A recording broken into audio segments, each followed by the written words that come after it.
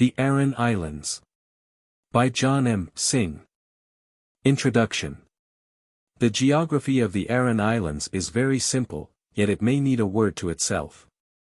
There are 3 islands: Aranmore, the North Island, about 9 miles long; Inishmaan, the Middle Island, about 3 miles and a half across, and nearly round in form, and the South Island, Inisheer, in Irish, East Island, like the Middle Island but slightly smaller.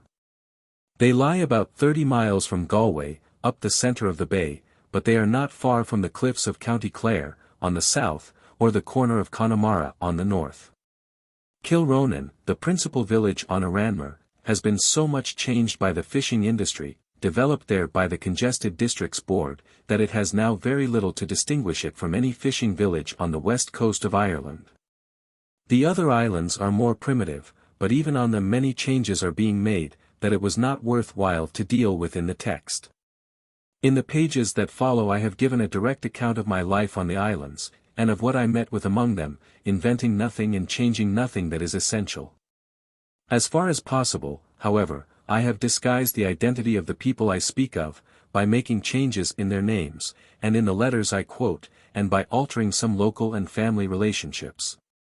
I have had nothing to say about them that was not wholly in their favor, but I have made this disguise to keep them from ever feeling that a too direct use had been made of their kindness and friendship.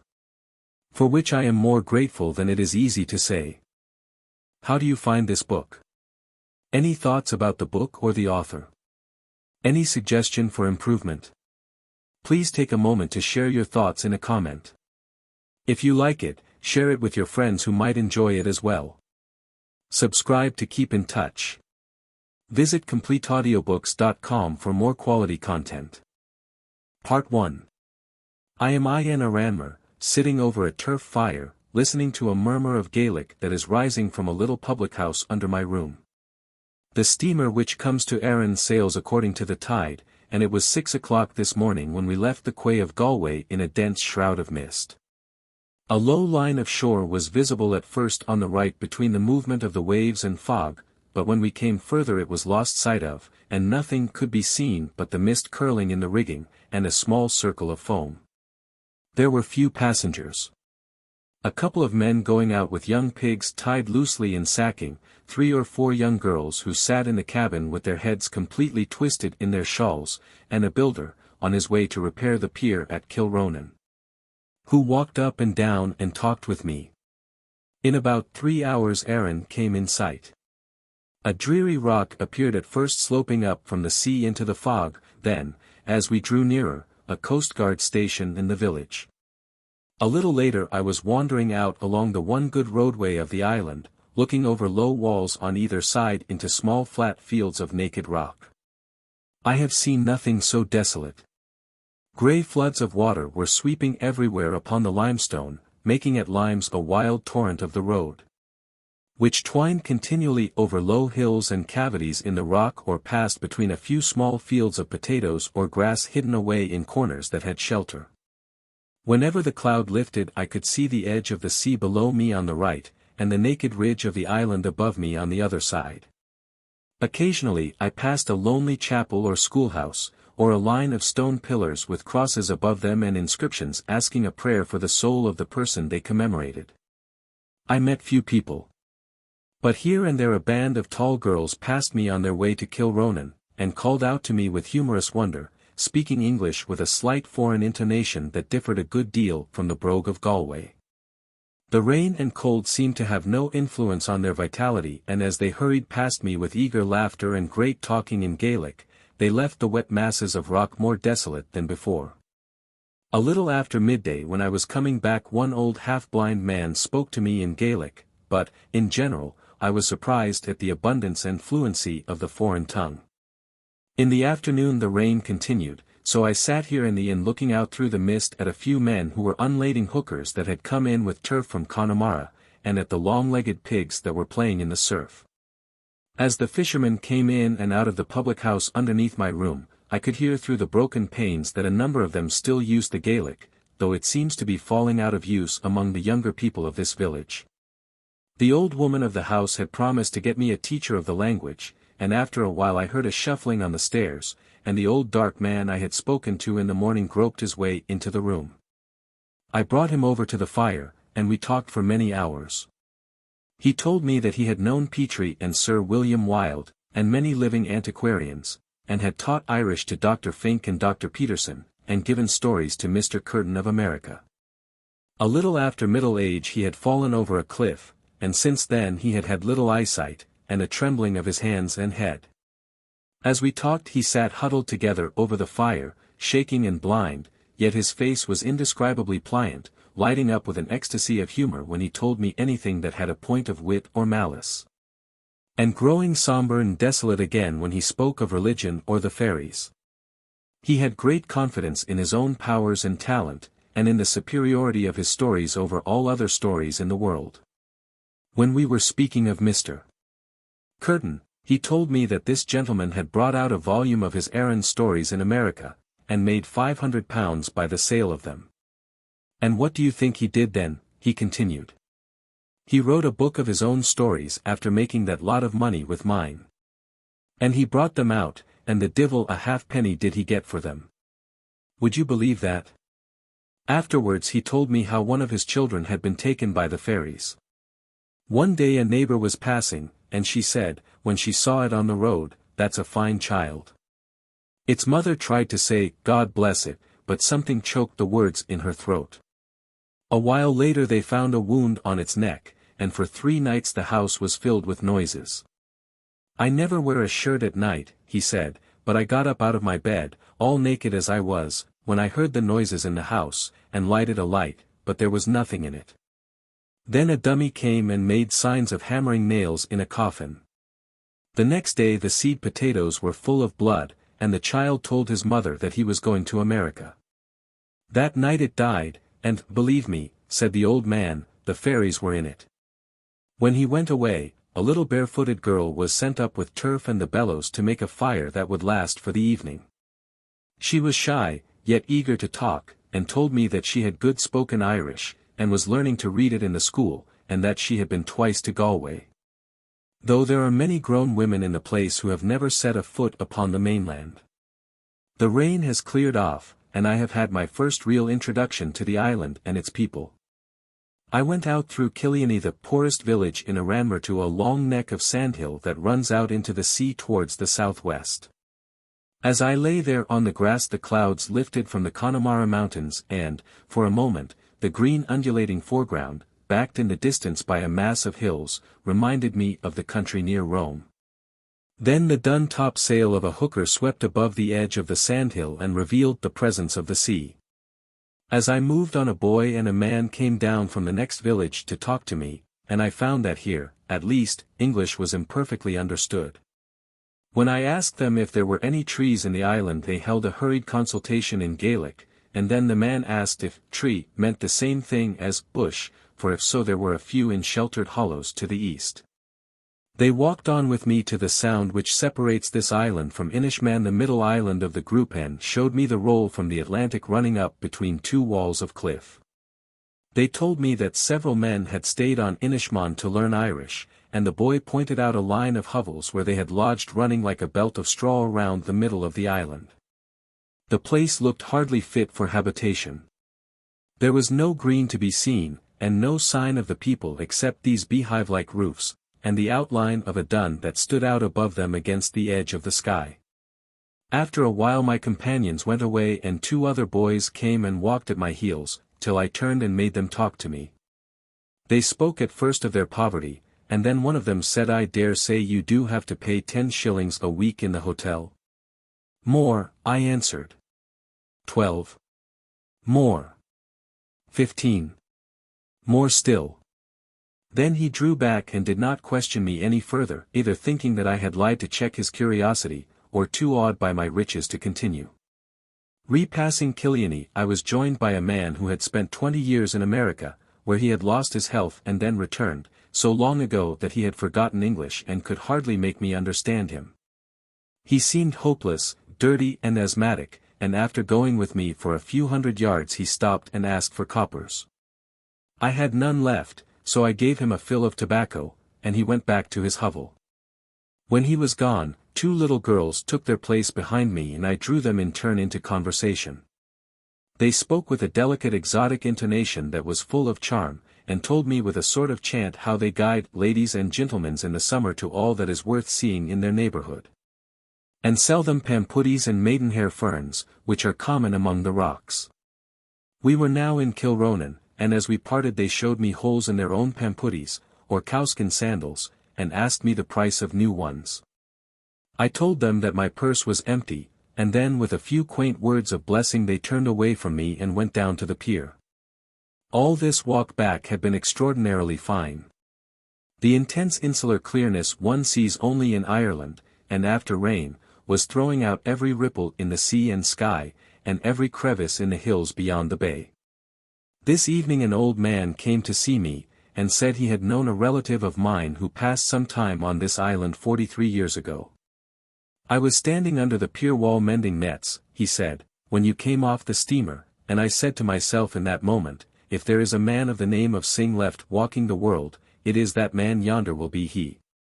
He went on to complain in curiously simple yet dignified language of the changes that have taken place here since he left the island to go to sea before the end of his childhood. I have come back, he said, to live in a bit of a house with my sister. The island is not the same at all to what it was. It is little good I can get from the people who are in it now, and anything I have to give them they don't care to have. From what I hear this man seems to have shut himself up in a world of individual conceits and theories, and to live aloof at his trade of net mending, regarded by the other islanders with respect and half-ironical sympathy. A little later when I went down to the kitchen I found 2 men from Inishmaan who had been benighted on the island. They seemed a simpler and perhaps a more interesting type than the people here, and talked with careful English about the history of the Duns, and the Book of Balamote, and the Book of Kells, and other ancient MSS. With the names of which they seemed familiar. In spite of the charm of my teacher, the old blind man I met the day of my arrival, I have decided to move on to Inishmaan, where Gaelic is more generally used, and the life is perhaps the most primitive that is left in Europe. I spent all this last day with my blind guide, looking at the antiquities that abound in the west or northwest of the island.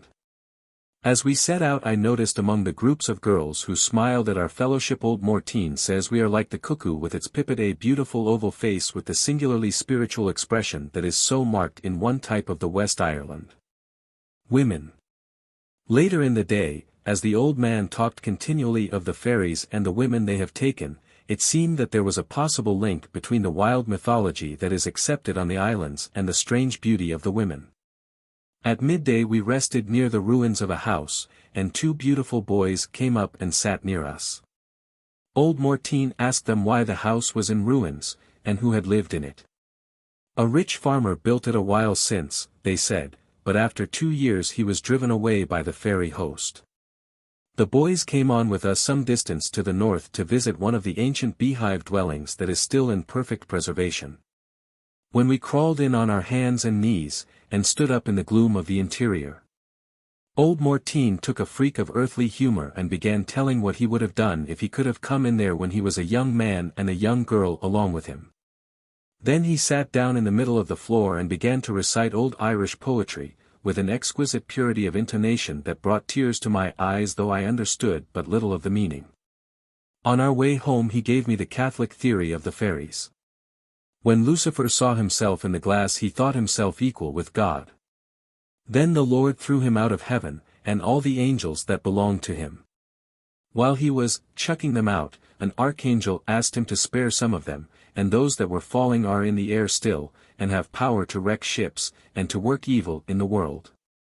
From this he wandered off into tedious matters of theology, and repeated many long prayers and sermons in Irish that he had heard from the priests. A little further on we came to a slated house, and I asked him who was living in it. A kind of a schoolmistress, he said, then his old face puckered with a gleam of pagan malice. Ah, master, he said, wouldn't it be fine to be in there, and to be kissing her? A couple of miles from this village we turned aside to look at an old ruined church of the Seathair Aluin, the 4 beautiful persons, and a holy well near it that is famous for cures of blindness and epilepsy. As we sat near the well a very old man came up from a cottage near the road, and told me how it had become famous. A woman of Sligo had a son who was born blind, and one night she dreamed that she saw an island with a blessed well in it that could cure her son. She told her dream in the morning, and an old man said it was of Aran she was after dreaming. She brought her son down by the coast of Galway, and came out in a curragh, and landed below where you see a bit of a cove.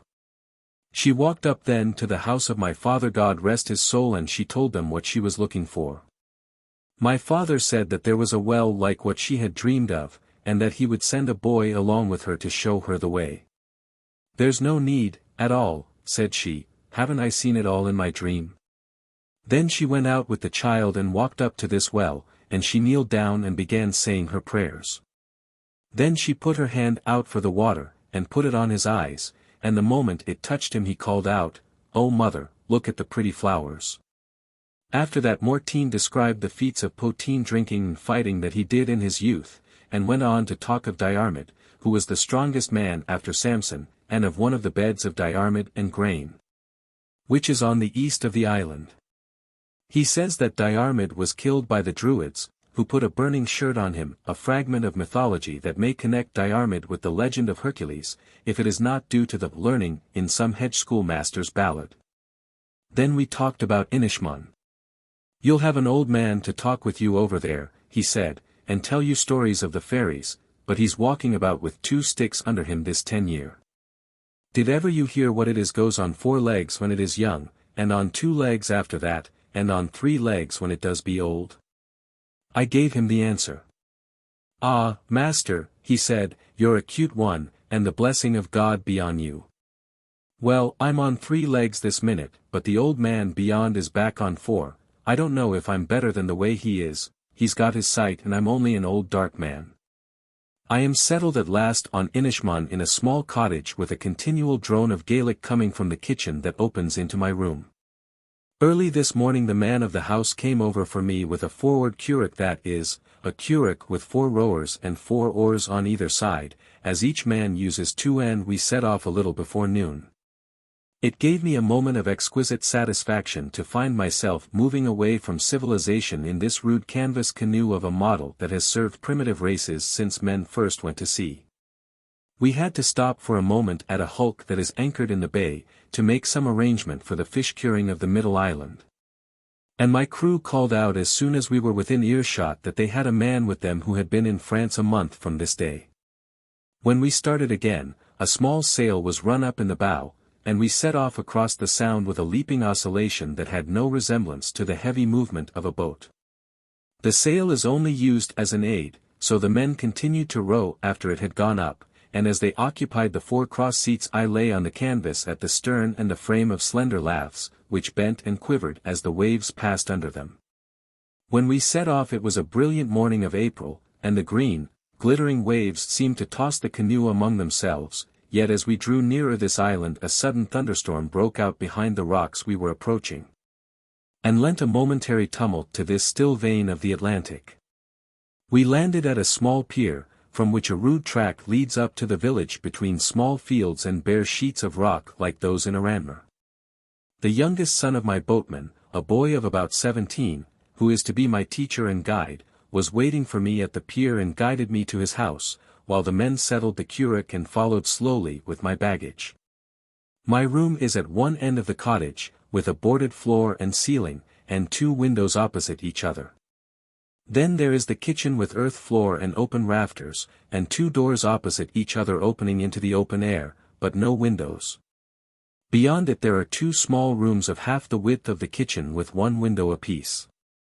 The kitchen itself, where I will spend most of my time, is full of beauty and distinction. The red dresses of the women who cluster round the fire on their stools give a glow of almost Eastern richness, and the walls have been toned by the turf smoke to a soft brown that blends with the grey earth color of the floor. Many sorts of fishing tackle, and the nets and oilskins of the men, are hung upon the walls or among the open rafters, and right overhead, under the thatch, there is a whole cowskin from which they make pampuddies.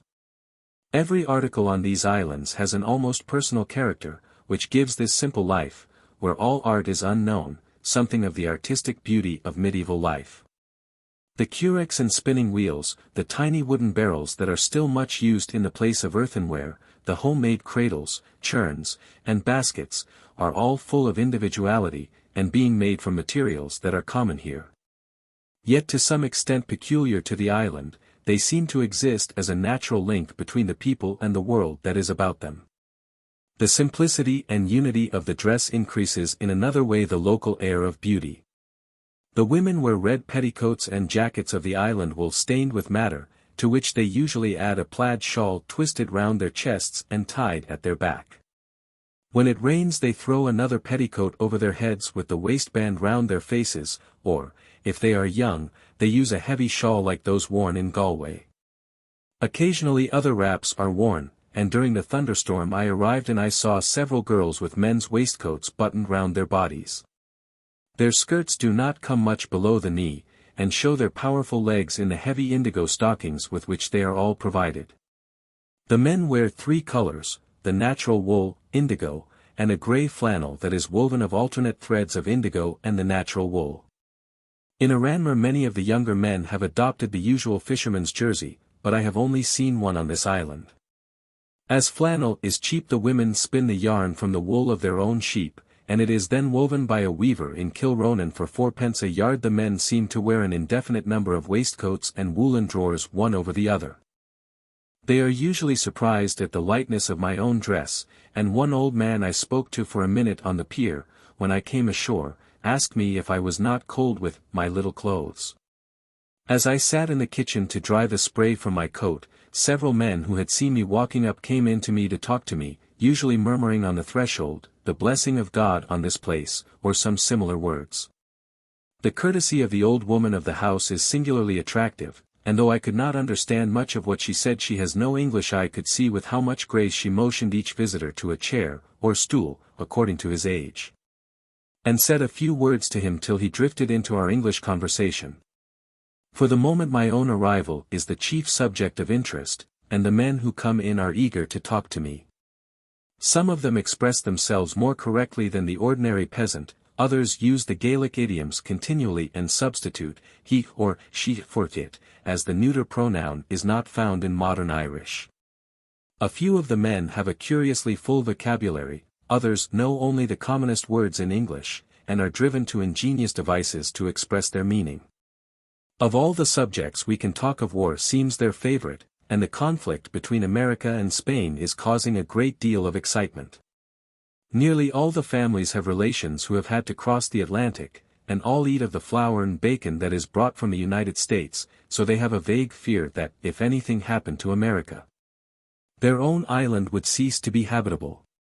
Foreign languages are another favorite topic, and as these men are bilingual they have a fair notion of what it means to speak and think in many different idioms.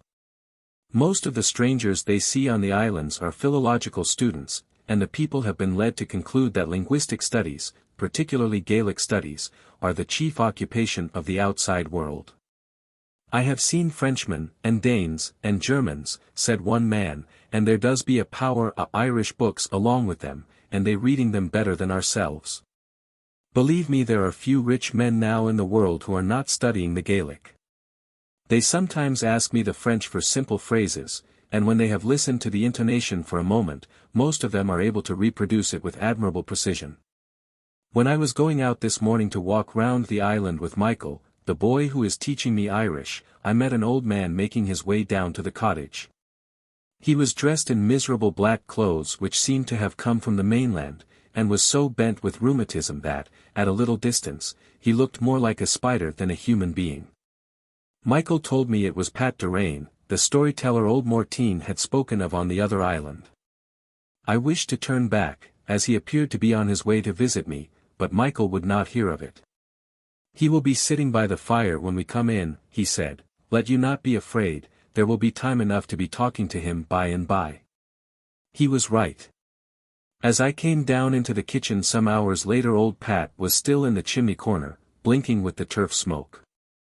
He spoke English with remarkable aptness and fluency, due, I believe, to the months he spent in the English provinces working at the harvest when he was a young man. After a few formal compliments he told me how he had been crippled by an attack of the old hin, i.e. the influenza, and had been complaining ever since in addition to his rheumatism. While the old woman was cooking my dinner he asked me if I liked stories, and offered to tell one in English, though he added, it would be much better if I could follow the Gaelic. Then he began. There were two farmers in County Clare. One had a son, and the other, a fine rich man, had a daughter. The young man was wishing to marry the girl, and his father told him to try and get her if he thought well, though a power of gold would be wanting to get the like of her. I will try, said the young man. He put all his gold into a bag. Then he went over to the other farm, and threw in the gold in front of him. Is that all gold? Said the father of the girl. All gold, said O'Connor. The young man's name was O'Connor. It will not weigh down my daughter, said the father. We'll see that, said O'Connor. Then they put them in the scales, the daughter in one side and the gold in the other. The girl went down against the ground, so O'Connor took his bag and went out on the road. As he was going along he came to where there was a little man, and he standing with his back against the wall. Where are you going with the bag? Said the little man. Going home, said O'Connor. Is it gold you might be wanting? Said the man. It is, surely, said O'Connor. I'll give you what you are wanting, said the man, and we can bargain in this way. You'll pay me back in a year the gold I give you, or you'll pay me with £5 cut off your own flesh. That bargain was made between them. The man gave a bag of gold to O'Connor, and he went back with it, and was married to the young woman. They were rich people, and he built her a grand castle on the cliffs of Clare, with a window that looked out straight over the wild ocean. One day when he went up with his wife to look out over the wild ocean, he saw a ship coming in on the rocks, and no sails on her at all. She was wrecked on the rocks, and it was tea that was in her, and fine silk. O'Connor and his wife went down to look at the wreck, and when the Lady O'Connor saw the silk she said she wished a dress of it. They got the silk from the sailors, and when the captain came up to get the money for it, O'Connor asked him to come again and take his dinner with them. They had a grand dinner, and they drank after it, and the captain was tipsy. While they were still drinking, a letter came to O'Connor, and it was in the letter that a friend of his was dead, and that he would have to go away on a long journey. As he was getting ready the captain came to him. Are you fond of your wife?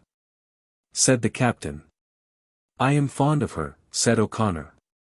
Will you make me a bet of 20 guineas no man comes near her while you'll be away on the journey? Said the captain. I will bet it, said O'Connor, and he went away. There was an old hag who sold small things on the road near the castle, and the Lady O'Connor allowed her to sleep up in her room in a big box. The captain went down on the road to the old hag. For how much will you let me sleep one night in your box? Said the captain. For no money at all would I do such a thing, said the hag. For 10 guineas, said the captain. Not for 10 guineas, said the hag. For 12 guineas. Said the captain. Not for 12 guineas, said the hag. For 15 guineas, said the captain. For 15 I will do it, said the hag. Then she took him up and hid him in the box. When night came the Lady O'Connor walked up into her room, and the captain watched her through a hole that was in the box. He saw her take off her 2 rings and put them on a kind of a board that was over her head like a chimney piece, and take off her clothes, except her shift, and go up into her bed. As soon as she was asleep the captain came out of his box, and he had some means of making a light, for he lit the candle. He went over to the bed where she was sleeping without disturbing her at all, or doing any bad thing, and he took the 2 rings off the board, and blew out the light, and went down again into the box. He paused for a moment, and a deep sigh of relief rose from the men and women who had crowded in while the story was going on, till the kitchen was filled with people. As the captain was coming out of his box the girls, who had appeared to know no English, stopped their spinning and held their breath with expectation. The old man went on. When O'Connor came back the captain met him, and told him that he had been a night in his wife's room, and gave him the 2 rings. O'Connor gave him the 20 guineas of the bet. Then he went up into the castle, and he took his wife up to look out of the window over the wild ocean. While she was looking he pushed her from behind, and she fell down over the cliff into the sea. An old woman was on the shore, and she saw her falling. She went down then to the surf and pulled her out all wet and in great disorder, and she took the wet clothes off her, and put on some old rags belonging to herself. When O'Connor had pushed his wife from the window he went away into the land. After a while the Lady O'Connor went out searching for him, and when she had gone here and there a long time in the country, she heard that he was reaping in a field with 60 men. She came to the field and she wanted to go in, but the gateman would not open the gate for her. Then the owner came by, and she told him her story. He brought her in, and her husband was there, reaping, but he never gave any sign of knowing her. She showed him to the owner, and he made the man come out and go with his wife. Then the Lady O'Connor took him out on the road where there were horses, and they rode away. When they came to the place where O'Connor had met the little man, he was there on the road before them. "Have you my gold on you?" said the man. "I have not," said O'Connor. "Then you'll pay me the flesh off your body," said the man. They went into a house, and a knife was brought, and a clean white cloth was put on the table, and O'Connor was put upon the cloth. Then the little man was going to strike the lancet into him, when says Lady O'Connor, "Have you bargained for 5 pounds of flesh?" "For 5 pounds of flesh," said the man. "Have you bargained for any drop of his blood?" said Lady O'Connor. "For no blood," said the man. "Cut out the flesh," said Lady O'Connor, "but if you spill 1 drop of his blood I'll put that through you." And she put a pistol to his head. The little man went away and they saw no more of him. When they got home to their castle they made a great supper, and they invited the captain and the old hag, and the old woman that had pulled the Lady O'Connor out of the sea. After they had eaten well the Lady O'Connor began, and she said they would all tell their stories. Then she told how she had been saved from the sea, and how she had found her husband. Then the old woman told her story. The way she had found the Lady O'Connor wet, and in great disorder, and had brought her in and put on her some old rags of her own. The Lady O'Connor asked the captain for his story, but he said they would get no story from him. Then she took her pistol out of her pocket, and she put it on the edge of the table, and she said that any one that would not tell his story would get a bullet into him. Then the captain told the way he had got into the box, and come over to her bed without touching her at all, and had taken away the rings. Then the Lady O'Connor took the pistol and shot the hag through the body, and they threw her over the cliff into the sea. That is my story. It gave me a strange feeling of wonder to hear this illiterate native of a wet rock in the Atlantic telling a story that is so full of European associations. The incident of the faithful wife takes us beyond Cymbeline to the sunshine on the Arno, and the gay company who went out from Florence to tell narratives of love. It takes us again to the low vineyards of Würzburg on the Main, where the same tale was told in the Middle Ages, of the 2 merchants and the faithful wife of Ruprecht von Würzburg. The other portion, dealing with the pound of flesh, has a still wider distribution, reaching from Persia and Egypt to the Gesta Ornanorum, and the pecorone of Ser Giovanni, a Florentine notary. The present union of the 2 tales has already been found among the Gaels, and there is a somewhat similar version in Campbell's Popular Tales of the Western Highlands. Michael walks so fast when I am out with him that I cannot pick my steps, and the sharp-edged fossils which abound in the limestone have cut my shoes to pieces. The family held a consultation on them last night, and in the end it was decided to make me a pair of pampooties, which I have been wearing today among the rocks. They consist simply of a piece of raw cowskin, with the hair outside, laced over the toe and round the heel with 2 ends of fishing line that work round and are tied above the instep. In the evening, when they are taken off, they are placed in a basin of water, as the rough hide cuts the foot and stocking if it is allowed to harden. For the same reason the people often step into the surf during the day, so that their feet are continually moist. At first I threw my weight upon my heels, as one does naturally in a boot, and was a good deal bruised, but after a few hours I learned the natural walk of man, and could follow my guide in any portion of the island. In one district below the cliffs, towards the north, one goes for nearly a mile jumping from one rock to another without a single ordinary step. And here I realized that toes have a natural use, for I found myself jumping towards any tiny crevice in the rock before me, and clinging with an eager grip in which all the muscles of my feet ached from their exertion. The absence of the heavy boot of Europe has preserved to these people the agile walk of the wild animal, while the general simplicity of their lives has given them many other points of physical perfection. Their way of life has never been acted on by anything much more artificial than the nests and burrows of the creatures that live round them, and they seem, in a certain sense, to approach more nearly to the finer types of our aristocracies who are bred artificially to a natural ideal than to the laborer or citizen, as the wild horse resembles the thoroughbred rather than the hack or cart horse. Tribes of the same natural development are, perhaps, frequent in half-civilized countries, but here a touch of the refinement of old societies is blended, with singular effect, among the qualities of the wild animal. While I am walking with Michael, someone often comes to me to ask the time of day. Few of the people, however, are sufficiently used to modern time to understand in more than a vague way the convention of the hours, and when I tell them what o'clock it is by my watch they are not satisfied, and ask how long is left them before the twilight. The general knowledge of time on the island depends, curiously enough, on the direction of the wind. Nearly all the cottages are built, like this one, with two doors opposite each other, the more sheltered of which lies open all day to give light to the interior. If the wind is northerly, the south door is opened, and the shadow of the doorpost moving across the kitchen floor indicates the hour. As soon, however, as the wind changes to the south, the other door is opened, and the people, who never think of putting up a primitive dial, are at a loss. This system of doorways has another curious result.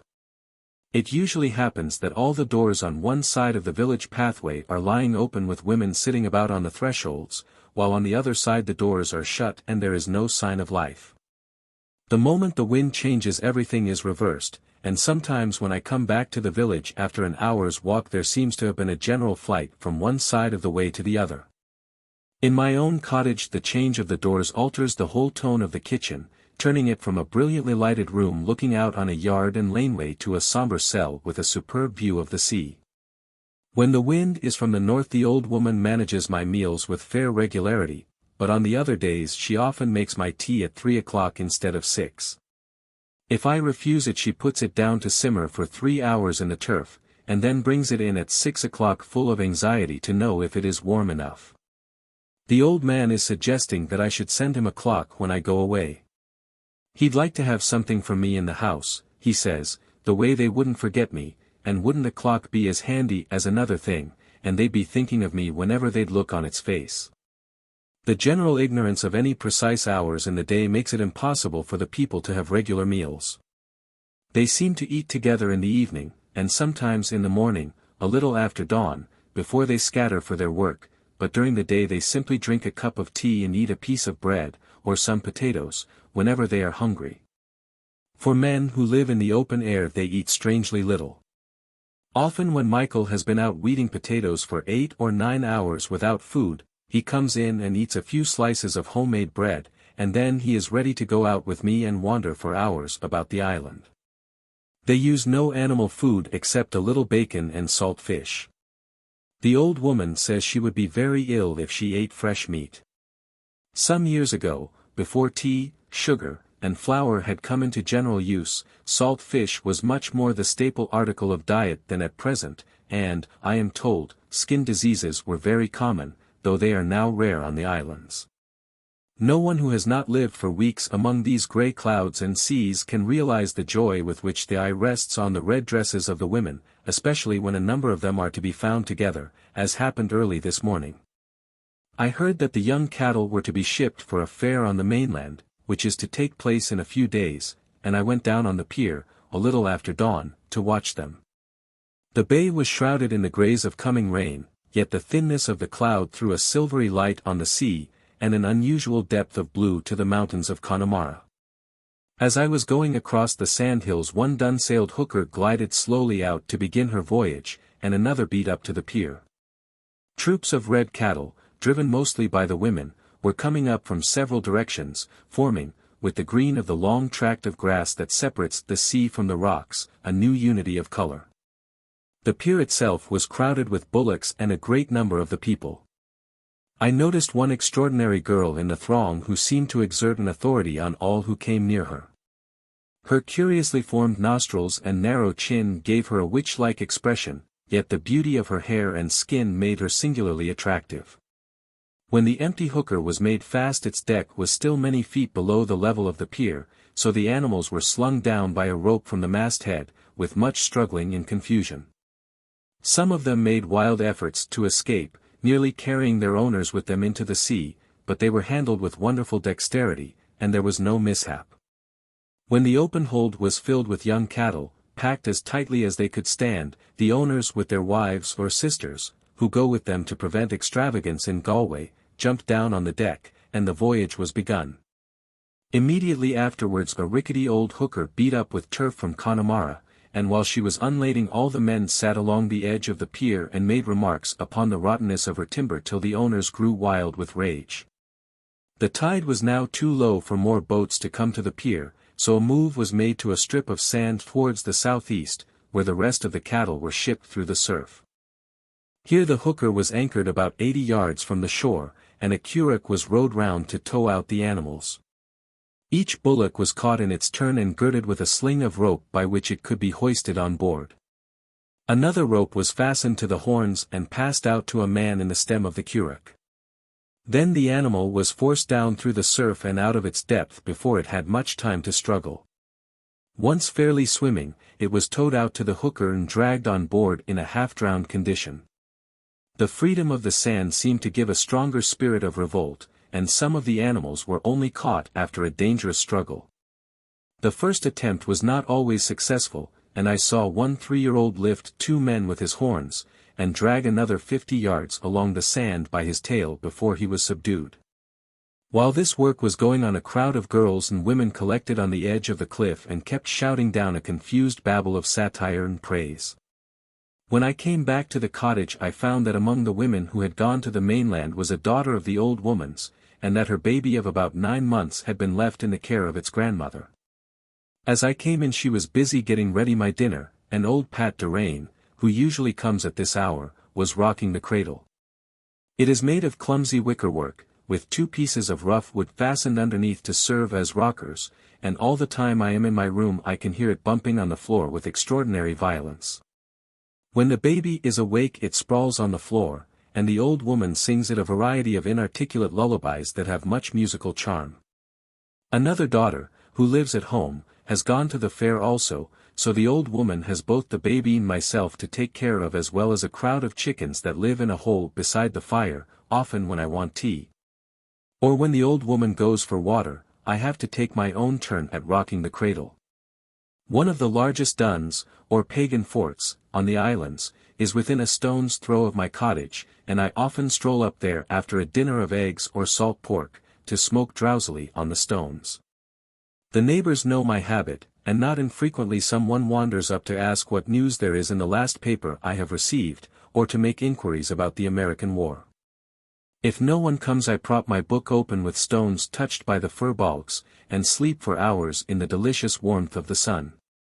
The last few days I have almost lived on the round walls, for, by some miscalculation, our turf has come to an end. And the fires are kept up with dried cow dung, a common fuel on the island, the smoke from which filters through into my room and lies in blue layers above my table and bed. Fortunately the weather is fine, and I can spend my days in the sunshine. When I look round from the top of these walls I can see the sea on nearly every side, stretching away to distant ranges of mountains on the north and south. Underneath me to the east there is the one inhabited district of the island, where I can see red figures moving about the cottages, sending up an occasional fragment of conversation or of old island melodies. The baby is teething, and has been crying for several days. Since his mother went to the fair they have been feeding him with cow's milk, often slightly sour, and giving him, I think, more than he requires. This morning, however, he seemed so unwell they sent out to look for a foster mother in the village, and before long a young woman, who lives a little way to the east, came in and restored him to his natural food. A few hours later, when I came into the kitchen to talk to old Pat, another woman performed the same kindly office, this time a person with a curiously whimsical expression. Pat told me a story of an unfaithful wife, which I will give further down, and then broke into a moral dispute with the visitor, which caused immense delight to some young men who had come down to listen to the story. Unfortunately it was carried on so rapidly in Gaelic that I lost most of the points.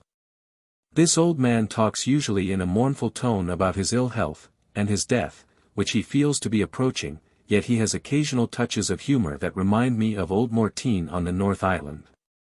Today a grotesque twopenny doll was lying on the floor near the old woman. He picked it up and examined it as if comparing it with her. Then he held it up. "Is it you is after bringing that thing into the world?" he said, "woman of the house?" Here is the story. One day I was travelling on foot from Galway to Dublin, and the darkness came on me and I 10 miles from the town I was wanting to pass the night in.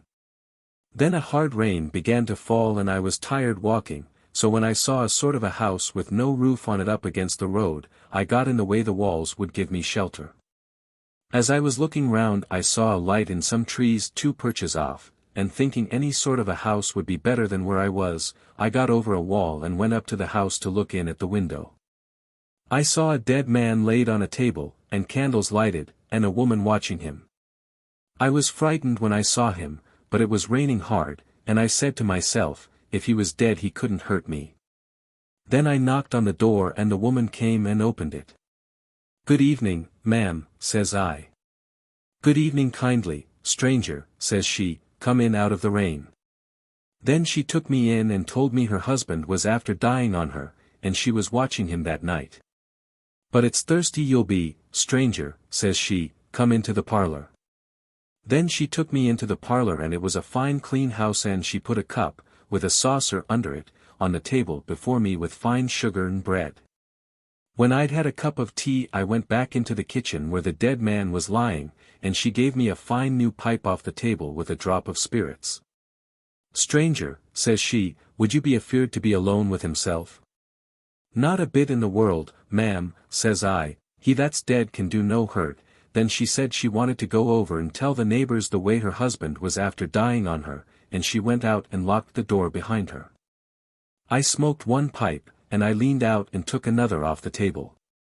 I was smoking it with my hand on the back of my chair the way you are yourself this minute, God bless you, and I looking on the dead man, when he opened his eyes as wide as myself and looked at me. "Don't be afraid, stranger," said the dead man. "I'm not dead at all in the world. Come here and help me up and I'll tell you all about it." Well, I went up and took the sheet off of him, and I saw that he had a fine clean shirt on his body, and fine flannel drawers. He sat up then, and says he, "I've got a bad wife, stranger," and I let on to be dead the way I'd catch her goings on. Then he got 2 fine sticks he had to keep down his wife, and he put them at each side of his body, and he laid himself out again as if he was dead. In half an hour his wife came back and a young man along with her. Well, she gave him his tea, and she told him he was tired, and he would do right to go and lie down in the bedroom. The young man went in and the woman sat down to watch by the dead man. A while after she got up and "Stranger," says she, "I'm going in to get the candle out of the room, I'm thinking the young man will be asleep by this time." She went into the bedroom, but the divil a bit of her came back. Then the dead man got up, and he took 1 stick, and he gave the other to myself. We went in and saw them lying together with her head on his arm.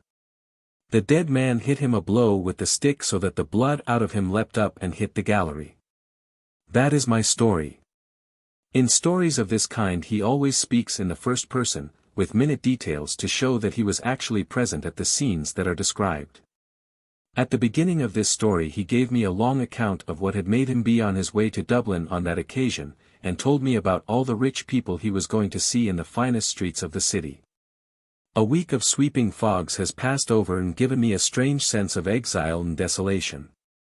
I walk round the island nearly every day, yet I can see nothing anywhere but a mass of wet rock, a strip of surf, and then a tumult of waves.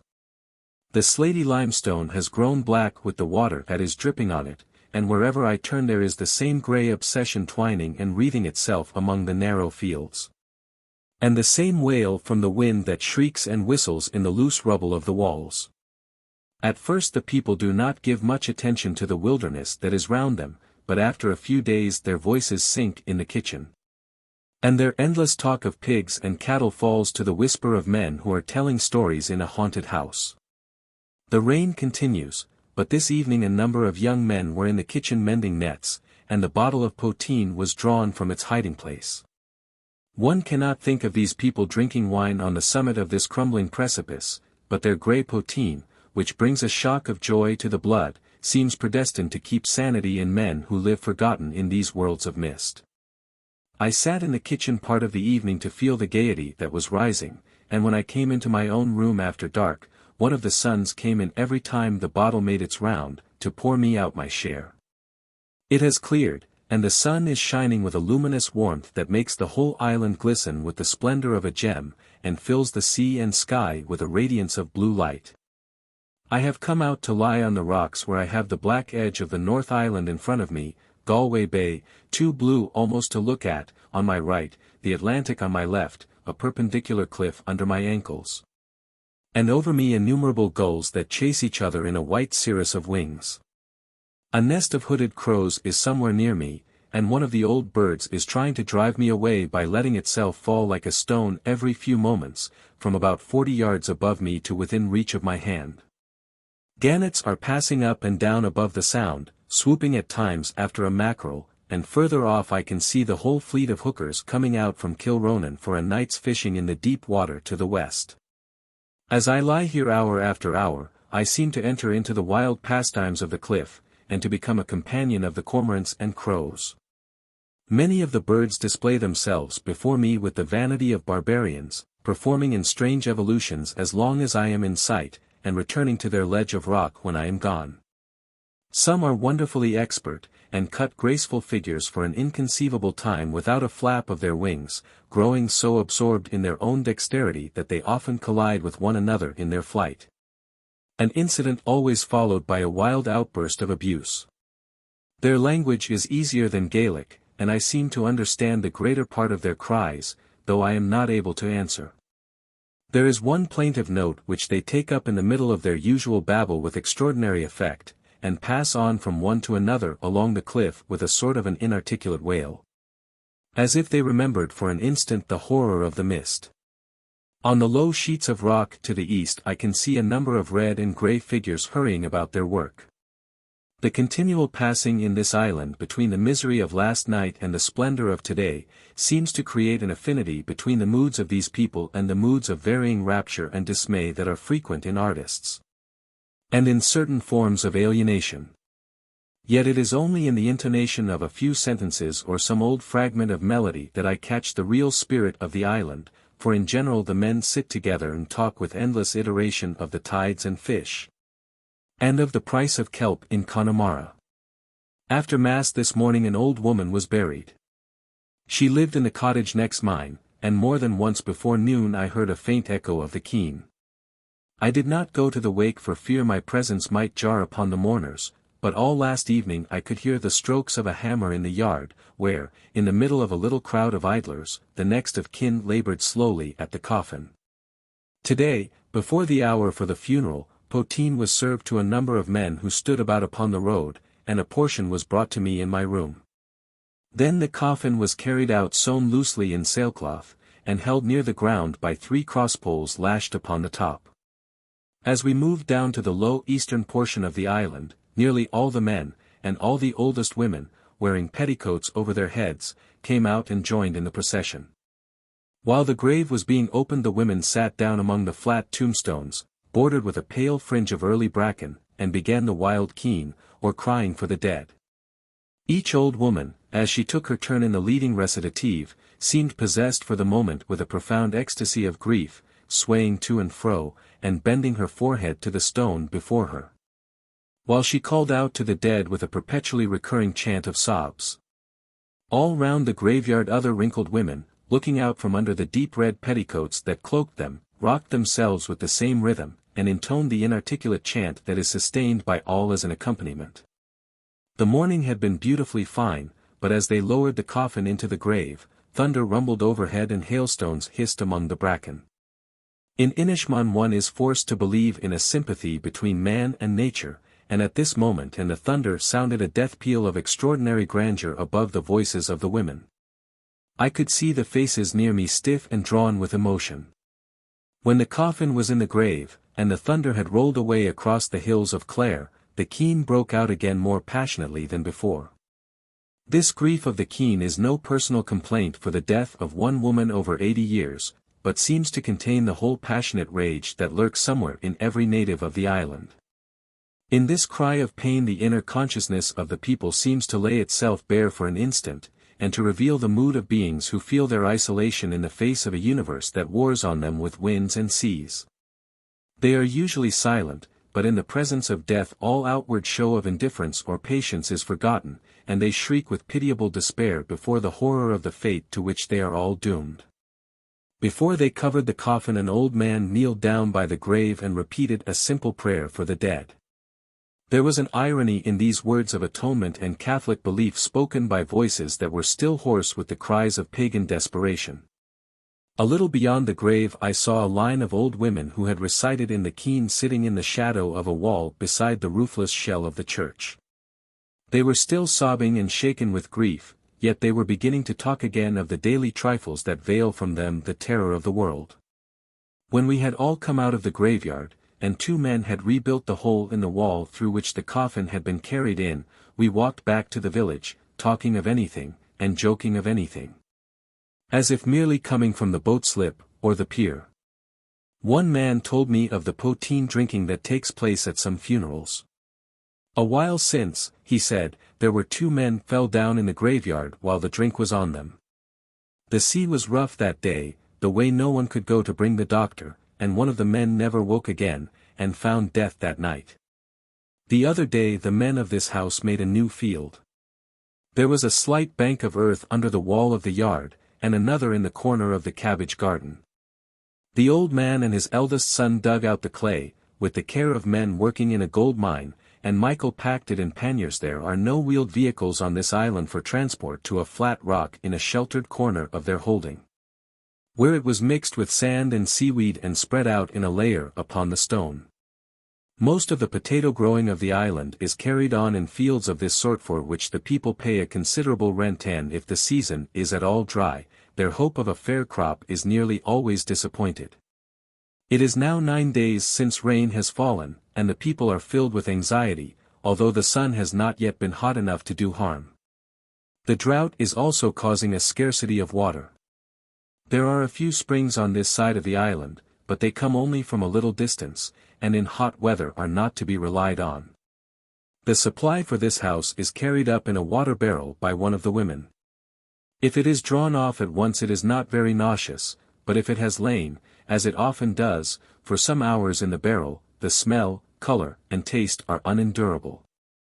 The water for washing is also coming short, and as I walk round the edges of the sea, I often come on a girl with her petticoats tucked up round her, standing in a pool left by the tide and washing her flannels among the sea anemones and crabs. Their red bodices and white tapering legs make them as beautiful as tropical seabirds, as they stand in a frame of seaweeds against the brink of the Atlantic. Michael, however, is a little uneasy when they are in sight, and I cannot pause to watch them. This habit of using the sea water for washing causes a good deal of rheumatism on the island, for the salt lies in the clothes and keeps them continually moist. The people have taken advantage of this dry moment to begin the burning of the kelp, and all the islands are lying in a volume of grey smoke. There will not be a very large quantity this year, as the people are discouraged by the uncertainty of the market, and do not care to undertake the task of manufacture without a certainty of profit. The work needed to form a ton of kelp is considerable. The seaweed is collected from the rocks after the storms of autumn and winter, dried on fine days, and then made up into a rick, where it is left till the beginning of June. It is then burnt in low kilns on the shore, an affair that takes from 12 to 24 hours of continuous hard work. Though I understand the people here do not manage well and spoil a portion of what they produce by burning it more than is required. The kiln holds about 2 tons of molten kelp, and when full it is loosely covered with stones, and left to cool. In a few days the substance is as hard as the limestone, and has to be broken with crowbars before it can be placed in currachs for transport to Kilronan, where it is tested to determine the amount of iodine contained, and paid for accordingly. In former years good kelp would bring £7 a ton, now £4 are not always reached. In Aran even manufacture is of interest. The low flame-edged kiln, sending out dense clouds of creamy smoke, with a band of red and grey clothed workers moving in the haze, and usually some petticoat boys and women who come down with drink, forms a scene with as much variety and colour as any picture from the East. The men feel in a certain sense the distinction of their island, and show me their work with pride. One of them said to me yesterday, "I'm thinking you never saw the like of this work before this day." "That is true," I answered, "I never did." "Bedad, then," he said, "isn't it a great wonder that you've seen France and Germany, and the Holy Father, and never seen a man making kelp till you come to Inishmaan? All the horses from this island are put out on grass among the hills of Connemara from June to the end of September, as there is no grazing here during the summer. Their shipping and transport is even more difficult than that of the homed cattle. Most of them are wild Connemara ponies, and their great strength and timidity make them hard to handle on the narrow pier, while in the hooker itself it is not easy to get them safely on their feet in the small space that is available. They are dealt with in the same way as for the bullocks I have spoken of already, but the excitement becomes much more intense, and the storm of Gaelic that rises the moment a horse is shoved from the pier, till it is safely in its place, is indescribable. 20 boys and men howl and scream with agitation, cursing and exhorting, without knowing, most of the time, what they are saying. Apart, however, from this primitive babble, the dexterity and power of the men are displayed to more advantage than in anything I have seen hitherto. I noticed particularly the owner of a hooker from the North Island that was loaded this morning. He seemed able to hold up a horse by his single weight when it was swinging from the masthead, and preserved a humorous calm even in moments of the wildest excitement. Sometimes a large mare would come down sideways on the backs of the other horses, and kick there till the hold seemed to be filled with a mass of struggling centaurs, for the men themselves often leap down to try and save the foals from injury. The backs of the horses put in first are often a good deal cut by the shoes of the others that arrive on top of them, but otherwise they do not seem to be much the worse, and as they are not on their way to a fair, it is not of much consequence in what condition they come to land. There is only one bit and saddle in the island, which are used by the priest, who rides from the chapel to the pier when he has held the service on Sunday. The islanders themselves ride with a simple halter and a stick, yet sometimes travel, at least in the larger island, at a desperate gallop. As the horses usually have panniers, the rider sits sideways over the withers, and if the panniers are empty they go at full speed in this position without anything to hold to. More than once in Aranmore I met a party going out west with empty panniers from Kilronan. Long before they came in sight I could hear a clatter of hoofs, and then a whirl of horses would come round a corner at full gallop with their heads out, utterly indifferent to the slender halter that is their only check. They generally travel in single file with a few yards between them, and as there is no traffic there is little fear of an accident. Sometimes a woman and a man ride together, but in this case the man sits in the usual position, and the woman sits sideways behind him, and holds him round the waist. Old Pat Doraine continues to come up every day to talk to me, and at times I turn the conversation to his experiences of the ferries. He has seen a good many of them, he says, in different parts of the island, especially in the sandy districts north of the slip. They are about a yard high with caps like the peelers pulled down over their faces. On one occasion he saw them playing ball in the evening just above the slip, and he says I must avoid that place in the morning or after nightfall for fear they might do me mischief. He has seen 2 women who were away with them, one a young married woman, the other a girl. The woman was standing by a wall, at a spot he described to me with great care, looking out towards the north. Another night he heard a voice crying out in Irish, "Mater ta me marb, O mother, I'm killed." And in the morning there was blood on the wall of his house, and a child in a house not far off was dead. Yesterday he took me aside, and said he would tell me a secret he had never yet told to any person in the world. "Take a sharp needle," he said, "and stick it in under the collar of your coat, and not one of them will be able to have power on you." Iron is a common talisman with barbarians, but in this case the idea of exquisite sharpness was probably present also, and, perhaps, some feeling for the sanctity of the instrument of toil, a folk belief that is common in Brittany. The fairies are more numerous in Mayo than in any other county, though they are fond of certain districts in Galway, where the following story is said to have taken place. A farmer was in great distress as his crops had failed, and his cow had died on him. One night he told his wife to make him a fine new sack for flour before the next morning, and when it was finished he started off with it before the dawn. At that time there was a gentleman who had been taken by the fairies, and made an officer among them, and it was often people would see him and him riding on a white horse at dawn and in the evening. The poor man went down to the place where they used to see the officer, and when he came by on his horse, he asked the loan of 250 of flour, for he was in great want. The officer called the fairies out of a hole in the rocks where they stored their wheat, and told them to give the poor man what he was asking. Then he told him to come back and pay him in a year, and rode away. When the poor man got home he wrote down the day on a piece of paper, and that day year he came back and paid the officer. When he had ended his story the old man told me that the fairies have a tenth of all the produce of the country, and make stores of it in the rocks. It is a holy day, and I have come up to sit on the dun while the people are at mass. A strange tranquility has come over the island this morning, as happens sometimes on Sunday, filling the two circles of sea and sky with the quiet of a church. The one landscape that is here lends itself with singular power to this suggestion of grey luminous cloud. There is no wind, and no definite light. Aranmere seems to sleep upon a mirror, and the hills of Connemara look so near that I am troubled by the width of the bay that lies before them, touched this morning with individual expression one sees sometimes in a lake.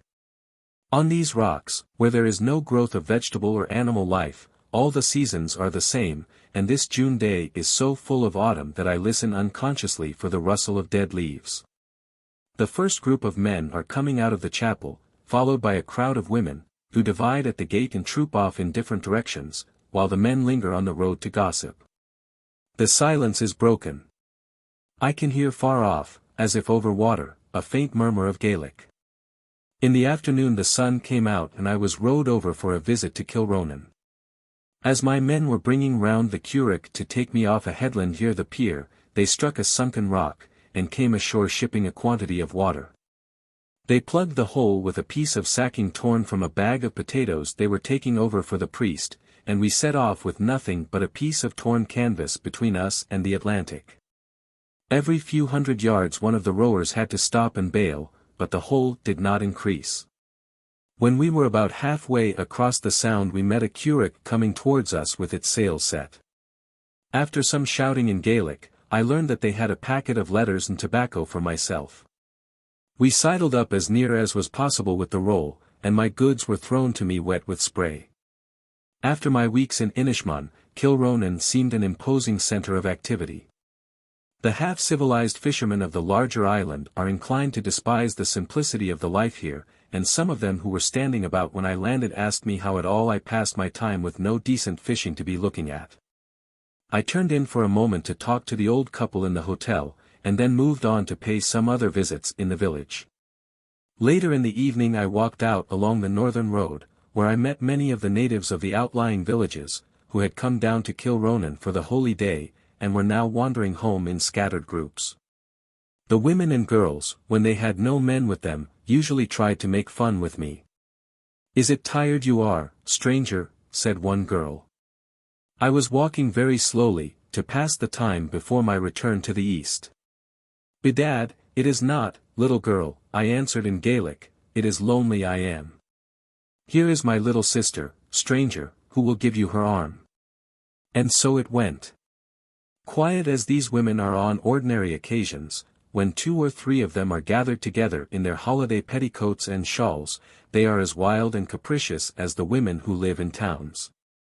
About 7 o'clock I got back to Kilronan, and beat up my crew from the public houses near the bay.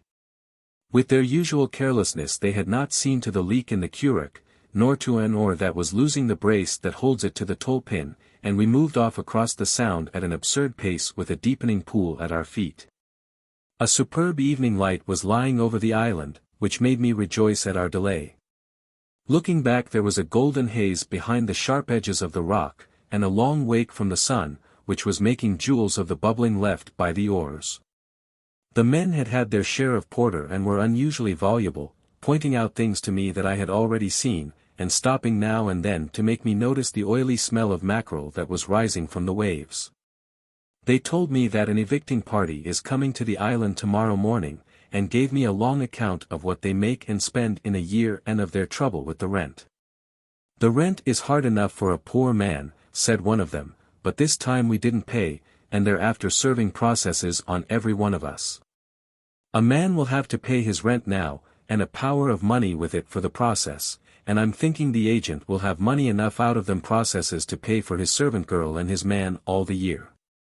I asked afterwards who the island belonged to. "Bedad," they said, "we've always heard it belonged to Miss, and she is dead."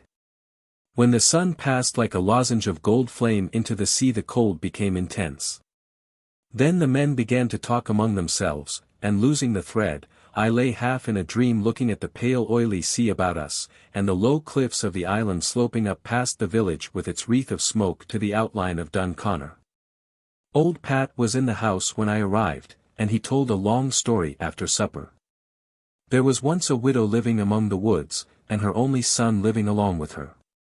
He went out every morning through the trees to get sticks, and one day as he was lying on the ground he saw a swarm of flies flying over what the cow leaves behind her. He took up his sickle and hit one blow at them, and hit that hard he left no single one of them living. That evening he said to his mother that it was time he was going out into the world to seek his fortune, for he was able to destroy a whole swarm of flies at one blow.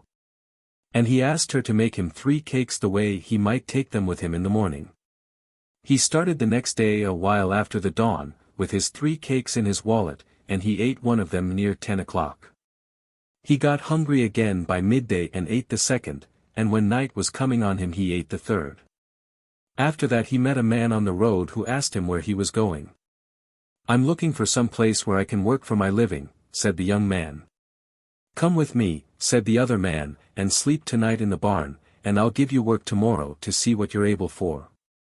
The next morning the farmer brought him out and showed him his cows and told him to take them out to graze on the hills, and to keep good watch that no one should come near them to milk them. The young man drove out the cows into the fields, and when the heat of the day came on he lay down on his back and looked up into the sky. A while after he saw a black spot in the northwest, and it grew larger and nearer till he saw a great giant coming towards him. He got up on his feet and he caught the giant round the legs with his 2 arms, and he drove him down into the hard ground above his ankles, the way he was not able to free himself. Then the giant told him to do him no hurt, and gave him his magic rod, and told him to strike on the rock, and he would find his beautiful black horse, and his sword, and his fine suit. The young man struck the rock and it opened before him, and he found the beautiful black horse, and the giant's sword and the suit lying before him. He took out the sword alone, and he struck one blow with it and struck off the giant's head. Then he put back the sword into the rock and went out again to his cattle, till it was time to drive them home to the farmer. When they came to milk the cows they found a power of milk in them, and the farmer asked the young man if he had seen nothing out on the hills, for the other cowboys had been bringing home the cows with no drop of milk in them. And the young man said he had seen nothing. The next day he went out again with the cows. He lay down on his back in the heat of the day, and after a while he saw a black spot in the northwest, and it grew larger and nearer, till he saw it was a great giant coming to attack him. "You killed my brother," said the giant. "Come here, till I make a garter of your body." The young man went to him and caught him by the legs and drove him down into the hard ground up to his ankles. Then he hit the rod against the rock, and took out the sword and struck off the giant's head. That evening the farmer found twice as much milk in the cows as the evening before, and he asked the young man if he had seen anything. The young man said that he had seen nothing. The third day the third giant came to him and said, "You have killed my 2 brothers, come here, till I make a garter of your body." And he did with this giant as he had done with the other two, and that evening there was so much milk in the cows it was dropping out of their udders on the pathway. The next day the farmer called him and told him he might leave the cows in the stalls that day, for there was a great curiosity to be seen, namely, a beautiful king's daughter that was to be eaten by a great fish. If there was no one in it that could save her. But the young man said such a sight was all one to him, and he went out with the cows on to the hills. When he came to the rocks he hit them with his rod and brought out the suit and put it on him, and brought out the sword and strapped it on his side, like an officer. And he got on the black horse and rode faster than the wind till he came to where the beautiful king's daughter was sitting on the shore in a golden chair, waiting for the great fish. When the great fish came in on the sea, bigger than a whale, with 2 wings on the back of it, the young man went down into the surf and struck at it with his sword and cut off one of its wings.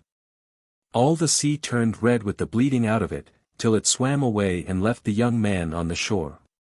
Then he turned his horse and rode faster than the wind till he came to the rocks, and he took the suit off him and put it back in the rocks, with the giant's sword and the black horse, and drove the cows down to the farm.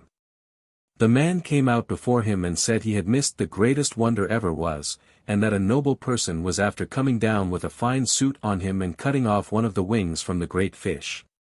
"And there'll be the same necessity on her for 2 mornings more," said the farmer, "and you do right to come and look on it." But the young man said he would not come. The next morning he went out with his cows, and he took the sword and the suit and the black horse out of the rock, and he rode faster than the wind till he came where the king's daughter was sitting on the shore. When the people saw him coming there was great wonder on them to know if it was the same man they had seen the day before. The king's daughter called out to him to come and kneel before her, and when he kneeled down she took her scissors and cut off a lock of hair from the back of his head and hid it in her clothes. Then the great worm came in from the sea, and he went down into the surf and cut the other wing off from it. All the sea turned red with the bleeding out of it, till it swam away and left them. That evening the farmer came out before him and told him of the great wonder he had missed, and asked him would he go the next day and look on it.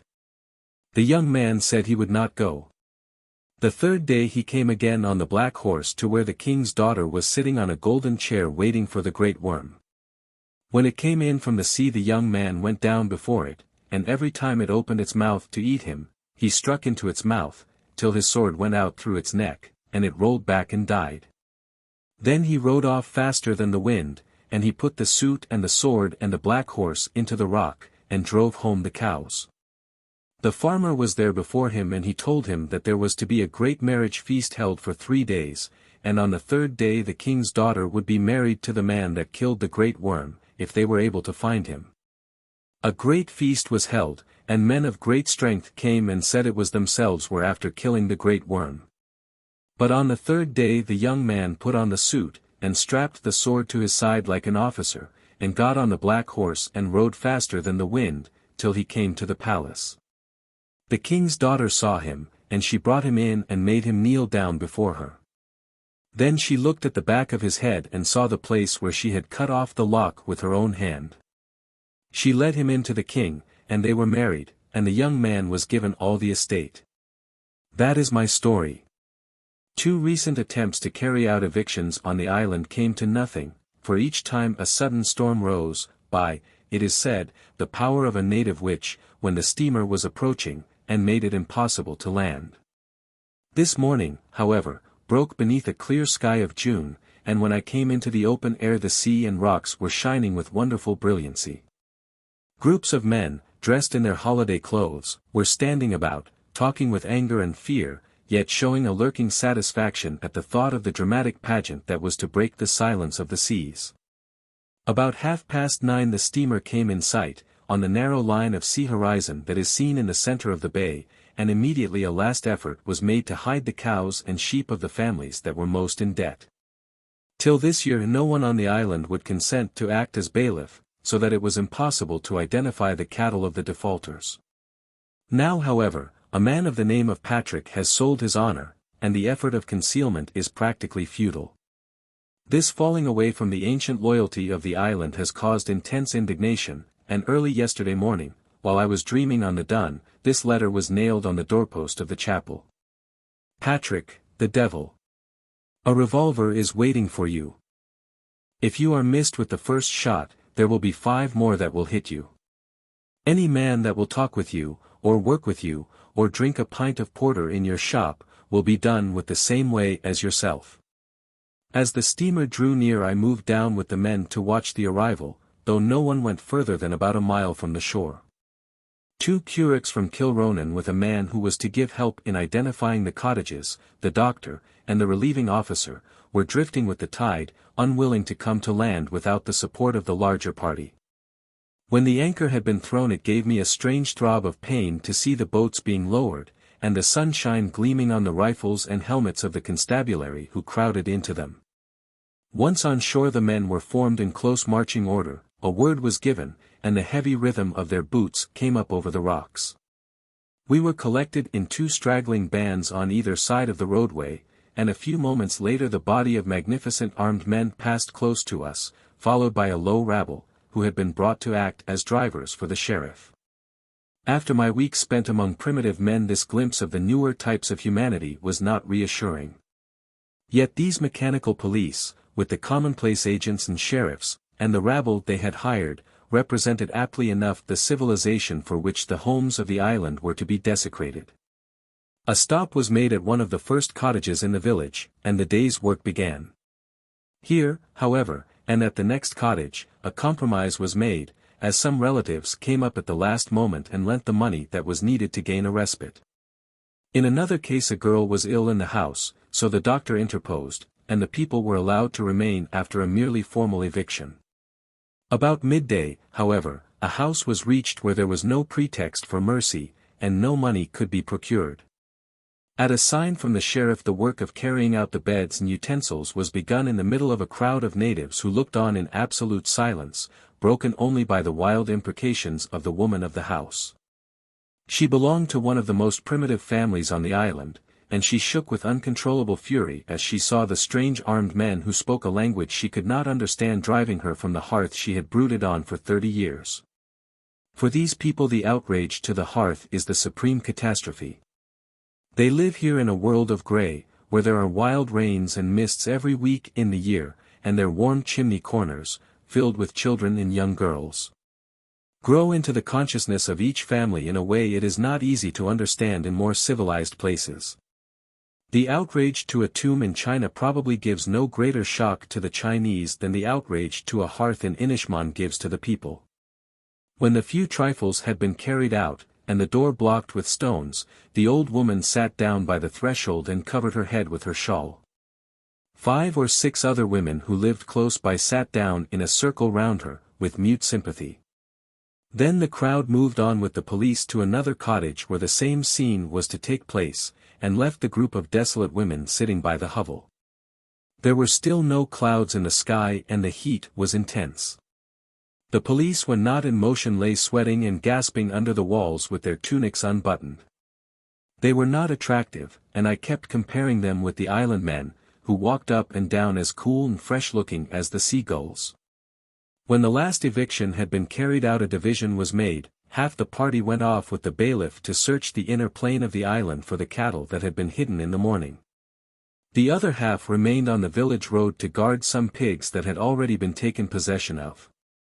After a while 2 of these pigs escaped from the drivers and began a wild race up and down the narrow road. The people shrieked and howled to increase their terror, and at last some of them became so excited that the police thought it time to interfere. They drew up in double line opposite the mouth of a blind laneway where the animals had been shut up. A moment later the shrieking began again in the west, and the 2 pigs came in sight, rushing down the middle of the road with the drivers behind them. They reached the line of the police. There was a slight scuffle, and then the pigs continued their mad rush to the east, leaving 3 policemen lying in the dust. The satisfaction of the people was immense. They shrieked and hugged each other with delight, and it is likely that they will hand down these animals for generations in the tradition of the island. 2 hours later the other party returned, driving 3 lean cows before them, and a start was made for the slip. At the public house the policemen were given a drink while the dense crowd that was following waited in the lane. The island bull happened to be in a field close by, and he became wildly excited at the sight of the cows and of the strangely dressed men. 2 young islanders sidled up to me in a moment or two as I was resting on a wall, and one of them whispered in my ear, "Do you think they could take fines of us if we let out the bull on them?" In face of the crowd of women and children, I could only say it was probable, and they slunk off. At the slip there was a good deal of bargaining, which ended in all the cattle being given back to their owners. It was plainly of no use to take them away, as they were worth nothing. When the last policeman had embarked, an old woman came forward from the crowd and, mounting on a rock near the slip, began a fierce rhapsody in Gaelic, pointing at the bailiff and waving her withered arms with extraordinary rage. "This man is my own son," she said, "it is I that ought to know him. He is the first ruffian in the whole big world." Then she gave an account of his life, colored with a vindictive fury I cannot reproduce. As she went on the excitement became so intense I thought the man would be stoned before he could get back to his cottage. On these islands the women live only for their children, and it is hard to estimate the power of the impulse that made this old woman stand out and curse her son. In the fury of her speech I seemed to look again into the strangely reticent temperament of the islanders, and to feel the passionate spirit that expresses itself, at odd moments only, with magnificent words and gestures. Old Pat has told me a story of the goose that lays the golden eggs, which he calls the phoenix. A poor widow had 3 sons and a daughter. One day when her sons were out looking for sticks in the wood they saw a fine speckled bird flying in the trees. The next day they saw it again, and the eldest son told his brothers to go and get sticks by themselves, for he was going after the bird. He went after it, and brought it in with him when he came home in the evening. They put it in an old hen coop, and they gave it some of the meal they had for themselves. I don't know if it ate the meal, but they divided what they had themselves, they could do no more. That night it laid a fine spotted egg in the basket. The next night it laid another. At that time its name was on the papers and many heard of the bird that laid the golden eggs, for the eggs were of gold, and there's no lie in it. When the boys went down to the shop the next day to buy a stone of meal, the shopman asked if he could buy the bird of them. Well, it was arranged in this way. The shopman would marry the boy's sister, a poor simple girl without a stitch of good clothes, and get the bird with her. Some time after that one of the boys sold an egg of the bird to a gentleman that was in the country. The gentleman asked him if he had the bird still. He said that the man who had married his sister was after getting it. "Well," said the gentleman, "the man who eats the heart of that bird will find a purse of gold beneath him every morning, and the man who eats its liver will be King of Ireland." The boy went out. He was a simple poor fellow and told the shopman. Then the shopman brought in the bird and killed it, and he ate the heart himself and he gave the liver to his wife. When the boy saw that, there was great anger on him, and he went back and told the gentleman. "Do what I'm telling you," said the gentleman. "Go down now and tell the shopman and his wife to come up here to play a game of cards with me, for it's lonesome I am this evening." When the boy was gone he mixed a vomit and poured the lot of it into a few naggins of whiskey, and he put a strong cloth on the table under the cards. The man came up with his wife and they began to play. The shopman won the first game and the gentleman made them drink a sup of the whiskey. They played again and the shopman won the second game. Then the gentleman made him drink a sup more of the whiskey. As they were playing the third game the shopman and his wife got sick on the cloth, and the boy picked it up and carried it into the yard, for the gentleman had let him know what he was to do. Then he found the heart of the bird and he ate it, and the next morning when he turned in his bed there was a purse of gold under him. That is my story. When the steamer is expected I rarely fail to visit the boat slip, as the men usually collect when she is in the offing, and lie arguing among their currics till she has made her visit to the South Island, and is seen coming towards us. This morning I had a long talk with an old man who was rejoicing over the improvement he had seen here during the last 10 or 15 years. Till recently there was no communication with the mainland except by hookers, which were usually slow, and could only make the voyage in tolerably fine weather, so that if an islander went to a fair it was often 3 weeks before he could return. Now, however, the steamer comes here twice in the week, and the voyage is made in 3 or 4 hours. The pier on this island is also a novelty, and is much thought of, as it enables the hookers that still carry turf and cattle to discharge and take their cargoes directly from the shore. The water round it, however, is only deep enough for a hooker when the tide is nearly full, and will never float the steamer, so passengers must still come to land in curraghs. The boat slip at the corner next the South Island is extremely useful in calm weather, but it is exposed to a heavy roll from the south, and is so narrow that the curraghs run some danger of missing it in the tumult of the surf. In bad weather 4 men will often stand for nearly an hour at the top of the slip with a curragh in their hands, watching a point of rock towards the south where they can see the strength of the waves that are coming in. The instant a break is seen they swoop down to the surf, launch their curragh, and pull out to sea with incredible speed.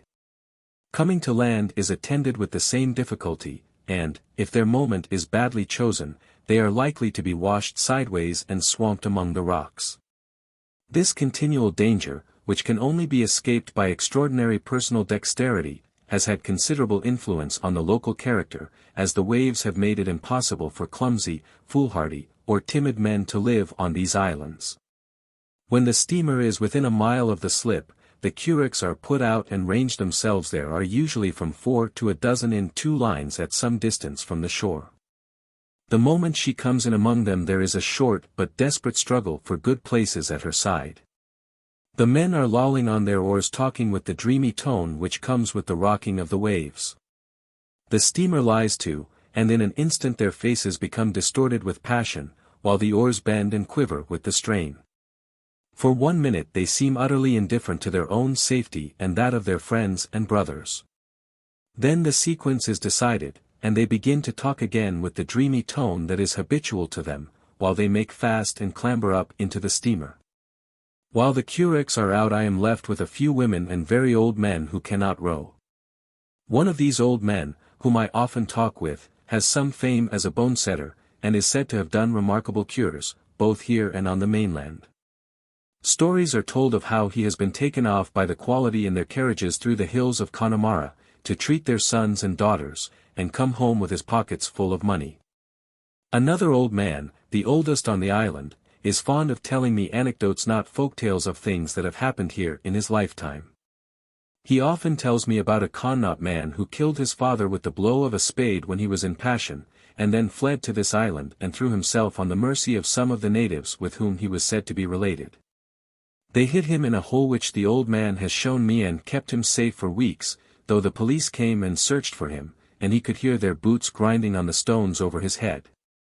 In spite of a reward which was offered, the island was incorruptible, and after much trouble the man was safely shipped to America. This impulse to protect the criminal is universal in the West. It seems partly due to the association between justice and the hated English jurisdiction, but more directly to the primitive feeling of these people, who are never criminals yet always capable of crime. That a man will not do wrong unless he is under the influence of a passion which is as irresponsible as a storm on the sea. If a man has killed his father, and is already sick and broken with remorse, they can see no reason why he should be dragged away and killed by the law. Such a man, they say, will be quiet all the rest of his life, and if you suggest that punishment is needed as an example, they ask, would anyone kill his father if he was able to help it?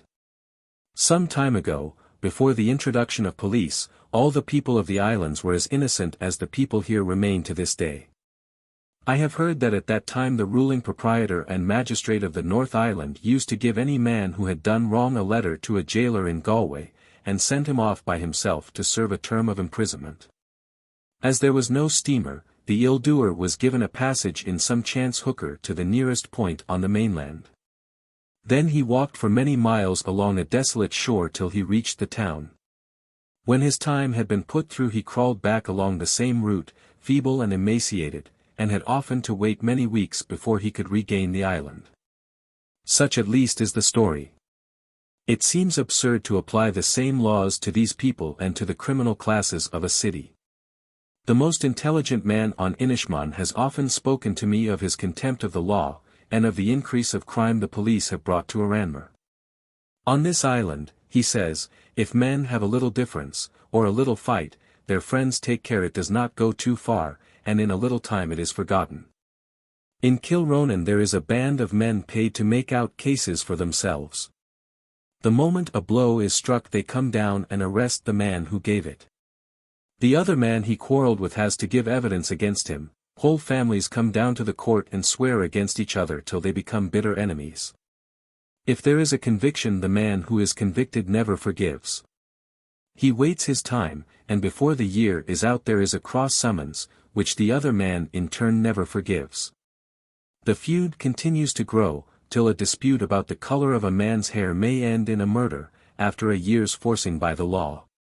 The mere fact that it is impossible to get reliable evidence in the island not because the people are dishonest, but because they think the claim of kinship more sacred than the claims of abstract truth turns the whole system of sworn evidence into a demoralizing farce.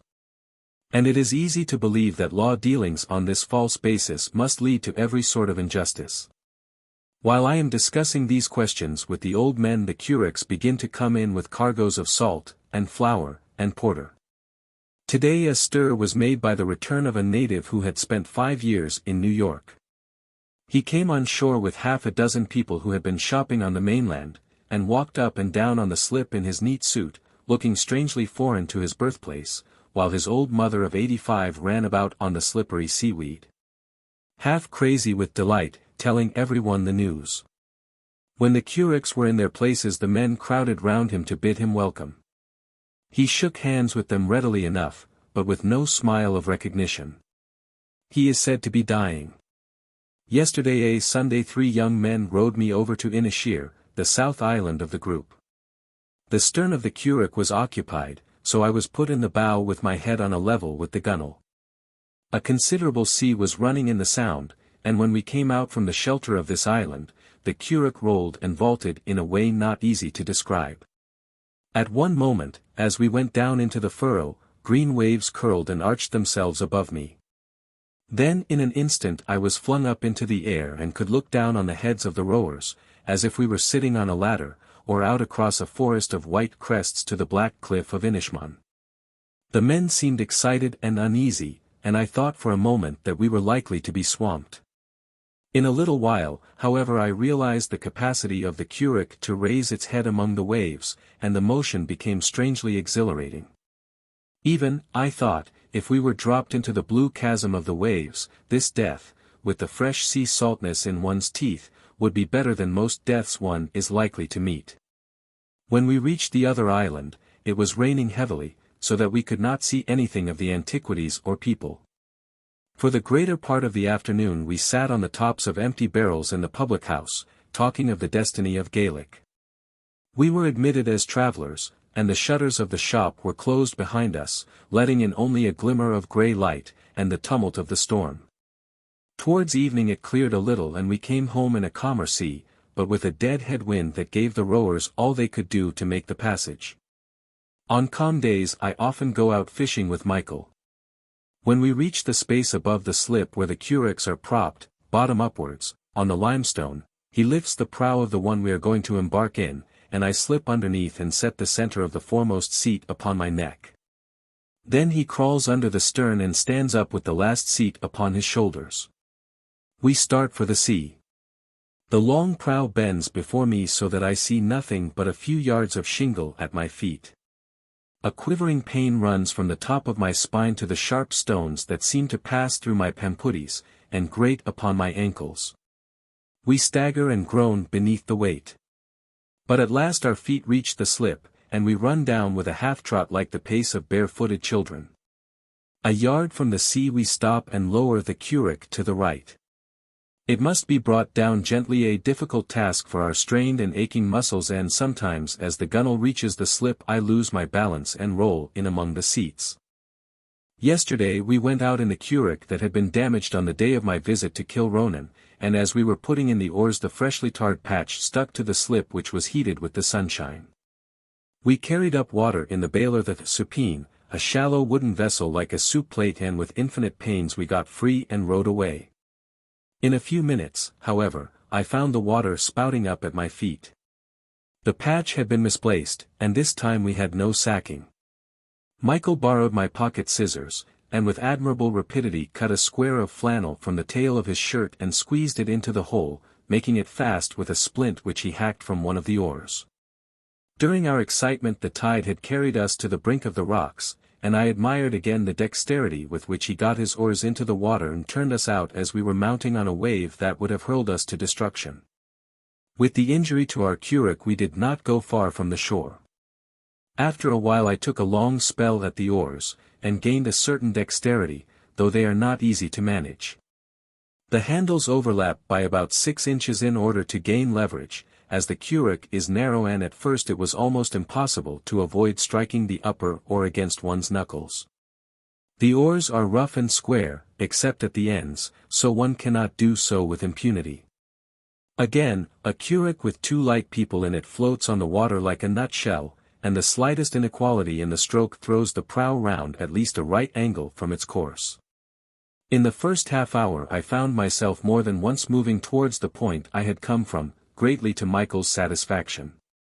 This morning we were out again near the pier on the north side of the island. As we paddled slowly with the tide, trolling for pollock, several curraghs, weighed to the gunwale with kelp, passed us on their way to Kilronan. An old woman, rolled in red petticoats, was sitting on a ledge of rock that runs into the sea at the point where the curraghs were passing from the south, hailing them in quavering Gaelic, and asking for a passage to Kilronan. The first one that came round without a cargo turned in from some distance and took her away. The morning had none of the supernatural beauty that comes over the island so often in rainy weather, so we basked in the vague enjoyment of the sunshine, looking down at the wild luxuriance of the vegetation beneath the sea, which contrasts strangely with the nakedness above it. Some dreams I have had in this cottage seem to give strength to the opinion that there is a psychic memory attached to certain neighborhoods. Last night, after walking in a dream among buildings with strangely intense light on them, I heard a faint rhythm of music beginning far away on some stringed instrument. It came closer to me, gradually increasing in quickness and volume with an irresistibly definite progression. When it was quite near the sound began to move in my nerves and blood, and to urge me to dance with them. I knew that if I yielded I would be carried away to some moment of terrible agony, so I struggled to remain quiet, holding my knees together with my hands. The music increased continually, sounding like the strings of harps, tuned to a forgotten scale, and having a resonance as searching as the strings of the cello.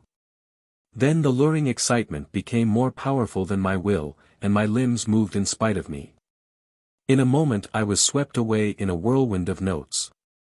My breath and my thoughts and every impulse of my body, became a form of the dance, till I could not distinguish between the instruments and the rhythm and my own person or consciousness. For a while it seemed an excitement that was filled with joy, then it grew into an ecstasy where all existence was lost in a vortex of movement. I could not think there had ever been a life beyond the whirling of the dance. Then with a shock the ecstasy turned to an agony and rage. I struggled to free myself, but seemed only to increase the passion of the steps I moved to. When I shrieked I could only echo the notes of the rhythm. At last with a moment of uncontrollable frenzy I broke back to consciousness and awoke.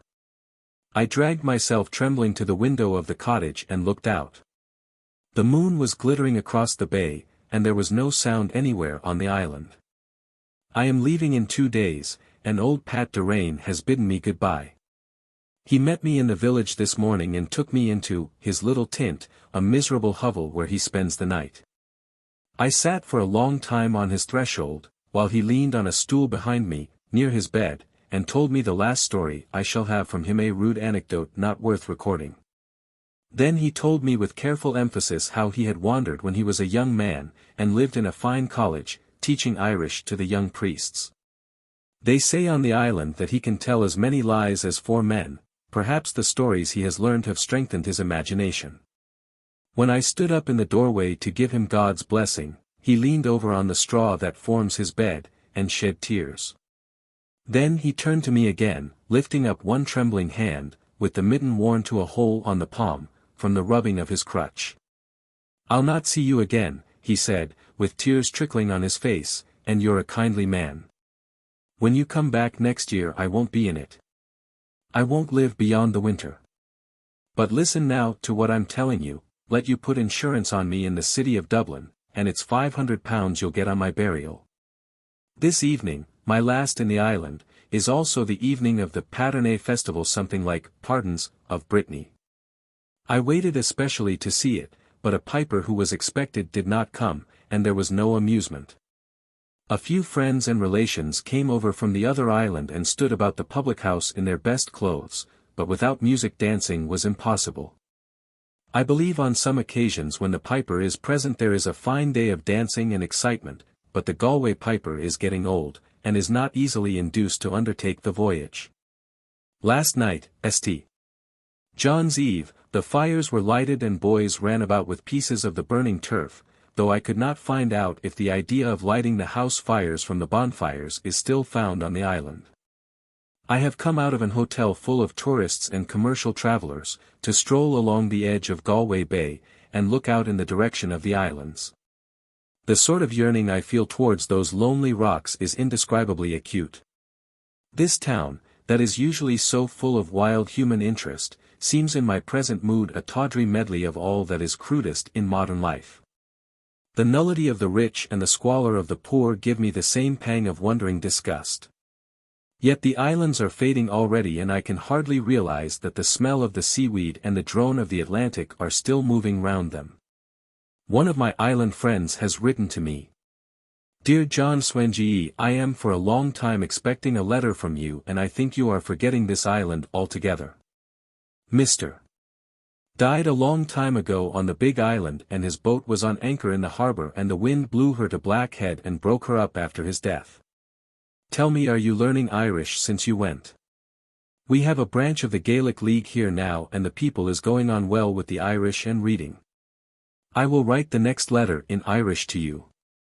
Tell me, will you come to see us next year, and if you will, you'll write a letter before you. All your loving friends is well in health, mice do chara go Juan. Another boy I sent some baits to has written to me also, beginning his letter in Irish and ending it in English. Dear John, I got your letter 4 days ago, and there was pride and joy on me because it was written in Irish, and a fine, good, pleasant letter it was. The baits you sent are very good, but I lost 2 of them and half my line. A big fish came and caught the bait, and the line was bad and half of the line and the baits went away. My sister has come back from America, but I'm thinking it won't be long till she goes away again, for it is lonesome and poor she finds the island now. I am your friend. Write soon and let you write in Irish, if you don't I won't look on it. Part 2. The evening before I returned to the west I wrote to Michael, who had left the islands to earn his living on the mainland, to tell him that I would call at the house where he lodged the next morning, which was a Sunday. A young girl with fine western features, and little English, came out when I knocked at the door. She seemed to have heard all about me, and was so filled with the importance of her message that she could hardly speak it intelligibly. She got your letter, she said, confusing the pronouns, as is often done in the West. She is gone to Mass, and she'll be in the square after that. Let your honor go now and sit in the square and Michael will find you. As I was returning up the main street I met Michael wandering down to meet me, as he had got tired of waiting. He seemed to have grown a powerful man since I had seen him, and was now dressed in the heavy brown flannels of the Connaught labourer. After a little talk we turned back together and went out on the sandhills above the town. Meeting him here a little beyond the threshold of my hotel I was singularly struck with the refinement of his nature, which has hardly been influenced by his new life, and the townsmen and sailors he has met with. I do often come outside the town on Sunday, he said while we were talking, for what is there to do in a town in the middle of all the people when you are not at your work? A little later another Irish-speaking labourer friend of Michael's joined us, and we lay for hours talking and arguing on the grass. The day was unbearably sultry, and the sand and the sea near us were crowded with half-naked women, but neither of the young men seemed to be aware of their presence. Before we went back to the town a man came out to ring a young horse on the sand close to where we were lying, and then the interest of my companions was intense. Late in the evening I met Michael again, and we wandered round the bay, which was still filled with bathing women, until it was quite dark. I shall not see him again before my return from the islands, as he is busy tomorrow. And on Tuesday I go out with the steamer. I returned to the middle island this morning, in the steamer to Kilronan, and on here in a curragh that had gone over with salt fish. As I came up from the slip, the doorways in the village filled with women and children, and several came down on the roadway to shake hands and bid me 1,000 welcomes. Old Pat Durain is dead, and several of my friends have gone to America. That is all the news they have to give me after an absence of many months. When I arrived at the cottage I was welcomed by the old people, and great excitement was made by some little presents I had bought them: a pair of folding scissors for the old woman, a strop for her husband, and some other trifles. Then the youngest son, Colum, who is still at home, went into the inner room and brought out the alarm clock I sent them last year when I went away. "I am very fond of this clock," he said, patting it on the back. "It will ring for me any morning when I want to go out fishing. Bedad, there are no two clocks in the island that would be equal to it." I had some photographs to show them that I took here last year, and while I was sitting on a little stool near the door of the kitchen, showing them to the family, a beautiful young woman I had spoken to a few times last year slipped in. And after a wonderfully simple and cordial speech of welcome, she sat down on the floor beside me to look on also. The complete absence of shyness or self-consciousness in most of these people gives them a peculiar charm, and when this young and beautiful woman leaned across my knees to look nearer at some photograph that pleased her, I felt more than ever the strange simplicity of the island life. Last year when I came here everything was new, and the people were a little strange with me, but now I am familiar with them and their way of life, so that their qualities strike me more forcibly than before. When my photographs of this island had been examined with immense delight, and every person in them had been identified, even those who only showed a hand or a leg, I brought out some I had taken in County Wicklow. Most of them were fragments, showing fairs in Rathdrum or Aughrim, men cutting turf on the hills, or other scenes of inland life, yet they gave the greatest delight to these people who are wearied of the sea. This year I see a darker side of life in the islands. The sun seldom shines, and day after day a cold southwestern wind blows over the cliffs, bringing up showers of hail and dense masses of cloud. The sons who are at home stay out fishing whenever it is tolerably calm, from about 3 in the morning till after nightfall, yet they earn little, as fish are not plentiful. The old man fishes also with a long rod and ground bait, but as a rule has even smaller success. When the weather breaks completely, fishing is abandoned, and they both go down and dig potatoes in the rain. The women sometimes help them, but their usual work is to look after the calves and do their spinning in the house. There is a vague depression over the family this year, because of the 2 sons who have gone away, Michael to the mainland, and another son, who was working in Kilronan last year, to the United States. A letter came yesterday from Michael to his mother. It was written in English, as he is the only one of the family who can read or write in Irish, and I heard it being slowly spelled out and translated as I sat in my room. A little later the old woman brought it in for me to read. He told her first about his work, and the wages he is getting. Then he said that one night he had been walking in the town, and had looked up among the streets, and thought to himself what a grand night it would be on the sandy head of this island. Not, he added, that he was feeling lonely or sad. At the end he gave an account, with the dramatic emphasis of the folk tale, of how he had met me on the Sunday morning, and, believe me, he said, it was the fine talk we had for 2 hours or 3.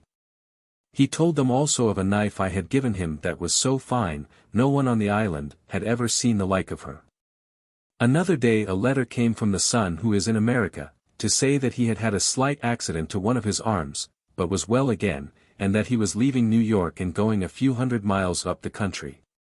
All the evening afterwards the old woman sat on her stool at the corner of the fire with her shawl over her head, keening piteously to herself. America appeared far away, yet she seems to have felt that, after all, it was only the other edge of the Atlantic, and now when she hears them talking of railroads and inland cities where there is no sea, things she cannot understand, it comes home to her that her son is gone forever. She often tells me how she used to sit on the wall behind the house last year and watch the hooker he worked in coming out of Kilronan and beating up the Sound, and what company it used to be to her the time they'd all be out. The maternal feeling is so powerful on these islands that it gives a life of torment to the women. Their sons grow up to be banished as soon as they are of age, or to live here in continual danger on the sea. Their daughters go away also, or are worn out in their youth with bearing children that grow up to harass them in their own turn a little later. There has been a storm for the last 24 hours, and I have been wandering on the cliffs till my hair is stiff with salt. Immense masses of spray were flying up from the base of the cliff, and were caught at times by the wind and whirled away to fall at some distance from the shore. When one of these happened to fall on me, I had to crouch down for an instant, wrapped and blinded by a white hail of foam. The waves were so enormous that when I saw one more than usually large coming towards me, I turned instinctively to hide myself, as one blinks when struck upon the eyes. After a few hours the mind grows bewildered with the endless change and struggle of the sea, and an utter despondency replaces the first moment of exhilaration. At the southwest corner of the island I came upon a number of people gathering the seaweed that is now thick on the rocks. It was raked from the surf by the men, and then carried up to the brow of the cliff by a party of young girls. In addition to their ordinary clothing, these girls wore a raw sheepskin on their shoulders, to catch the oozing sea water, and they looked strangely wild and seal-like with the salt caked upon their lips and wreaths of seaweed in their hair. For the rest of my walk I saw no living thing but one flock of curlews, and a few pipits hiding among the stones.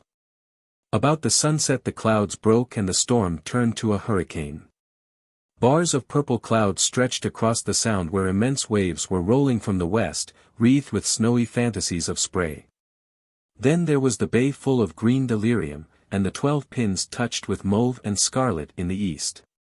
The suggestion from this world of inarticulate power was immense, and now at midnight, when the wind is abating, I am still trembling and flushed with exultation.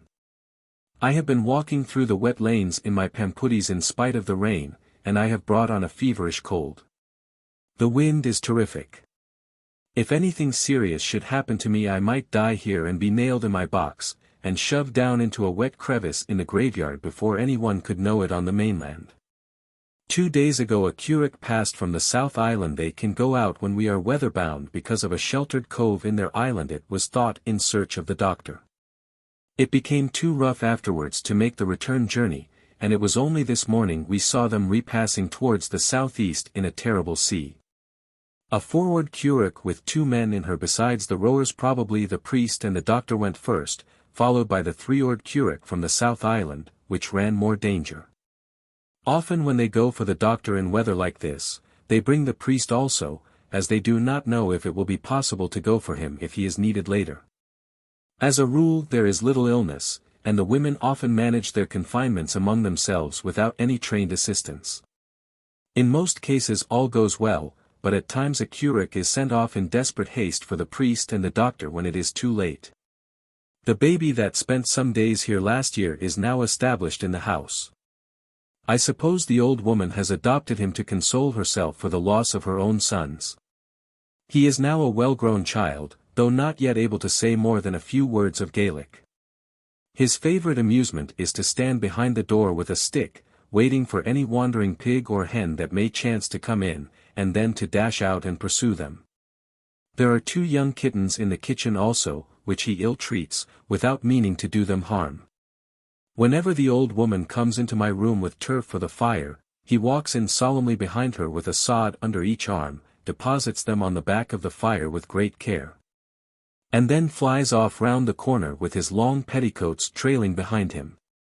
He has not yet received any official name on the island, as he has not left the fireside, but in the house they usually speak of him as Michaeline Bug, i.e., Little Small Michael. Now and then he is slapped, but for the most part the old woman keeps him in order with stories of the long-toothed hag, that lives in the dun and eats children who are not good. He spends half his day eating cold potatoes and drinking very strong tea, yet seems in perfect health. An Irish letter has come to me from Michael. I will translate it literally. Dear noble person, I write this letter with joy and pride that you found the way to the house of my father the day you were on the steamship. I am thinking there will not be loneliness on you, for there will be the fine beautiful Gaelic League and you will be learning powerfully. I am thinking there is no one in life walking with you now but your own self from morning till night, and great is the pity. What way are my mother and my 3 brothers and my sisters, and do not forget White Michael, and the poor little child and the old grey woman, and Rory. I am getting a forgetfulness on all my friends and kindred. I am your friend. It is curious how he accuses himself of forgetfulness after asking for all his family by name. I suppose the first homesickness is wearing away and he looks on his independent well-being as a treason towards his kindred. One of his friends was in the kitchen when the letter was brought to me, and, by the old man's wish, he read it out loud as soon as I had finished it. When he came to the last sentence he hesitated for a moment, and then omitted it altogether. This young man had come up to bring me a copy of the Love Songs of Connaught, which he possesses, and I persuaded him to read, or rather chant me some of them. When he had read a couple I found that the old woman knew many of them from her childhood, though her version was often not the same as what was in the book. She was rocking herself on a stool in the chimney corner beside a pot of indigo, in which she was dyeing wool, and several times when the young man finished a poem she took it up again and recited the verses with exquisite musical intonation, putting a wistfulness and passion into her voice that seemed to give it all the cadences that are sought in the profoundest poetry. The lamp had burned low, and another terrible gale was howling and shrieking over the island. It seemed like a dream that I should be sitting here among these men and women listening to this rude and beautiful poetry that is filled with the oldest passions of the world. The horses have been coming back for the last few days from their summer's grazing in Connemara. They are landed at the sandy beach where the cattle were shipped last year, and I went down early this morning to watch their arrival through the waves. The hooker was anchored at some distance from the shore, but I could see a horse standing at the gunwale surrounded by men shouting and flipping at it with bits of rope. In a moment it jumped over into the sea, and some men, who were waiting for it in a curragh, caught it by the halter and towed it to within 20 yards of the surf. Then the curragh turned back to the hooker, and the horse was left to make its own way to the land. As I was standing about a man came up to me and asked after the usual salutations. "Is there any war in the world at this time, noble person?" I told him something of the excitement in the Transvaal, and then another horse came near the waves and I passed on and left him. Afterwards I walked round the edge of the sea to the pier, where a quantity of turf has recently been brought in. It is usually left for some time stacked on the sandhills, and then carried up to the cottages in panniers slung on donkeys or any horses that are on the island. They have been busy with it the last few weeks, and the track from the village to the pier has been filled with lines of red petticoat boys driving their donkeys before them, or cantering down on their backs when the panniers are empty. In some ways these men and women seem strangely far away from me. They have the same emotions that I have, and the animals have, yet I cannot talk to them when there is much to say, more than to the dog that whines beside me in a mountain fog. There is hardly an hour I am with them that I do not feel the shock of some inconceivable idea, and then again the shock of some vague emotion that is familiar to them and to me. On some days I feel this island as a perfect home and resting place. On other days I feel that I am a waif among the people. I can feel more with them than they can feel with me, and while I wander among them, they like me sometimes, and laugh at me sometimes, yet never know what I am doing. In the evenings I sometimes meet with a girl who is not yet half through her teens, yet seems in some ways more consciously developed than anyone else that I have met here. She has passed part of her life on the mainland, and the disillusion she found in Galway has colored her imagination. As we sit on stools on either side of the fire I hear her voice going backwards and forwards in the same sentence, from the gaiety of a child to the plaintive intonation of an old race that is worn with sorrow. At one moment she is a simple peasant, at another she seems to be looking out at the world with a sense of prehistoric disillusion, and to sum up in the expression of her grey-blue eyes the whole external despondency of the clouds and sea. Our conversation is usually disjointed. One evening we talked of a town on the mainland. "Ah, it's a queer place," she said, "I wouldn't choose to live in it." It's a queer place, and indeed I don't know the place that isn't. Another evening we talked of the people who live on the island or come to visit it. "Father is gone," she said, "he was a kind man but a queer man. Priests is queer people, and I don't know who isn't." Then after a long pause she told me with seriousness, as if speaking of a thing that surprised herself, and should surprise me, that she was very fond of the boys. In our talk, which is sometimes full of the innocent realism of childhood, she is always pathetically eager to say the right thing and be engaging. One evening I found her trying to light a fire in the little side room of her cottage, where there is an ordinary fireplace. I went in to help her and showed her how to hold up a paper before the mouth of the chimney to make a draught, a method she had never seen. Then I told her of men who live alone in Paris and make their own fires that they may have no one to bother them. She was sitting in a heap on the floor staring into the turf, and as I finished she looked up with surprise. "They're like me so," she said, "would anyone have thought that? Below the sympathy we feel there is still a chasm between us. Musha," she muttered as I was leaving her this evening, "I think it's to hell you'll be going by and by." Occasionally I meet her also in the kitchen where young men go to play cards after dark and a few girls slip in to share the amusement. At such times her eyes shine in the light of the candles, and her cheeks flush with the first tumult of youth, till she hardly seems the same girl who sits every evening droning to herself over the turf. A branch of the Gaelic League has been started here since my last visit, and every Sunday afternoon 3 little girls walk through the village ringing a shrill handbell, as a signal that the women's meeting is to be held. Here it would be useless to fix an hour, as the hours are not recognized. Soon afterwards bands of girls of all ages from 5 to 25 begin to troop down to the schoolhouse in their reddest Sunday petticoats. It is remarkable that these young women are willing to spend their one afternoon of freedom in laborious studies of orthography for no reason but a vague reverence for the Gaelic. It is true that they owe this reverence, or most of it, to the influence of some recent visitors, yet the fact that they feel such an influence so keenly is itself of interest. In the older generation that did not come under the influence of the recent language movement, I do not see any particular affection for Gaelic. Whenever they are able, they speak English to their children, to render them more capable of making their way in life. Even the young men sometimes say to me, "There's very hard English on you, and I wish to God I had the like of it." The women are the great conservative force in this matter of the language. They learn a little English in school and from their parents, but they rarely have occasion to speak with anyone who is not a native of the islands, so their knowledge of the foreign tongue remains rudimentary. In my cottage I have never heard a word of English from the women except when they were speaking to the pigs or to the dogs, or when the girl was reading a letter in English.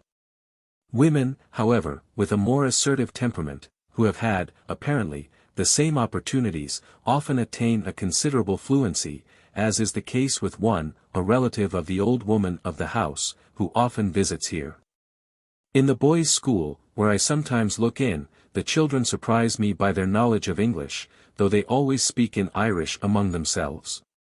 The school itself is a comfortless building in a terribly bleak position. In cold weather the children arrive in the morning with a sod of turf tied up with their books, a simple tool which keeps the fire well supplied, yet, I believe, a more modern method is soon to be introduced. I am in the North Island again, looking out with a singular sensation to the cliffs across the Sound. It is hard to believe that those hovels I can just see in the south are filled with people whose lives have the strange quality that is found in the oldest poetry and legend. Compared with them the falling off that has come with the increased prosperity of this island is full of discouragement. The charm which the people over there share with the birds and flowers has been replaced here by the anxiety of men who are eager for gain. The eyes and expression are different, though the faces are the same, and even the children here seem to have an indefinable modern quality that is absent from the men of Inishmaan. My voyage from the middle island was wild.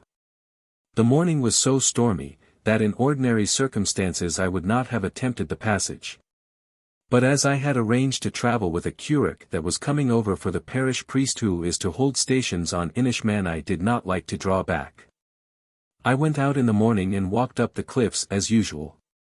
Several men I fell in with shook their heads when I told them I was going away, and said they doubted if a curate could cross the Sound with the sea that was in it.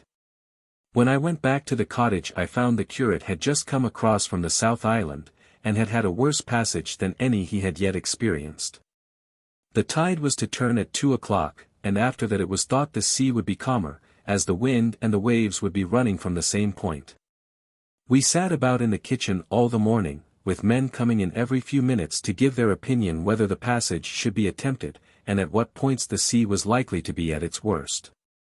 At last it was decided we should go, and I started for the pier in a wild shower of rain with the wind howling in the walls.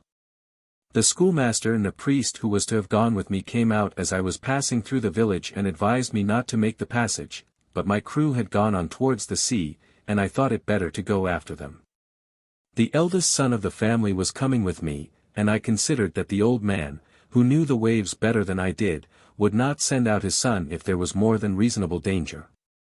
I found my crew waiting for me under a high wall below the village, and we went on together. The island had never seemed so desolate. Looking out over the black limestone through the driving rain to the gulf of struggling waves, an indescribable feeling of dejection came over me. The old man gave me his view of the use of fear. "A man who is not afraid of the sea will soon be drowned," he said, "for he will be going out on a day he shouldn't. But we do be afraid of the sea, and we do only be drowned dead now and again." A little crowd of neighbors had collected lower down to see me off, and as we crossed the sandhills we had to shout to each other to be heard above the wind. The crew carried down the curragh and then stood under the lee of the pier tying on their hats with strings and drawing on their oilskins.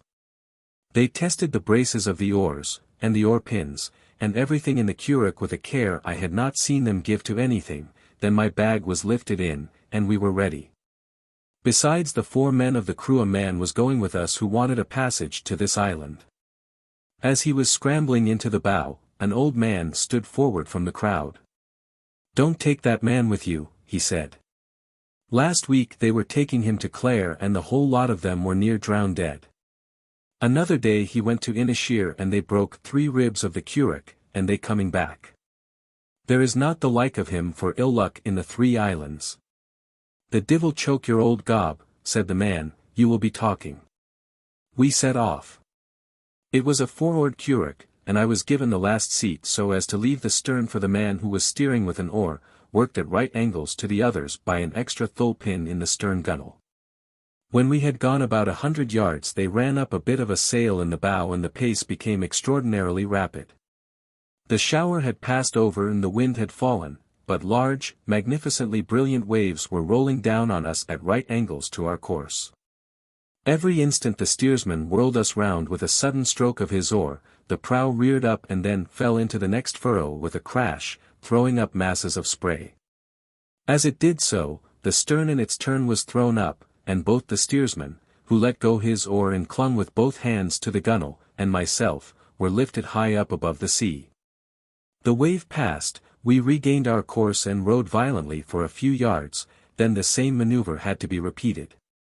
As we worked out into the sound we began to meet another class of waves, that could be seen for some distance towering above the rest. When one of these came in sight, the first effort was to get beyond its reach.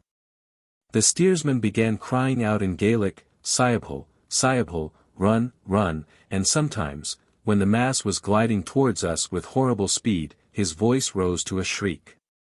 Then the rowers themselves took up the cry, and the curragh seemed to leap and quiver with the frantic terror of a beast till the wave passed behind it or fell with a crash beside the stern.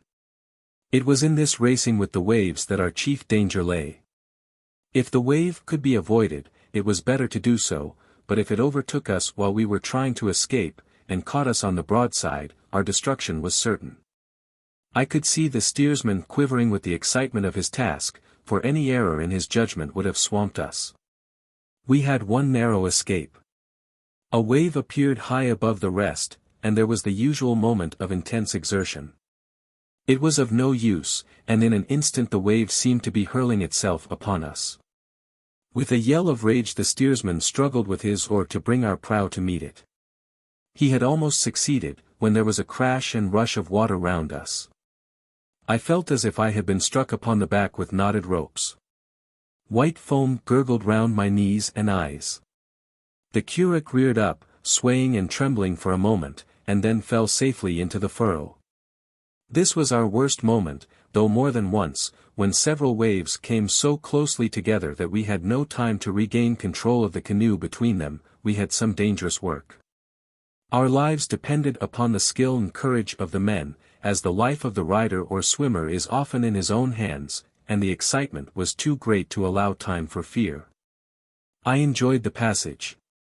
Down in this shallow trough of canvas that bent and trembled with the motion of the men, I had a far more intimate feeling of the glory and power of the waves than I have ever known in a steamer. Old Morteen is keeping me company again, and I am now able to understand the greater part of his Irish. He took me out today to show me the remains of some cloghons, or beehive dwellings, that are left near the central ridge of the island. After I had looked at them we lay down in the corner of a little field, filled with the autumn sunshine and the odor of withering flowers, while he told me a long folk tale which took more than an hour to narrate. He is so blind that I can gaze at him without discourtesy, and after a while the expression of his face made me forget to listen. And I lay dreamily in the sunshine letting the antique formulas of the story blend with the suggestions from the prehistoric masonry I lay on.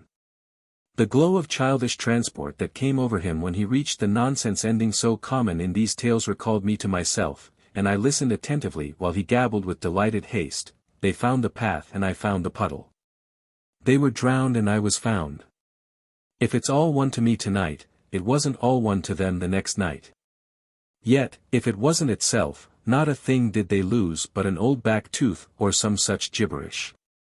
As I led him home through the paths he described to me, it is thus we get along, lifting him at times over the low walls he is too shaky to climb.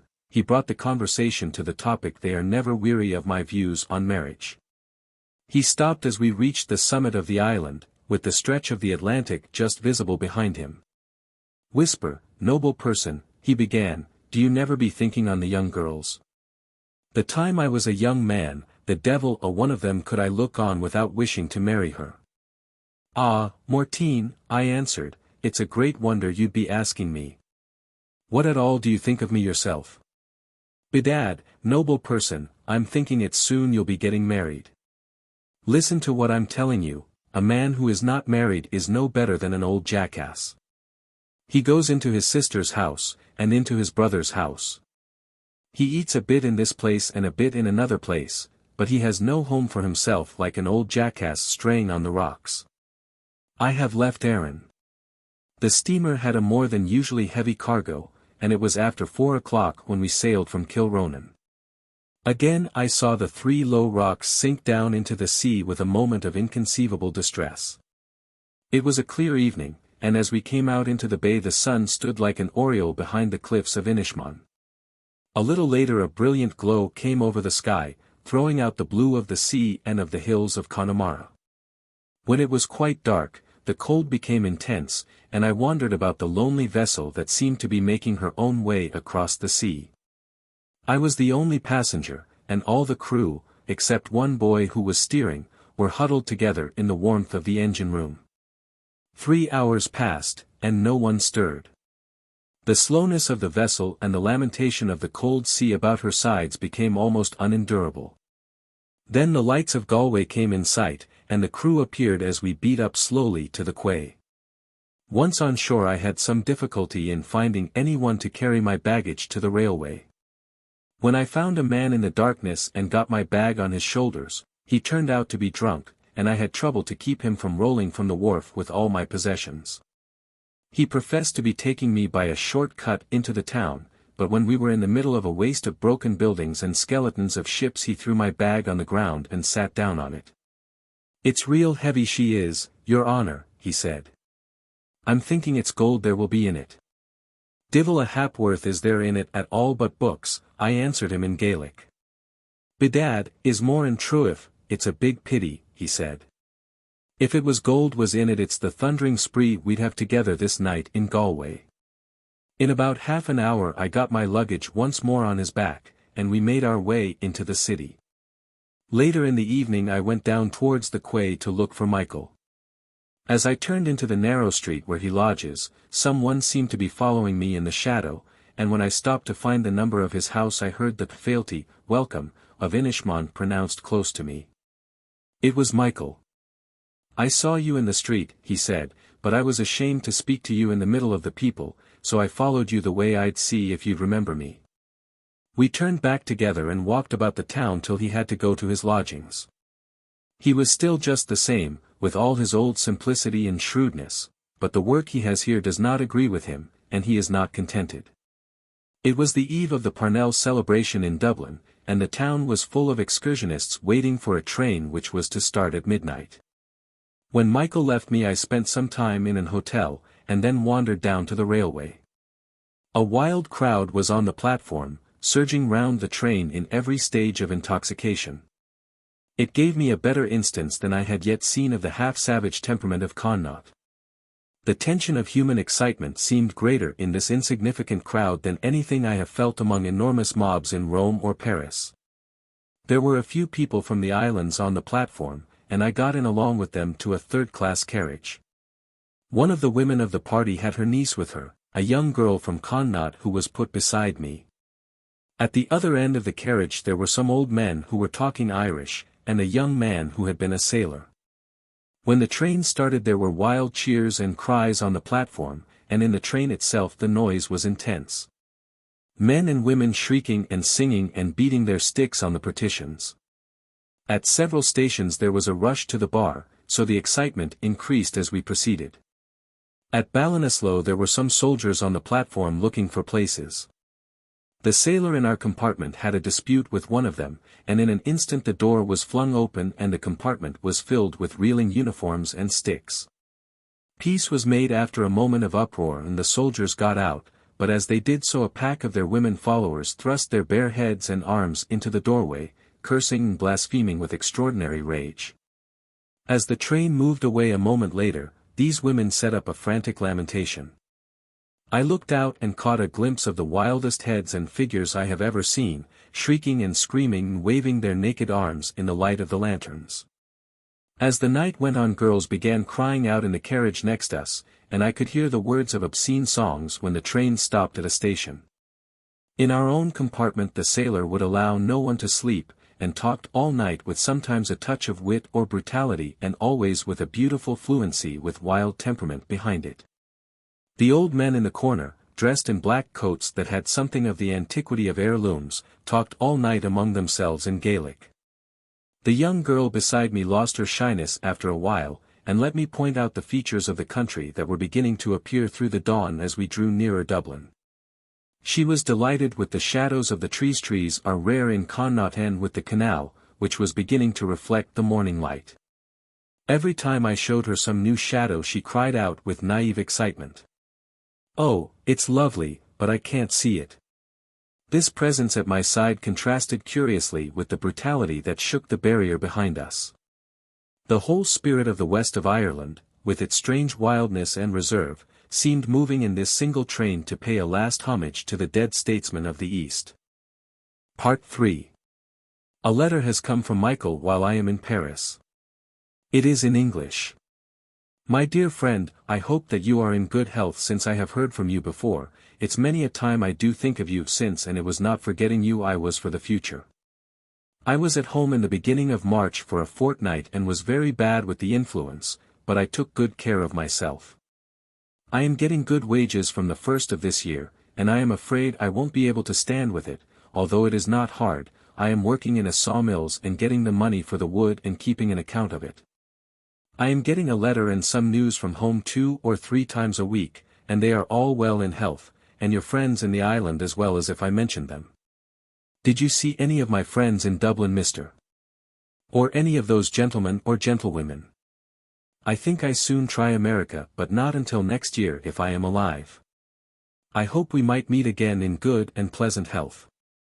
It is now time to come to a conclusion. Goodbye, and not forever. Write soon. I am your friend in Galway. Write soon, dear friend. Another letter in a more rhetorical mood. My dear Mr. S. I am for a long time trying to spare a little time to write a few words to you. Hoping that you are still considering good and pleasant health since I got a letter from you before. I see now that your time is coming round to come to this place to learn your native language. There was a great phase in this island 2 weeks ago, and there was a very large attendance from the South Island, and not very many from the North. 2 cousins of my own have been in this house for 3 weeks or beyond it, but now they are gone, and there is a place for you if you wish to come, and you can write before you and we'll try and manage you as well as we can. I am at home now for about 2 months, for the mill was burnt where I was at work. After that I was in Dublin, but I did not get my health in that city, Mice lo Mormis or de Chara. Soon after I received this letter I wrote to Michael to say that I was going back to them. This time I chose a day when the steamer went direct to the middle island, and as we came up between the 2 lines of curraghs that were waiting outside the slip, I saw Michael, dressed once more in his island clothes, rowing in one of them. He made no sign of recognition, but as soon as they could get alongside he clambered on board and came straight up on the bridge to where I was. "Bh fuel to go maith. Are you well?" he said. "Where is your bag?" His curragh had got a bad place near the bow of the steamer, so I was slung down from a considerable height on top of some sacks of flour and my own bag, while the curragh swayed and battered itself against the side. When we were clear I asked Michael if he had got my letter. "Ah no," he said, "not a sight of it, but maybe it will come next week." Part of the slip had been washed away during the winter, so we had to land to the left of it, among the rocks, taking our turn with the other curraghs that were coming in.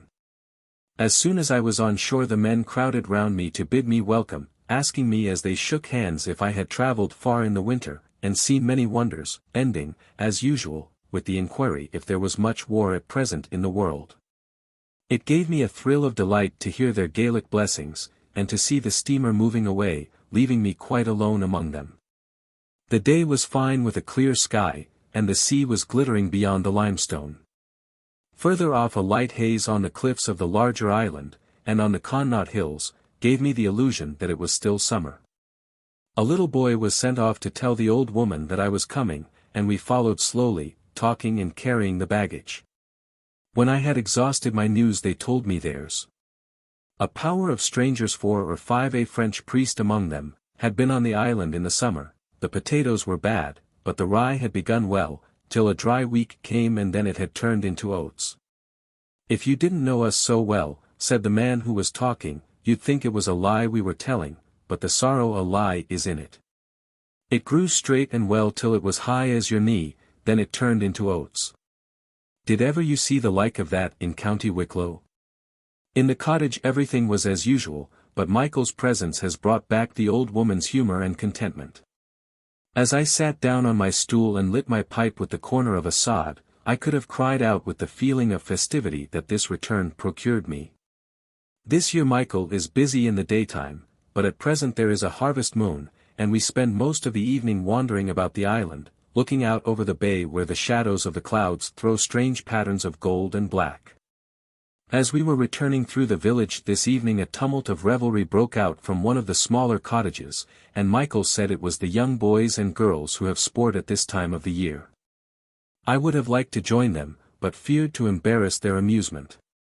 When we passed on again the groups of scattered cottages on each side of the way reminded me of places I have sometimes passed when travelling at night in France or Bavaria.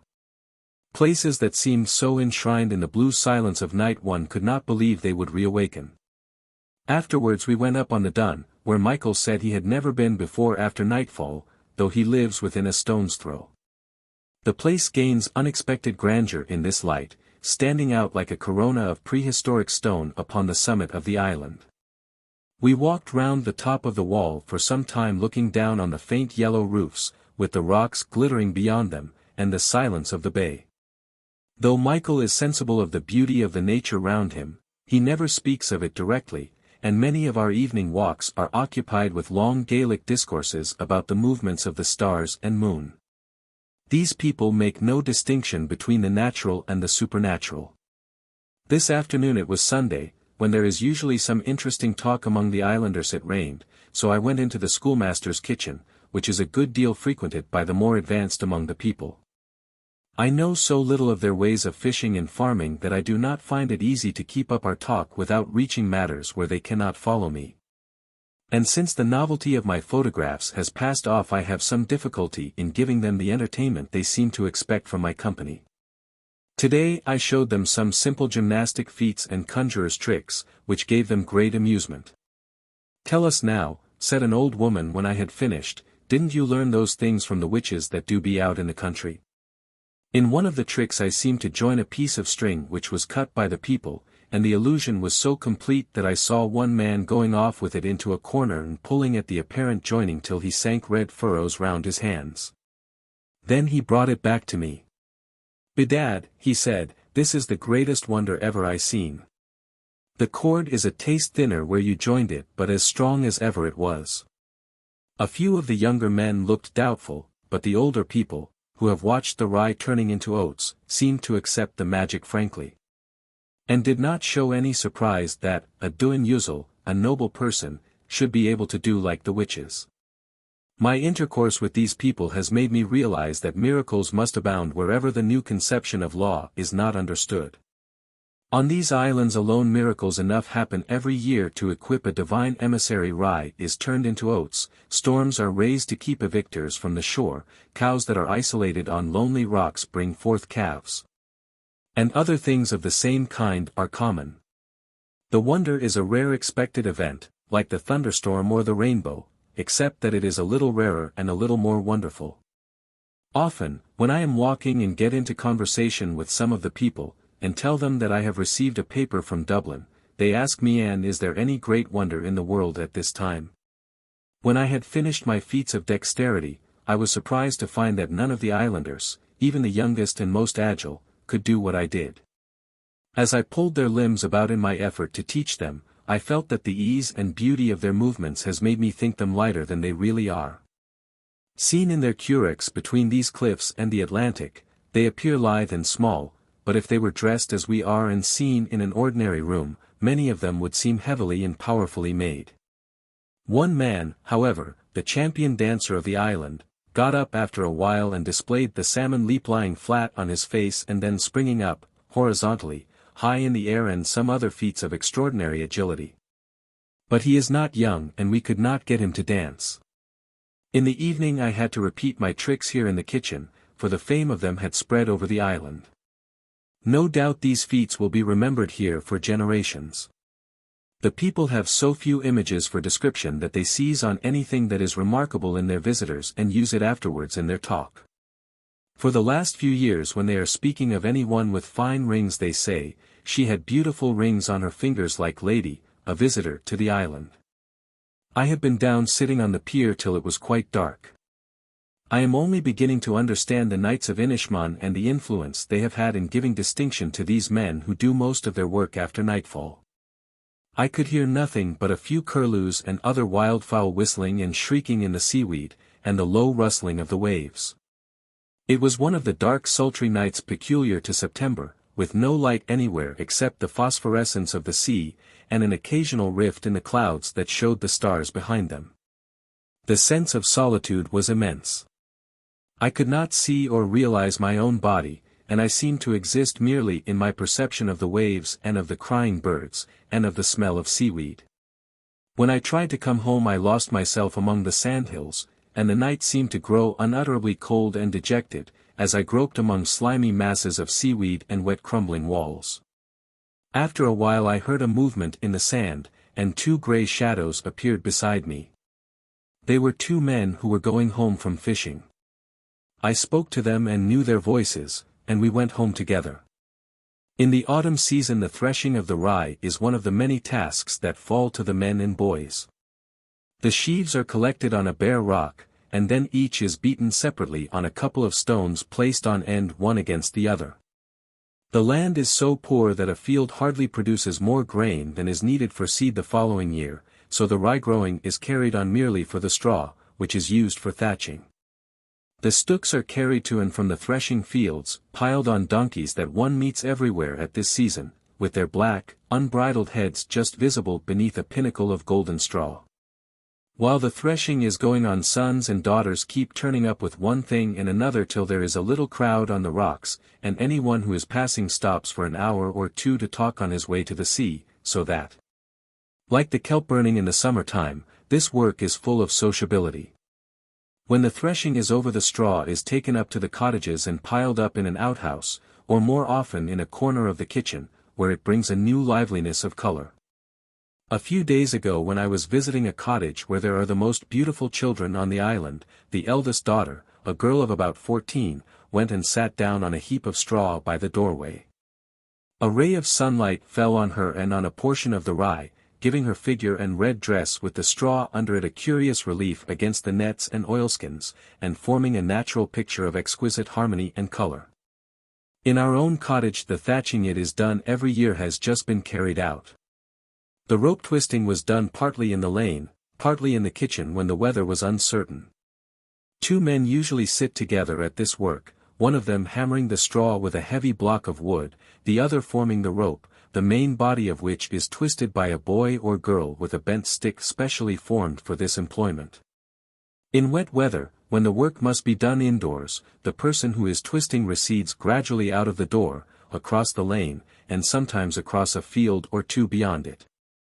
A great length is needed to form the close network which is spread over the thatch, as each piece measures about 50 yards. When this work is in progress in half the cottages of the village, the road has a curious look, and one has to pick one's steps through a maze of twisting ropes that pass from the dark doorways on either side into the fields. When 4 or 5 immense balls of rope have been completed, a thatching party is arranged, and before dawn some morning they come down to the house, and the work is taken in hand with such energy that it is usually ended within the day. Like all work that is done in common on the island, the thatching is regarded as a sort of festival.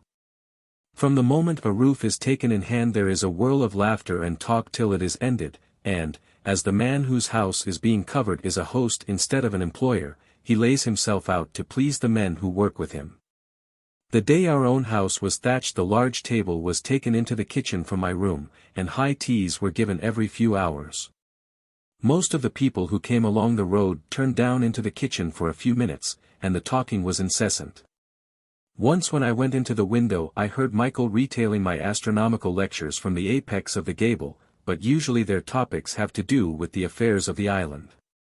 It is likely that much of the intelligence and charm of these people is due to the absence of any division of labor, and to the correspondingly wide development of each individual, whose varied knowledge and skill necessitates a considerable activity of mind. Each man can speak 2 languages. He is a skilled fisherman, and can manage a curragh with extraordinary nerve and dexterity. He can farm simply, burn kelp, cut out pamputties, mend nets, build and thatch a house, and make a cradle or a coffin. His work changes with the seasons in a way that keeps him free from the dullness that comes to people who have always the same occupation.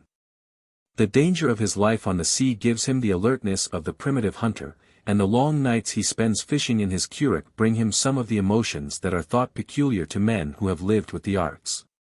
As Michael is busy in the daytime, I have got a boy to come up and read Irish to me every afternoon.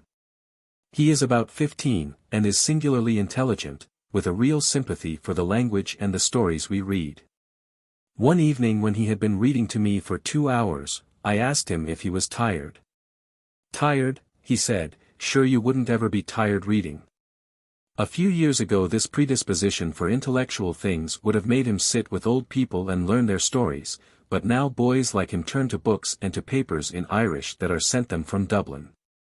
In most of the stories we read, where the English and Irish are printed side by side, I see him looking across to the English in passages that are a little obscure, though he is indignant if I say that he knows English better than Irish. Probably he knows the local Irish better than English, and printed English better than printed Irish, as the latter has frequent dialectic forms he does not know. A few days ago when he was reading a folk tale from Douglas Hyde's beside the fire, something caught his eye in the translation. "There's a mistake in the English," he said, after a moment's hesitation, "he's put gold chair instead of golden chair." I pointed out that we speak of gold watches and gold pins. "And why wouldn't we?" he said. "But golden chair would be much nicer." It is curious to see how his rudimentary culture has given him the beginning of a critical spirit that occupies itself with the form of language as well as with ideas. One day I alluded to my trick of joining string. "You can't join a string, don't be saying it," he said. "I don't know what way you're after fooling us, but you didn't join that string, not a bit of you. Another day when he was with me the fire burned low and I held up a newspaper before it to make a draft. It did not answer very well, and though the boy said nothing I saw he thought me a fool. The next day he ran up in great excitement.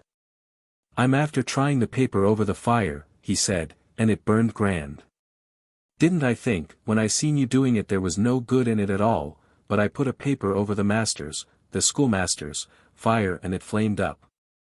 Then I pulled back the corner of the paper and I ran my head in, and believe me, there was a big cold wind blowing up the chimney that would sweep the head from you. We nearly quarreled because he wanted me to take his photograph in his Sunday clothes from Galway, instead of his native homespuns that become him far better. Though he does not like them as they seem to connect him with the primitive life of the island. With his keen temperament, he may go far if he can ever step out into the world. He is constantly thinking. One day he asked me if there was great wonder on their names out in the country. I said there was no wonder on them at all.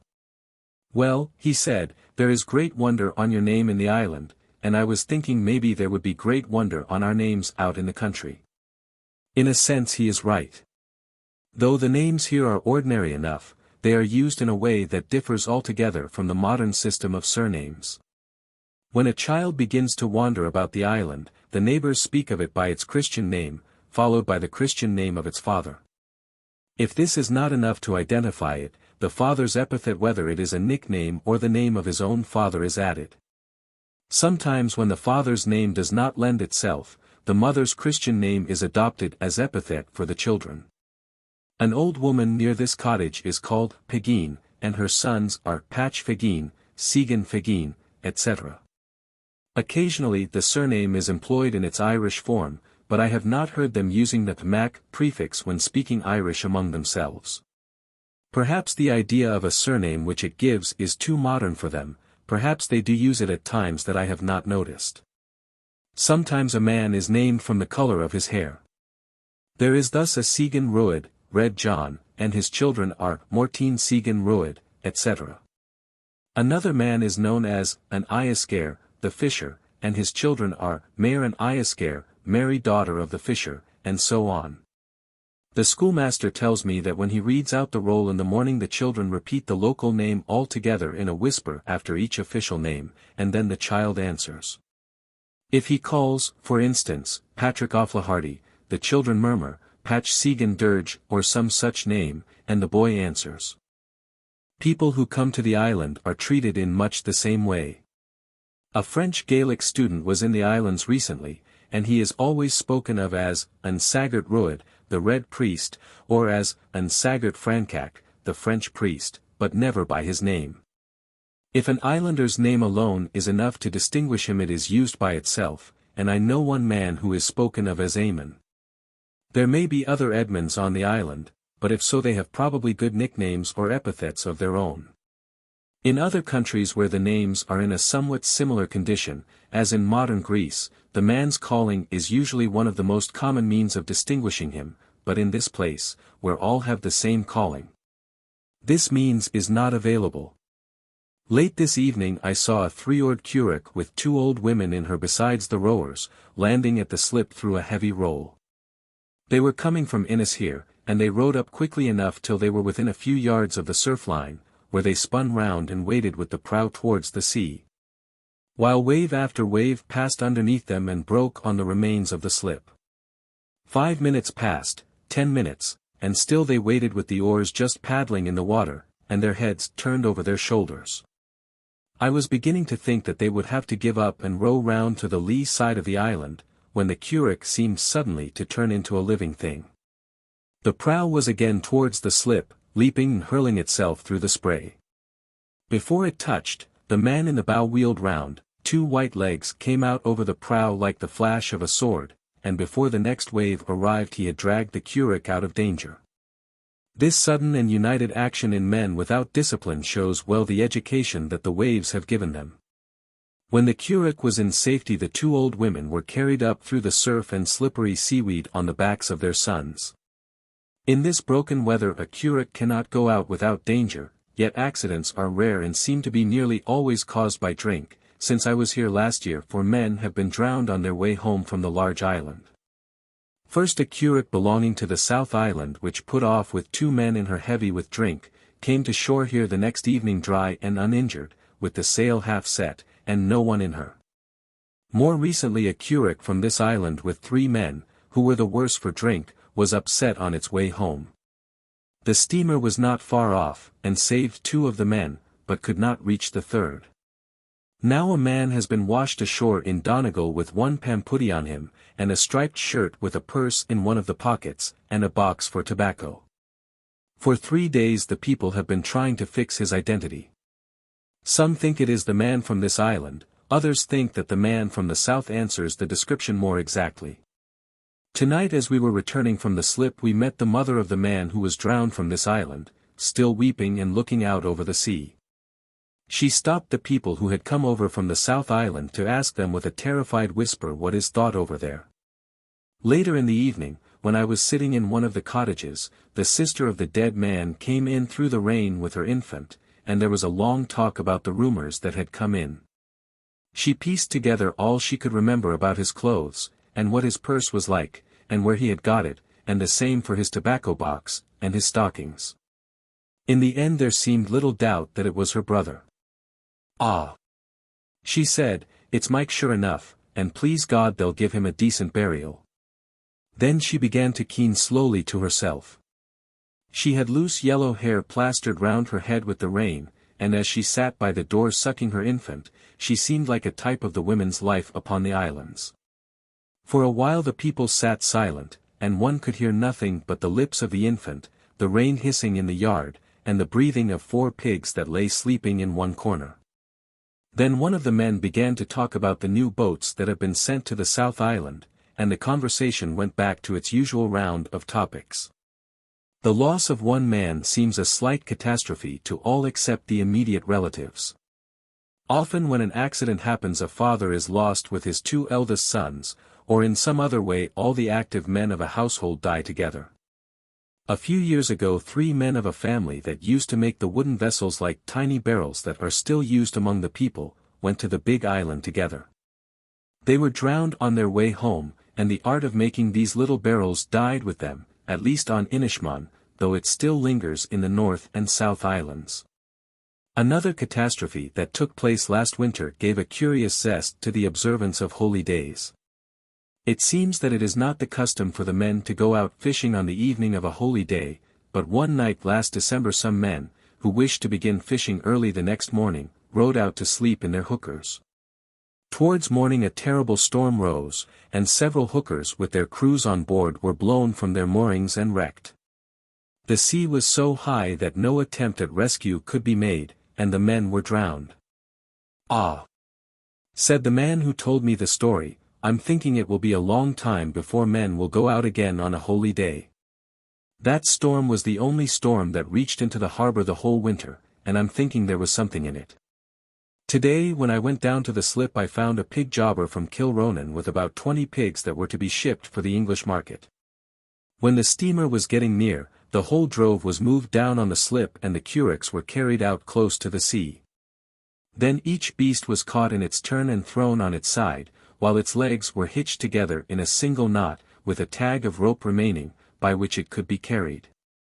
Probably the pain inflicted was not great, yet the animals shut their eyes and shrieked with almost human intonations, till the suggestion of the noise became so intense that the men and women who were merely looking on grew wild with excitement. And the pigs waiting their turn foamed at the mouth and tore each other with their teeth. After a while there was a pause. The whole slip was covered with a mass of sobbing animals, with here and there a terrified woman crouching among the bodies, and patting some special favorite to keep it quiet while the curates were being launched. Then the screaming began again while the pigs were carried out and laid in their places, with a waistcoat tied round their feet to keep them from damaging the canvas. They seemed to know where they were going, and looked up at me over the gunwale with an ignoble desperation that made me shudder to think that I had eaten of this whimpering flesh. When the last curate went out I was left on the slip with a band of women and children, and one old boar who sat looking out over the sea. The women were overexcited, and when I tried to talk to them they crowded round me and began jeering and shrieking at me because I am not married. A dozen screamed at a time, and so rapidly that I could not understand all that they were saying, yet I was able to make out that they were taking advantage of the absence of their husbands to give me the full volume of their contempt. Some little boys who were listening threw themselves down, writhing with laughter among the seaweed, and the young girls grew red with embarrassment and stared down into the surf. For a moment I was in confusion. I tried to speak to them, but I could not make myself heard, so I sat down on the slip and drew out my wallet of photographs.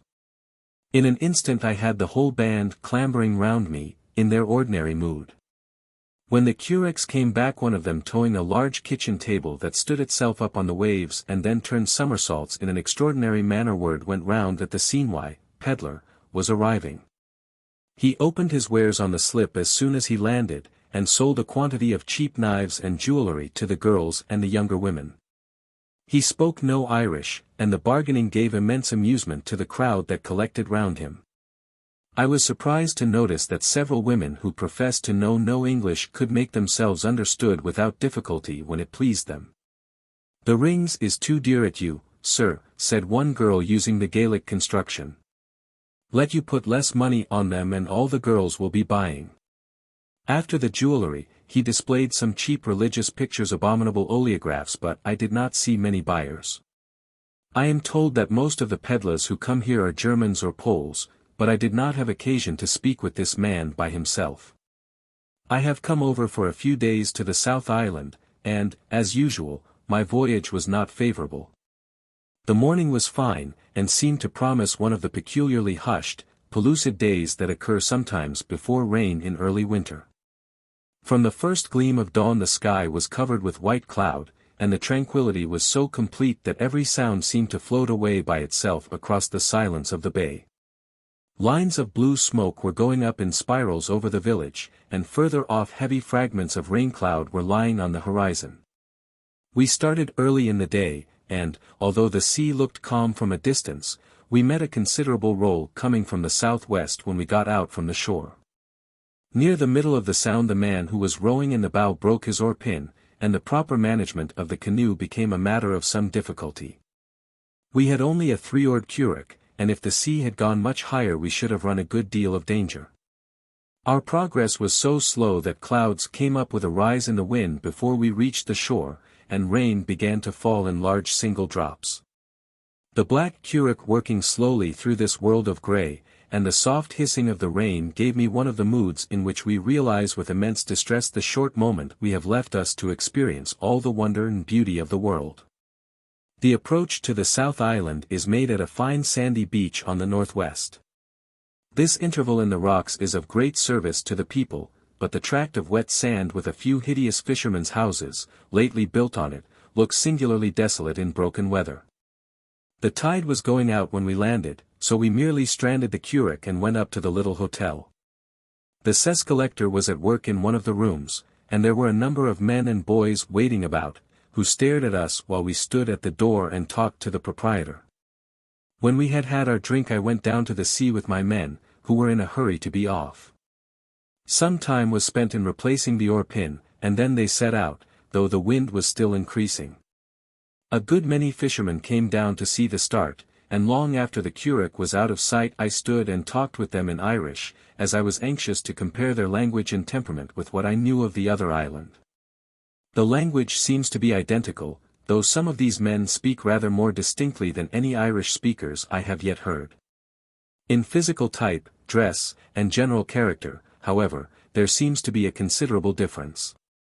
The people on this island are more advanced than their neighbors, and the families here are gradually forming into different ranks, made up of the well-to-do, the struggling, and the quite poor and thriftless.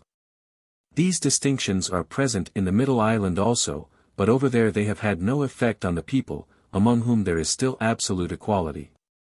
A little later the steamer came in sight and lay to in the offing. While the curraghs were being put out I noticed in the crowd several men of the ragged, humorous type that was once thought to represent the real peasant of Ireland. Rain was now falling heavily, and as we looked out through the fog there was something nearly appalling in the shrieks of laughter kept up by one of these individuals, a man of extraordinary ugliness and wit. At last he moved off toward the houses, wiping his eyes with the tail of his coat and moaning to himself, "Ta me marb, I'm killed." Till someone stopped him and he began again pouring out a medley of rude puns and jokes that meant more than they said. There is quaint humor, and sometimes wild humor, on the middle island, but never this half-sensual ecstasy of laughter. Perhaps a man must have a sense of intimate misery, not known there, before he can set himself to jeer and mock at the world.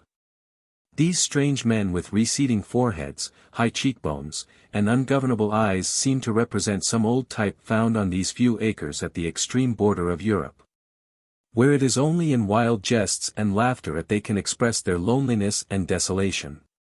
The mode of reciting ballads in this island is singularly harsh.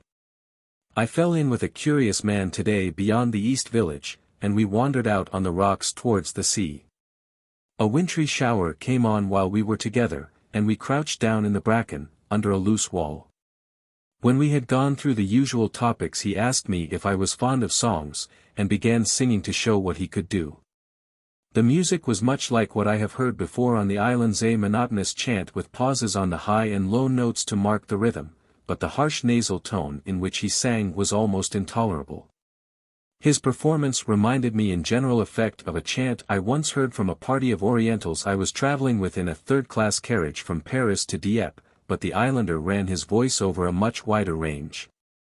His pronunciation was lost in the rasping of his throat, and, though he shrieked into my ear to make sure that I understood him above the howling of the wind, I could only make out that it was an endless ballad telling the fortune of a young man who went to sea, and had many adventures. The English nautical terms were employed continually in describing his life on the ship, but the man seemed to feel that they were not in their place, and stopped short when one of them occurred to give me a poke with his finger and explain gib, topsail, and bowsprit, which were for me the most intelligible features of the poem. Again, when the scene changed to Dublin, glass of whiskey, public house, and such things were in English. When the shower was over he showed me a curious cave hidden among the cliffs, a short distance from the sea. On our way back he asked me the 3 questions I am met with on every side: whether I am a rich man, whether I am married, and whether I have ever seen a poorer place than these islands. When he heard that I was not married he urged me to come back in the summer so that he might take me over in a currick to the spa in County Clare, where there is spree more agus go lure ladies, a big spree and plenty of ladies. Something about the man repelled me while I was with him, and though I was cordial and liberal he seemed to feel that I abhorred him. We arranged to meet again in the evening, but when I dragged myself with an inexplicable loathing to the place of meeting, there was no trace of him. It is characteristic that this man, who is probably a drunkard and shebeener and certainly in penury, refused the chance of a shilling because he felt that I did not like him. He had a curiously mixed expression of hardness and melancholy. Probably his character has given him a bad reputation on the island, and he lives here with the restlessness of a man who has no sympathy with his companions. I have come over again to Inishmaan, and this time I had fine weather for my passage. The air was full of luminous sunshine from the early morning, and it was almost a summer's day when I set sail at noon with Michael and 2 other men who had come over for me in a currick.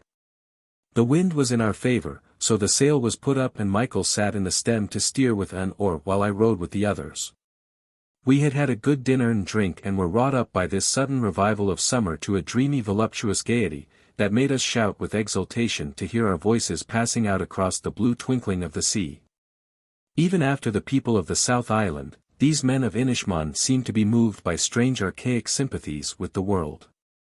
Their mood accorded itself with wonderful fineness to the suggestions of the day, and their ancient Gaelic seemed so full of divine simplicity that I would have liked to turn the prow to the west and row with them forever.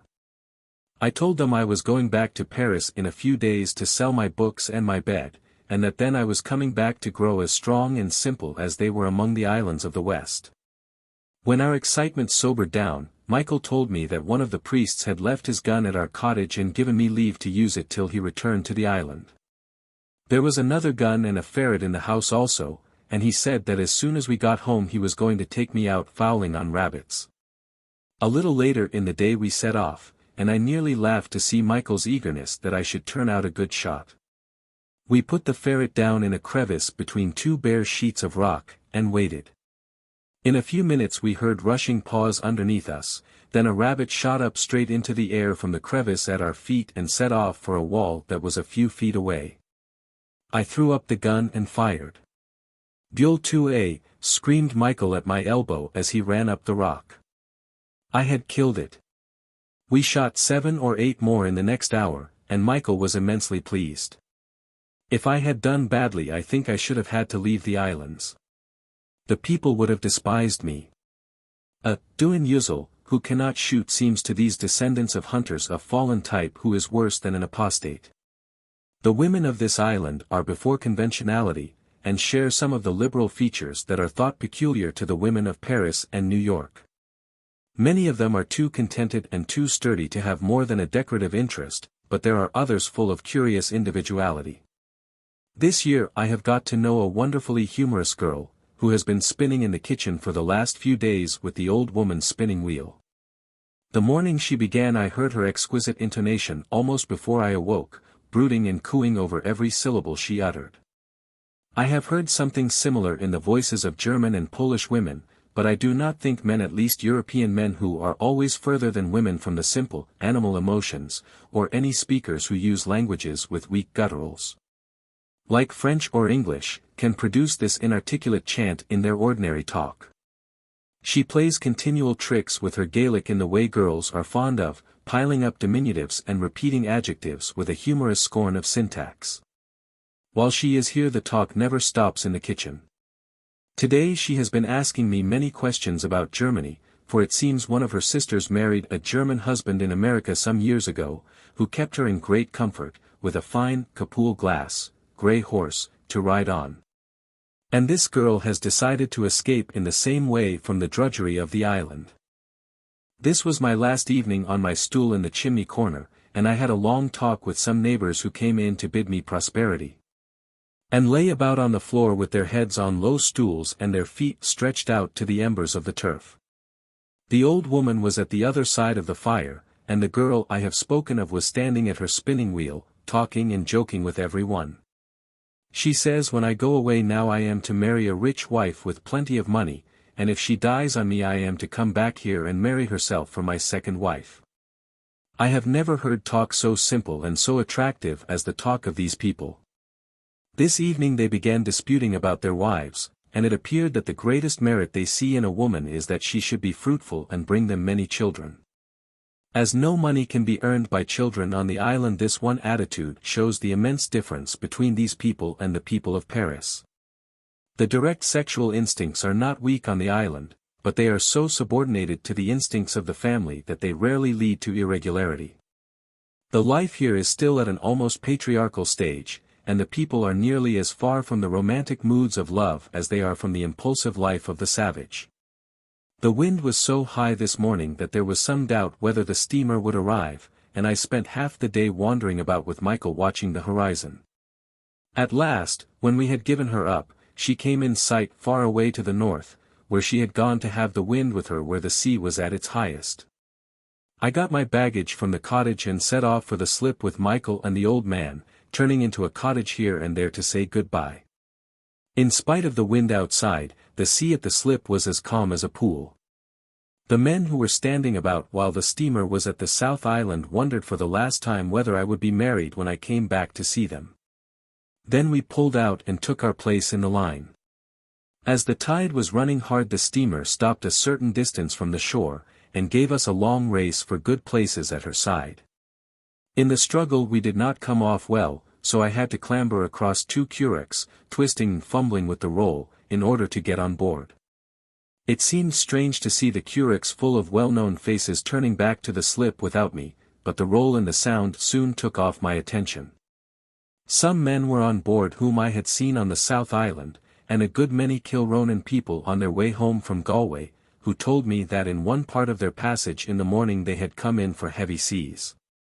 As is usual on Saturday, the steamer had a large cargo of flour and porter to discharge at Kilronan, and, as it was nearly 4 o'clock before the tide could float her at the pier, I felt some doubt about our passage to Galway. The wind increased as the afternoon went on, and when I came down in the twilight I found that the cargo was not yet all unladen, and that the captain feared to face the gale that was rising. It was some time before he came to a final decision, and we walked backwards and forwards from the village with heavy clouds flying overhead and the wind howling in the walls.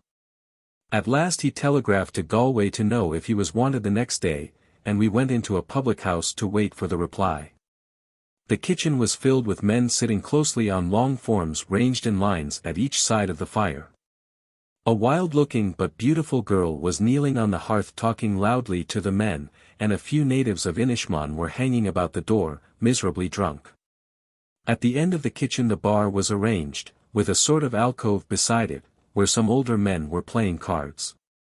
Overhead there were the open rafters, filled with turf and tobacco smoke. This is the haunt so much dreaded by the women of the other islands, where the men linger with their money till they go out at last with reeling steps and are lost in the sound. Without this background of empty currachs, and bodies floating naked with the tide, there would be something almost absurd about the dissipation of this simple place where men sit, evening after evening, drinking bad whiskey and porter, and talking with endless repetition of fishing, and kelp, and of the sorrows of purgatory. When we had finished our whiskey word came that the boat might remain. With some difficulty I got my bags out of the steamer and carried them up through the crowd of women and donkeys that were still struggling on the quay in an inconceivable medley of flour bags and cases of petroleum. When I reached the inn the old woman was in great good humor, and I spent some time talking by the kitchen fire. Then I groped my way back to the harbor, where, I was told, the old net mender, who came to see me on my first visit to the islands, was spending the night as watchman. It was quite dark on the pier, and a terrible gale was blowing. There was no one in the little office where I expected to find him, so I groped my way further on towards a figure I saw moving with a lantern. It was the old man, and he remembered me at once when I hailed him and told him who I was. He spent some time arranging one of his lanterns, and then he took me back to his office, a mere shed of planks and corrugated iron, put up for the contractor of some work which is in progress on the pier. When we reached the light I saw that his head was rolled up in an extraordinary collection of mufflers to keep him from the cold, and that his face was much older than when I saw him before, though still full of intelligence. He began to tell how he had gone to see a relative of mine in Dublin when he first left the island as a cabin boy, between 40 and 50 years ago.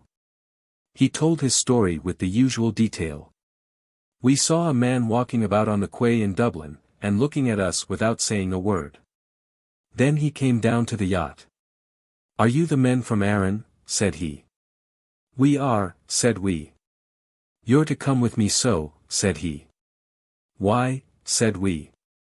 Then he told us it was Mr. Synge had sent him and we went with him. Mr. Synge brought us into his kitchen and gave the men a glass of whiskey all round, and a half-glass to me because I was a boy though at that time, and to this day I can drink as much as two men and not be the worse of it. We were some time in the kitchen, then one of the men said we should be going. I said it would not be right to go without saying a word to Mr. Synge. Then the servant girl went up and brought him down, and he gave us another glass of whiskey, and he gave me a book in Irish because I was going to sea, and I was able to read in the Irish. I owe it to Mr. Synge and that book that when I came back here, after not hearing a word of Irish for 30 years, I had as good Irish, or maybe better Irish, than any person on the island. I could see all through his talk that the sense of superiority which his scholarship in this little-known language gave him above the ordinary seaman, had influenced his whole personality and been the central interest of his life. On one voyage he had a fellow sailor who often boasted that he had been at school and learned Greek, and this incident took place. One night we had a quarrel, and I asked him could he read a Greek book with all his talk of it. "I can so," said he. "We'll see that," said I. Then I got the Irish book out of my chest, and I gave it into his hand. "Read that to me," said I, "if you know Greek." He took it, and he looked at it this way, and that way, and not a bit of him could make it out. "Bedad, I've forgotten my Greek," said he. "You're telling a lie," said I. "I'm not," said he, "it's the divil a bit I can read it."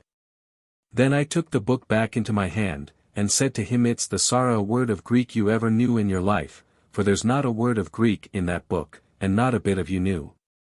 He told me another story of the only time he had heard Irish spoken during his voyages. One night I was in New York, walking in the streets with some other men, and we came upon two women quarreling in Irish at the door of a public house. "What's that jargon?" said one of the men. "It's no jargon," said I. "What is it?" said he. "It's Irish," said I. Then I went up to them, and you know, sir, there is no language like the Irish for soothing and quieting. The moment I spoke to them they stopped scratching and swearing and stood there as quiet as two lambs. Then they asked me in Irish if I wouldn't come in and have a drink, and I said I couldn't leave my mates. "Bring them too," said they. Then we all had a drop together. While we were talking another man had slipped in and sat down in the corner with his pipe, and the rain had become so heavy we could hardly hear our voices over the noise on the iron roof. The old man went on telling of his experiences at sea and the places he had been to. "If I had my life to live over again," he said, "there's no other way I'd spend it. I went in and out everywhere and saw everything. I was never afraid to take my glass, though I was never drunk in my life, and I was a great player of cards though I never played for money." "There's no diversion at all in cards if you don't play for money," said the man in the corner. "There was no use in my playing for money," said the old man, "for I'd always lose, and what's the use in playing if you always lose?" Then our conversation branched off to the Irish language and the books written in it. He began to criticize Archbishop Machéal's version of Moore's Irish melodies with great severity and acuteness, citing whole poems both in the English and Irish, and then giving versions that he had made himself. "A translation is no translation," he said, "unless it will give you the music of a poem along with the words of it. In my translation you won't find a foot or a syllable that's not in the English, yet I've put down all his words mean, and nothing but it." Archbishop Machéal's work is a most miserable production. From the verses he cited his judgment seemed perfectly justified, and even if he was wrong.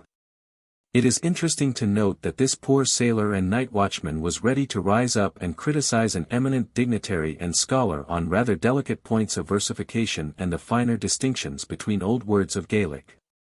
In spite of his singular intelligence and minute observation his reasoning was medieval. I asked him what he thought about the future of the language on these islands. "It can never die out," said he, "because there's no family in the place can live without a bit of a field for potatoes, and they have only the Irish words for all that they do in the fields. They sail their new boats their hookers in English, but they sail a curragh oftener in Irish, and in the fields they have the Irish alone. It can never die out, and when the people begin to see it fallen very low, it will rise up again like the phoenix from its own ashes." "And the Gaelic League?" I asked him. "The Gaelic League? Didn't they come down here with their organizers and their secretaries, and their meetings and their speechifyings, and start a branch of it, and teach a power of Irish for 5 weeks and a half? What do we want here with their teaching Irish?" Said the man in the corner, "Haven't we Irish enough?" "You have not," said the old man. "There's not a soul in Aran can count up to 999 without using an English word but myself." It was getting late, and the rain had lessened for a moment, so I groped my way back to the inn through the intense darkness of a late autumn night. Part 4. No two journeys to these islands are alike. This morning I sailed with the steamer a little after 5 o'clock in a cold night air, with the stars shining on the bay.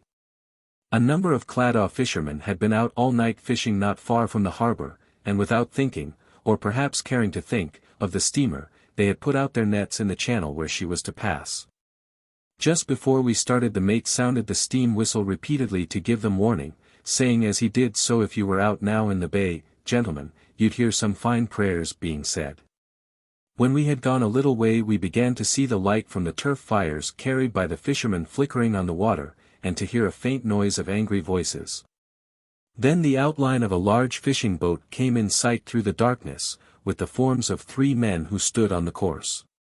The captain feared to turn aside, as there are sandbanks near the channel, so the engines were stopped and we glided over the nets without doing them harm. As we passed close to the boat the crew could be seen plainly on the deck, one of them holding the bucket of red turf, and their abuse could be distinctly heard. It changed continually, from profuse Gaelic maledictions to the simpler curses they know in English. As they spoke they could be seen writhing and twisting themselves with passion against the light which was beginning to turn on the ripple of the sea. Soon afterwards another set of voices began in front of us, breaking out in strange contrast with the dwindling stars and the silence of the dawn. Further on we passed many boats that let us go by without a word, as their nets were not in the channel. Then day came on rapidly with cold showers that turned golden in the first rays from the sun, filling the troughs of the sea with curious transparencies and light. This year I have brought my fiddle with me so that I may have something new to keep up the interest of the people. I have played for them several tunes, but as far as I can judge they do not feel modern music, though they listen eagerly from curiosity. Irish airs like Eileen a Run please them better, but it is only when I play some jig like the Black Rogue which is known on the island that they seem to respond to the full meaning of the notes. Last night I played for a large crowd, which had come together for another purpose from all parts of the island. About 6 o'clock I was going into the schoolmaster's house, and I heard a fierce wrangle going on between a man and a woman near the cottages to the west, that lie below the road. While I was listening to them several women came down to listen also from behind the wall, and told me that the people who were fighting were near relations who lived side by side and often quarrelled about trifles, though they were as good friends as ever the next day. The voices sounded so enraged that I thought mischief would come of it, but the women laughed at the idea. Then a lull came, and I said that they seemed to have finished at last. "Finished," said one of the women, "sure they haven't rightly begun. It's only playing they are yet." It was just after sunset and the evening was bitterly cold, so I went into the house and left them. An hour later the old man came down from my cottage to say that some of the lads and the Fir Leonta, the man of the nets, a young man from Aranmore who is teaching net mending to the boys, were up at the house, and had sent him down to tell me they would like to dance, if I would come up and play for them. I went out at once, and as soon as I came into the air I heard the dispute going on still to the west more violently than ever. The news of it had gone about the island, and little bands of girls and boys were running along the lanes towards the scene of the quarrel as eagerly as if they were going to a racecourse. I stopped for a few minutes at the door of our cottage to listen to the volume of abuse that was rising across the stillness of the island. Then I went into the kitchen and began tuning the fiddle, as the boys were impatient for my music. At first I tried to play standing, but on the upward stroke my bow came in contact with the salt fish and oilskins that hung from the rafters, so I settled myself at last on a table in the corner, where I was out of the way, and got one of the people to hold up my music before me, as I had no stand. I played a French melody first, to get myself used to the people and the qualities of the room, which has little resonance between the earth floor and the thatch overhead. Then I struck up the Black Rogue, and in a moment a tall man bounded out from his stool under the chimney and began flying round the kitchen with peculiarly sure and graceful bravado. The lightness of the pamputties seems to make the dancing on this island lighter and swifter than anything I have seen on the mainland. And the simplicity of the men enables them to throw a naive extravagance into their steps that is impossible in places where the people are self-conscious. The speed, however, was so violent that I had some difficulty in keeping up, as my fingers were not in practice, and I could not take off more than a small part of my attention to watch what was going on. When I finished I heard a commotion at the door, and the whole body of people who had gone down to watch the quarrel filed into the kitchen and arranged themselves around the walls, the women and girls, as is usual, forming themselves in one compact mass crouching on their heels near the door. I struck up another dance Paddy Get Up and the Fir Leonta, and the first dancer went through it together, with additional rapidity and grace, as they were excited by the presence of the people who had come in. Then word went round that an old man, known as Little Roger, was outside, and they told me he was once the best dancer on the island. For a long time he refused to come in, for he said he was too old to dance, but at last he was persuaded, and the people brought him in and gave him a stool opposite me. It was some time longer before he would take his turn, and when he did so, though he was met with great clapping of hands, he only danced for a few moments. He did not know the dances in my book, he said, and did not care to dance to music he was not familiar with. When the people pressed him again he looked across to me. "John," he said, in shaking English, "have you got Larry Grogan, for it is an agreeable air?" I had not, so some of the young men danced again to the Black Rogue, and then the party broke up. The altercation was still going on at the cottage below us, and the people were anxious to see what was coming of it. About 10 o'clock a young man came in and told us that the fight was over. "They have been at it for 4 hours," he said, "and now they're tired." Indeed it is time they were, for you'd rather be listening to a man killing a pig than to the noise they were letting out of them. After the dancing and excitement we were too stirred up to be sleepy, so we sat for a long time round the embers of the turf, talking and smoking by the light of the candle. From ordinary music we came to talk of the music of the fairies, and they told me this story. When I had told them some stories of my own. A man who lives in the other end of the village got his gun one day and went out to look for rabbits in a thicket near the small dun. He saw a rabbit sitting up under a tree, and he lifted his gun to take aim at it, but just as he had it covered he heard a kind of music over his head, and he looked up into the sky. When he looked back for the rabbit, not a bit of it was to be seen. He went on after that, and he heard the music again. Then he looked over a wall, and he saw a rabbit sitting up by the wall with a sort of flute in its mouth, and it playing on it with its 2 fingers. "What sort of rabbit was that?" said the old woman when they had finished. "How could that be a right rabbit?" I remember old Pat Derain used to be telling us he was once out on the cliffs, and he saw a big rabbit sitting down in a hole under a flagstone. He called a man who was with him, and they put a hook on the end of a stick and ran it down into the hole. Then a voice called up to them. "Ah, Fadrick, don't hurt me with the hook." Pat was a great rogue, said the old man. Maybe you remember the bits of horns he had like handles on the end of his sticks. Well, one day there was a priest over and he said to Pat, "Is it the devil's horns you have on your sticks, Pat?" "I don't rightly know," said Pat, "but if it is, it's the devil's milk you've been drinking, since you've been able to drink, and the devil's flesh you've been eating and the devil's butter you've been putting on your bread. For I've seen the like of them horns on every old cow through the country. The weather has been rough, but early this afternoon the sea was calm enough for a hooker to come in with turf from Connemara. Though while she was at the pier the roll was so great that the men had to keep a watch on the waves and loosen the cable whenever a large one was coming in, so that she might ease up with the water. There were only 2 men on board, and when she was empty they had some trouble in dragging in the cables, hoisting the sails, and getting out of the harbor before they could be blown on the rocks. A heavy shower came on soon afterwards, and I lay down under a stack of turf with some people who were standing about, to wait for another hooker that was coming in with horses. They began talking and laughing about the dispute last night and the noise made at it. "The worst fights do be made here over nothing," said an old man next me. "Did Mortine or any of them on the big island ever tell you of the fight they had there 60 years ago when they were killing each other with knives out on the strand?" "They never told me," I said. "Well," said he, "they were going down to cut weed, and a man was sharpening his knife on a stone before he went. A young boy came into the kitchen, and he said to the man, 'What are you sharpening that knife for?' 'To kill your father with,' said the man, and they the best of friends all the time. The young boy went back to his house and told his father there was a man sharpening a knife to kill him. 'Bedad,' said the father, 'if he has a knife I'll have one, too.'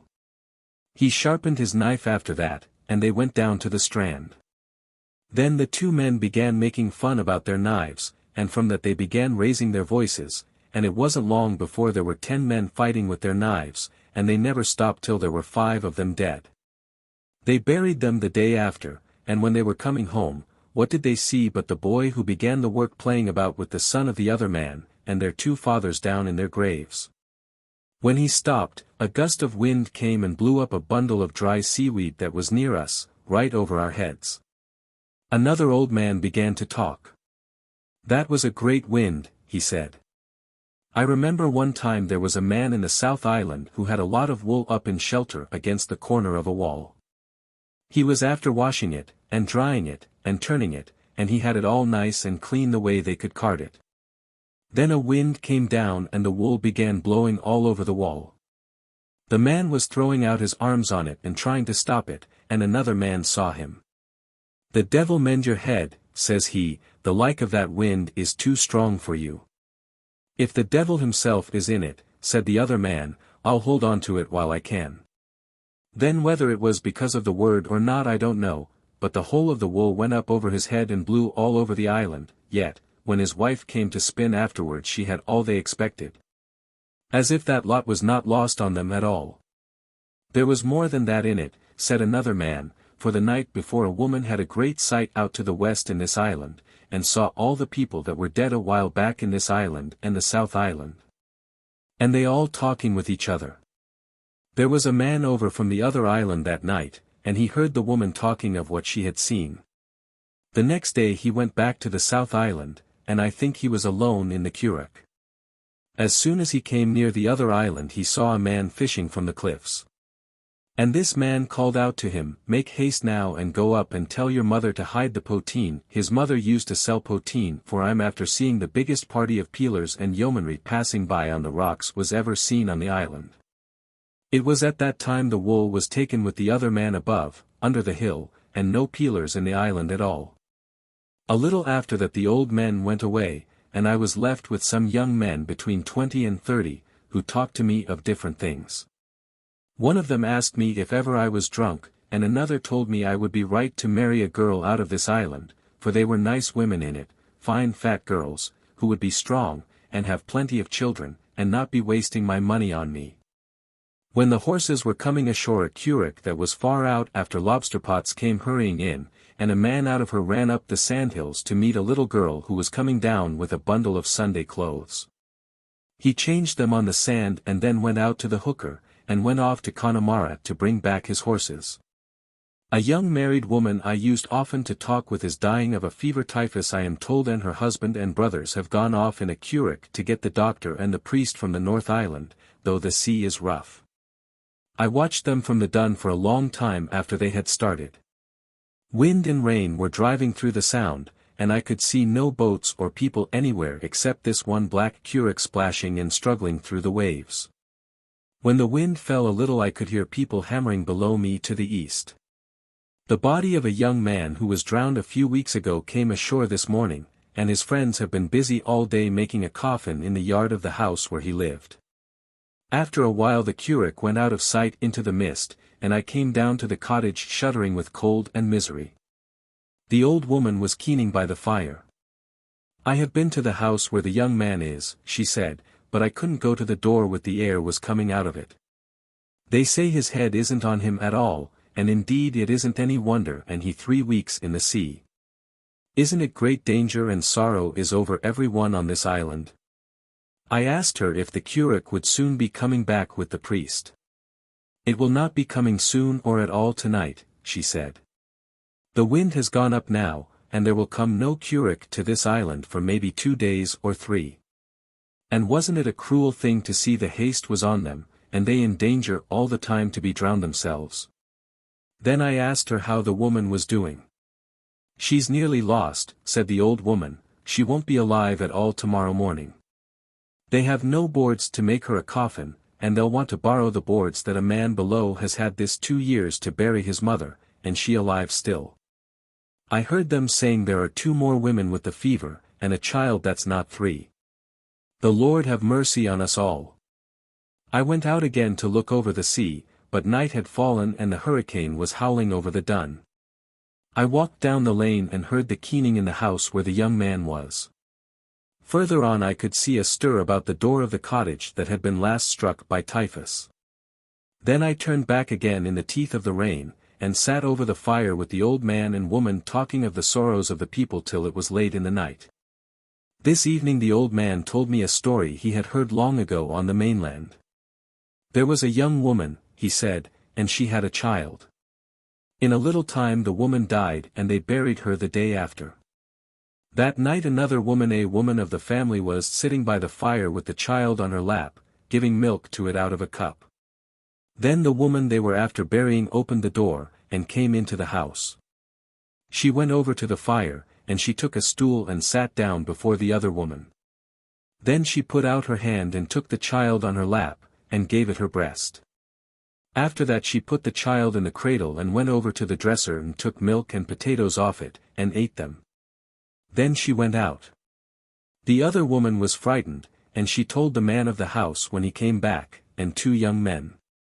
They said they would be there the next night, and if she came back they would catch hold of her. She came the next night and gave the child her breast, and when she got up to go to the dresser, the man of the house caught hold of her, but he fell down on the floor. Then the 2 young men caught hold of her and they held her. She told them she was away with the fairies, and they could not keep her that night, though she was eating no food with the fairies, the way she might be able to come back to her child. Then she told them they would all be leaving that part of the country on the Inishmaan, and that there would be 400 or 500 of them riding on horses, and herself would be on a grey horse, riding behind a young man. And she told them to go down to a bridge they would be crossing that night, and to wait at the head of it, and when she would be coming up she would slow the horse and they would be able to throw something on her and on the young man. And they would fall over on the ground and be saved. She went away then, and on the Inishmaan the men went down and got her back. She had 4 children after that, and in the end she died. It was not herself they buried at all the first time, but some old thing the fairies put in her place. There are people who say they don't believe in these things, said the old woman, but there are strange things, let them say what they will. There was a woman went to bed at the lower village a while ago, and her child along with her. For a time they did not sleep, and then something came to the window, and they heard a voice and this is what it said. It is time to sleep from this out. In the morning the child was dead, and indeed it is many get their death that way on the island. The young man has been buried, and his funeral was one of the strangest scenes I have met with. People could be seen going down to his house from early in the day, yet when I went there with the old man about the middle of the afternoon, the coffin was still lying in front of the door. With the men and women of the family standing round beating it, and keening over it, in a great crowd of people. A little later every one knelt down and a last prayer was said. Then the cousins of the dead man got ready 2 oars and some pieces of rope. The men of his own family seemed too broken with grief to know what they were doing. The coffin was tied up, and the procession began. The old woman walked close behind the coffin, and I happened to take a place just after them, among the first of the men. The rough lane to the graveyard slopes away towards the east, and the crowd of women going down before me in their red dresses, cloaked with red petticoats, with the waistband that is held round the head just seen from behind, had a strange effect. To which the white coffin and the unity of colour gave a nearly cloistral quietness. This time the graveyard was filled with withered grass and bracken instead of the early ferns that were to be seen everywhere at the other funeral I have spoken of, and the grief of the people was of a different kind. As they had come to bury a young man who had died in his first manhood, instead of an old woman of 80.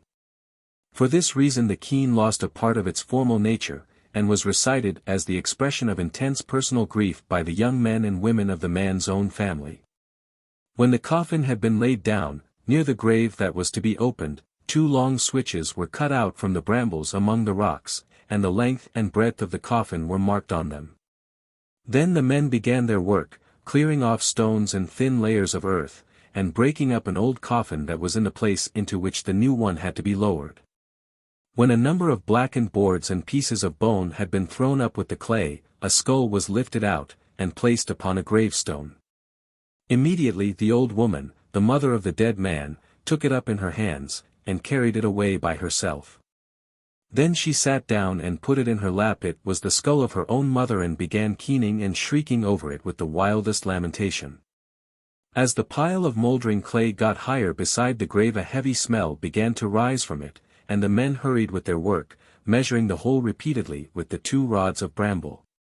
When it was nearly deep enough the old woman got up and came back to the coffin, and began to beat on it, holding the skull in her left hand. This last moment of grief was the most terrible of all. The young women were nearly lying among the stones, worn out with their passion of grief, yet raising themselves every few moments to beat with magnificent gestures on the boards of the coffin. The young men were worn out also, and their voices cracked continually in the wail of the keen. When everything was ready, the sheet was unpinned from the coffin, and it was lowered into its place. Then an old man took a wooden vessel with holy water in it, and a wisp of bracken, and the people crowded round him while he splashed the water over them. They seemed eager to get as much of it as possible, more than one old woman crying out with a humorous voice. Tab hair dam brayon isle, a mortine. Give me another drop, Martin.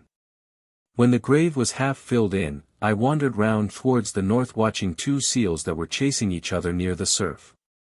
I reached the sandy head as the light began to fail, and found some of the men I knew best fishing there with a sort of dragnet.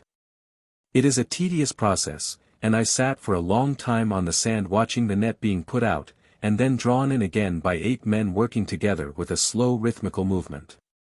As they talked to me and gave me a little poteen and a little bread when they thought I was hungry, I could not help feeling that I was talking with men who were under a judgment of death. I knew that every one of them would be drowned in the sea in a few years and battered naked on the rocks, or would die in his own cottage and be buried with another fearful scene in the graveyard I had come from.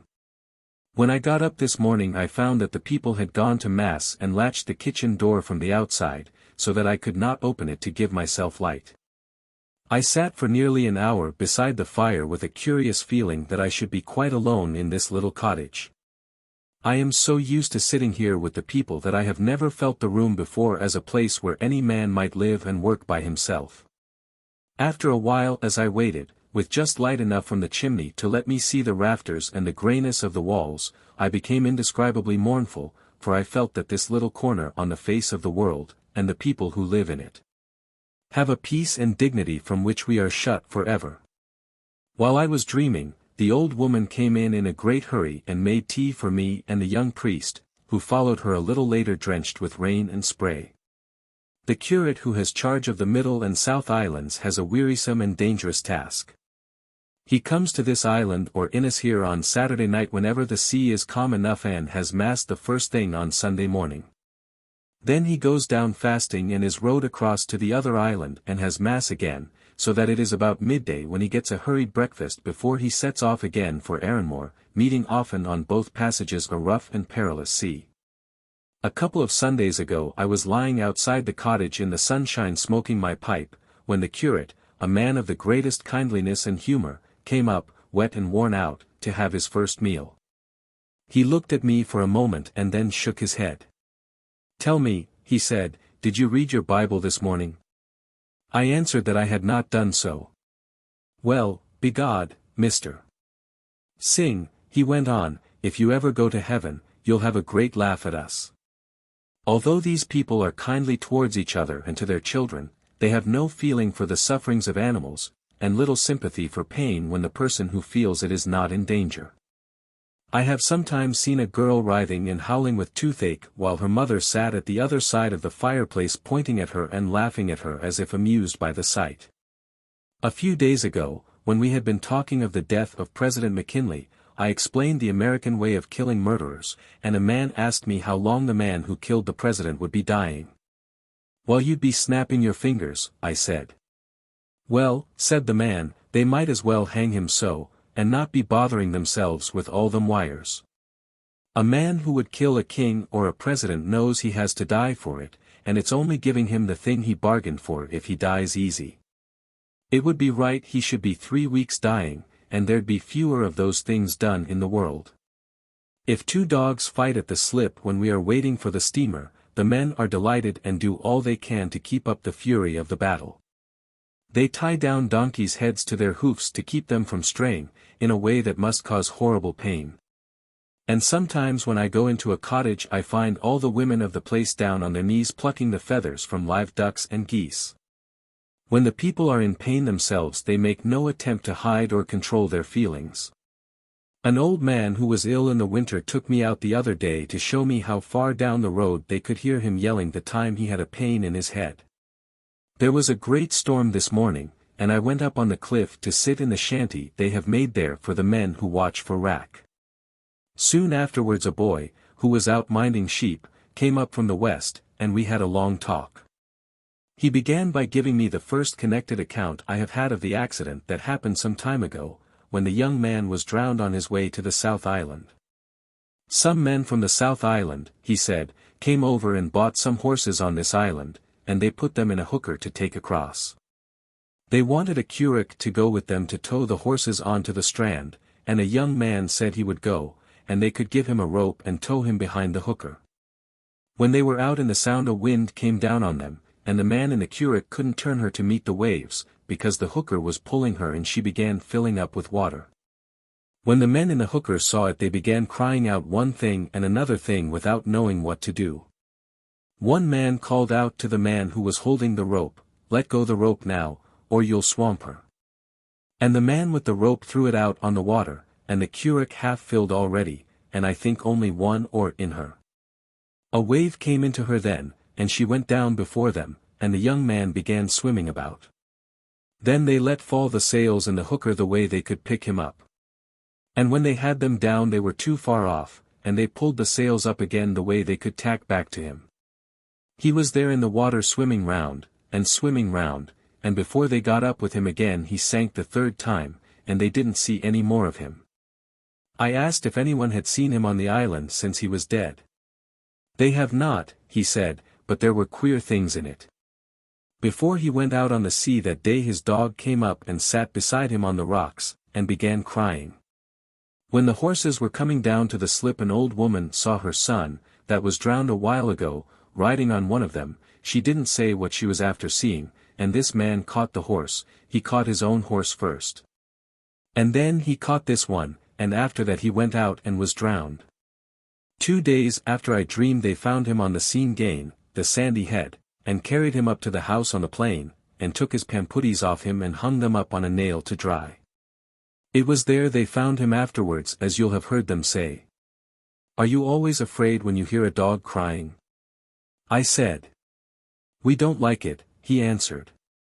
"You will often see them on the top of the rocks looking up into the heavens, and they crying. We don't like it at all, and we don't like a cock or hen to break anything in the house, for we know then someone will be going away." A while before the man who used to live in that cottage below died in the winter, the cock belonging to his wife began to fight with another cock. The two of them flew up on the dresser and knocked the glass of the lamp off it, and it fell on the floor and was broken. The woman caught her cock after that and killed it, but she could not kill the other cock, for it was belonging to the man who lived in the next house. Then himself got a sickness and died after that. I asked him if he ever heard the fairy music on the island. "I heard some of the boys talking in the school a while ago," he said, "and they were saying that their brothers and another man went out fishing a morning, 2 weeks ago, before the cock crew. When they were down near the sandy head they heard music near them, and it was the fairies were in it. I've heard of other things too. One time 3 men were out at night in a curric, and they saw a big ship coming down on them. They were frightened at it, and they tried to get away, but it came on nearer them, till one of the men turned round and made the sign of the cross, and then they didn't see it any more." Then he went on in answer to another question.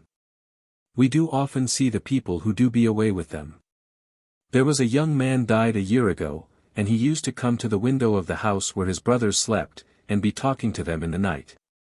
He was married a while before that, and he used to be saying in the night he was sorry he had not promised the land to his son, and that it was to him it should go. Another time he was saying something about a mare, about her hoofs, or the shoes they should put on her. A little while ago Patch Ruad saw him going down the road with brogarda, leather boots, on him and a new suit. Then 2 men saw him in another place. Do you see that straight wall of cliff?" he went on a few minutes later, pointing to a place below us. "It is there the fairies do be playing ball in the night, and you can see the marks of their heels when you come in the morning, and 3 stones they have to mark the line, and another big stone they hop the ball on. It's often the boys have put away the 3 stones, and they will always be back again in the morning, and a while since the man who owns the land took the big stone itself and rolled it down and threw it over the cliff. Yet in the morning it was back in its place before him. I am in the South Island again, and I have come upon some old men with a wonderful variety of stories and songs, the last, fairly often, both in English and Irish. I went round to the house of one of them today. With a native scholar who can write Irish, and we took down a certain number, and heard others. Here is one of the tales the old man told us at first before he had warmed to his subject. I did not take it down, but it ran in this way. There was a man of the name of Charlie Lambert, and every horse he would ride in a race he would come in the first. The people in the country were angry with him at last, and this law was made, that he should ride no more at races, and if he rode, anyone who saw him would have the right to shoot him. After that there was a gentleman from that part of the country over in England, and he was talking one day with the people there, and he said that the horses of Ireland were the best horses.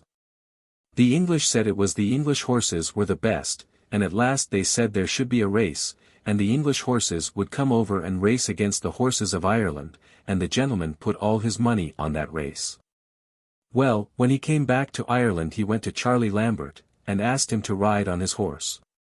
Charlie said he would not ride, and told the gentleman the danger he'd be in. Then the gentleman told him the way he had put all his property on the horse, and at last Charlie asked where the races were to be, and the hour and the day. The gentleman told him, "Let you put a horse with a bridle and saddle on it every 7 miles along the road from here to the racecourse on that day," said Lambert, "and I'll be in it." When the gentleman was gone, Charlie stripped off his clothes and got into his bed. Then he sent for the doctor, and when he heard him coming he began throwing about his arms the way the doctor would think his pulse was up with the fever. The doctor felt his pulse and told him to stay quiet till the next day, when he would see him again. The next day it was the same thing, and so on till the day of the races. That morning Charlie had his pulse beating so hard the doctor thought bad of him. "I'm going to the races now, Charlie," said he, "but I'll come in and see you again when I'll be coming back in the evening, and let you be very careful and quiet till you see me." As soon as he had gone Charlie leapt up out of bed and got on his horse, and rode 7 miles to where the first horse was waiting for him. Then he rode that horse 7 miles, and another horse 7 miles more, till he came to the racecourse. He rode on the gentleman's horse and he won the race. There were great crowds looking on, and when they saw him coming in they said it was Charlie Lambert, or the devil was in it, for there was no one else could bring in a horse the way he did. For the leg was after being knocked off of the horse and he came in all the same. When the race was over, he got up on the horse was waiting for him, and away with him for 7 miles. Then he rode the other horse 7 miles, and his own horse 7 miles, and when he got home he threw off his clothes and lay down on his bed. After a while the doctor came back and said it was a great race they were after having. The next day the people were saying it was Charlie Lambert was the man who rode the horse. An inquiry was held, and the doctor swore that Charlie was ill in his bed, and he had seen him before the race and after it, so the gentleman saved his fortune. After that he told me another story of the same sort about a ferry rider, who met a gentleman that was after losing all his fortune but a shilling, and begged the shilling of him. The gentleman gave him the shilling, and the ferry rider a little red man rode a horse for him in a race, waving a red handkerchief to him as a signal when he was to double the stakes, and made him a rich man. Then he gave us an extraordinary English doggerel rhyme which I took down, though it seems singularly incoherent when written out at length. These rhymes are repeated by the old men as a sort of chant, and when a line comes that is more than usually irregular they seem to take a real delight in forcing it into the mold of the recitative.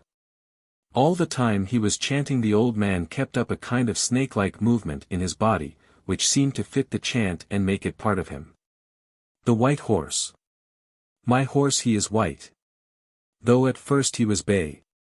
And he took great delight in travelling by night and by day. His travels were great. If I could but half of them tell. He was rode in the garden by Adam. The day that he fell. On Babylon plains. He ran with speed for the plate. He was hunted next day. By Hannibal the Great. After that he was hunted. In the chase of a fox. When Nebuchadnezzar ate grass. In the shape of an ox. We are told in the next verses of his going into the ark with Noah, of Moses riding him through the Red Sea, then. He was with King Pharaoh in Egypt.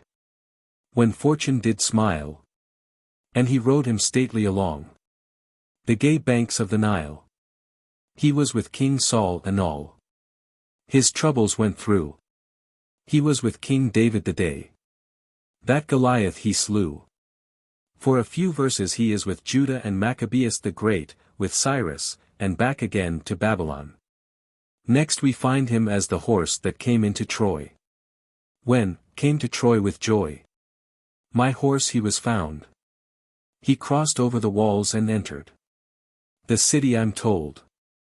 I come on him again, in Spain. And he in full bloom.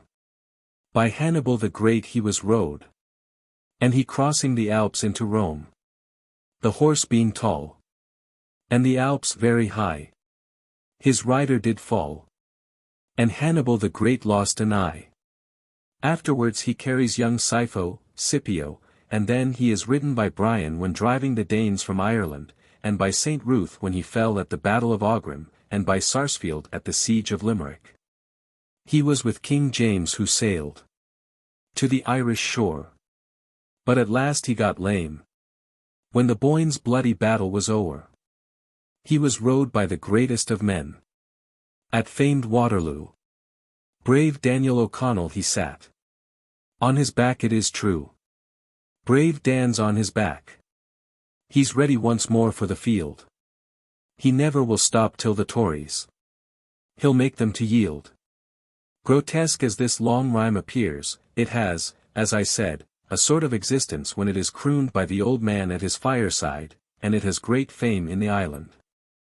The old man himself is hoping that I will print it, for it would not be fair, he says, that it should die out of the world, and he is the only man here who knows it, and none of them have ever heard it on the mainland. He has a couple more examples of the same kind of doggerel, but I have not taken them down.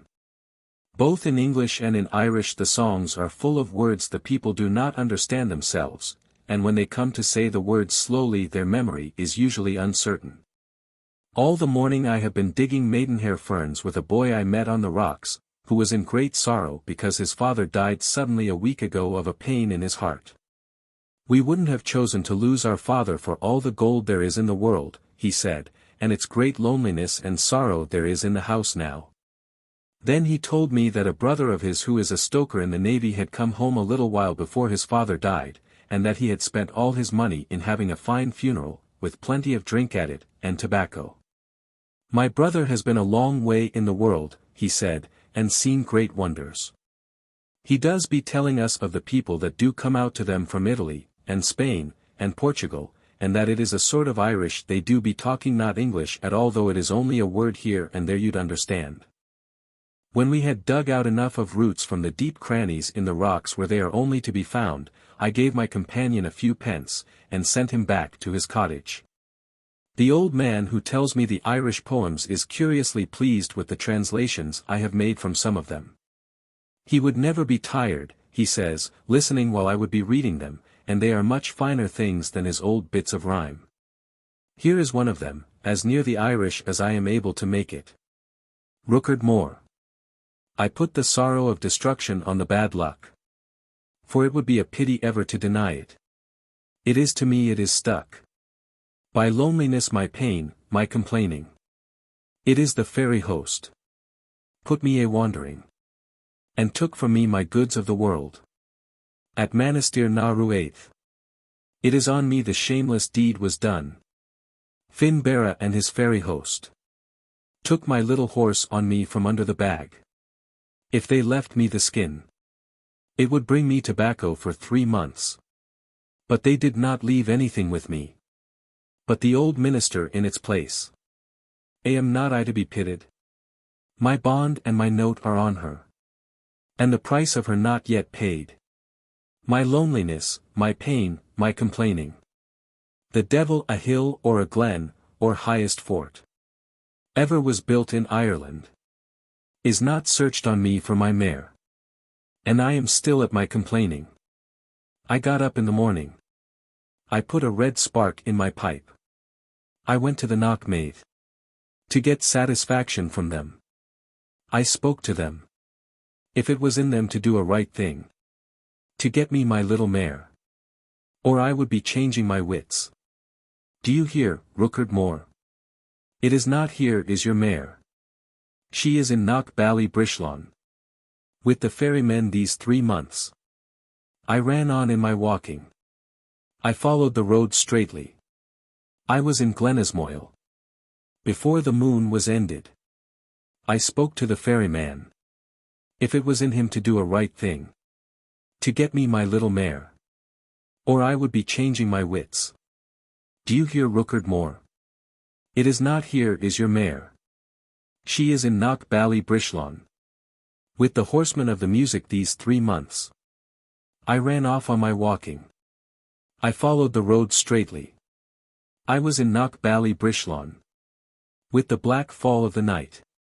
That is a place was a crowd. As it was seen by me. All the weavers of the globe. It is there you would have news of them. I spoke to the horseman. If it was in him to do the right thing. To get me my little mare. Or I would be changing my wits. Do you hear, Ruggedness? It is not here is your mare. She is in Knock Cruachan. In the back end of the palace. I ran off on my walking. I followed the road straightly. I made no rest or stop. Till I was in face of the palace. That is the place was a crowd. As it appeared to me. The men and women of the country. And they all making merry. Arthur Scoyle stood up. And began himself giving the lead. It is joyful, light and active. I would have danced the course with them. They drew up on their feet. And they began to laugh. Look at Ruggedness. And he looking for his little mare. I spoke to the man. And he ugly and humpy. Unless he would get me my mare. I would break 1/3 of his bones. Do you hear, Ruggedness? It is not here is your mare. She is in Alvin of Leinster. On a halter with my mother. I ran off on my walking.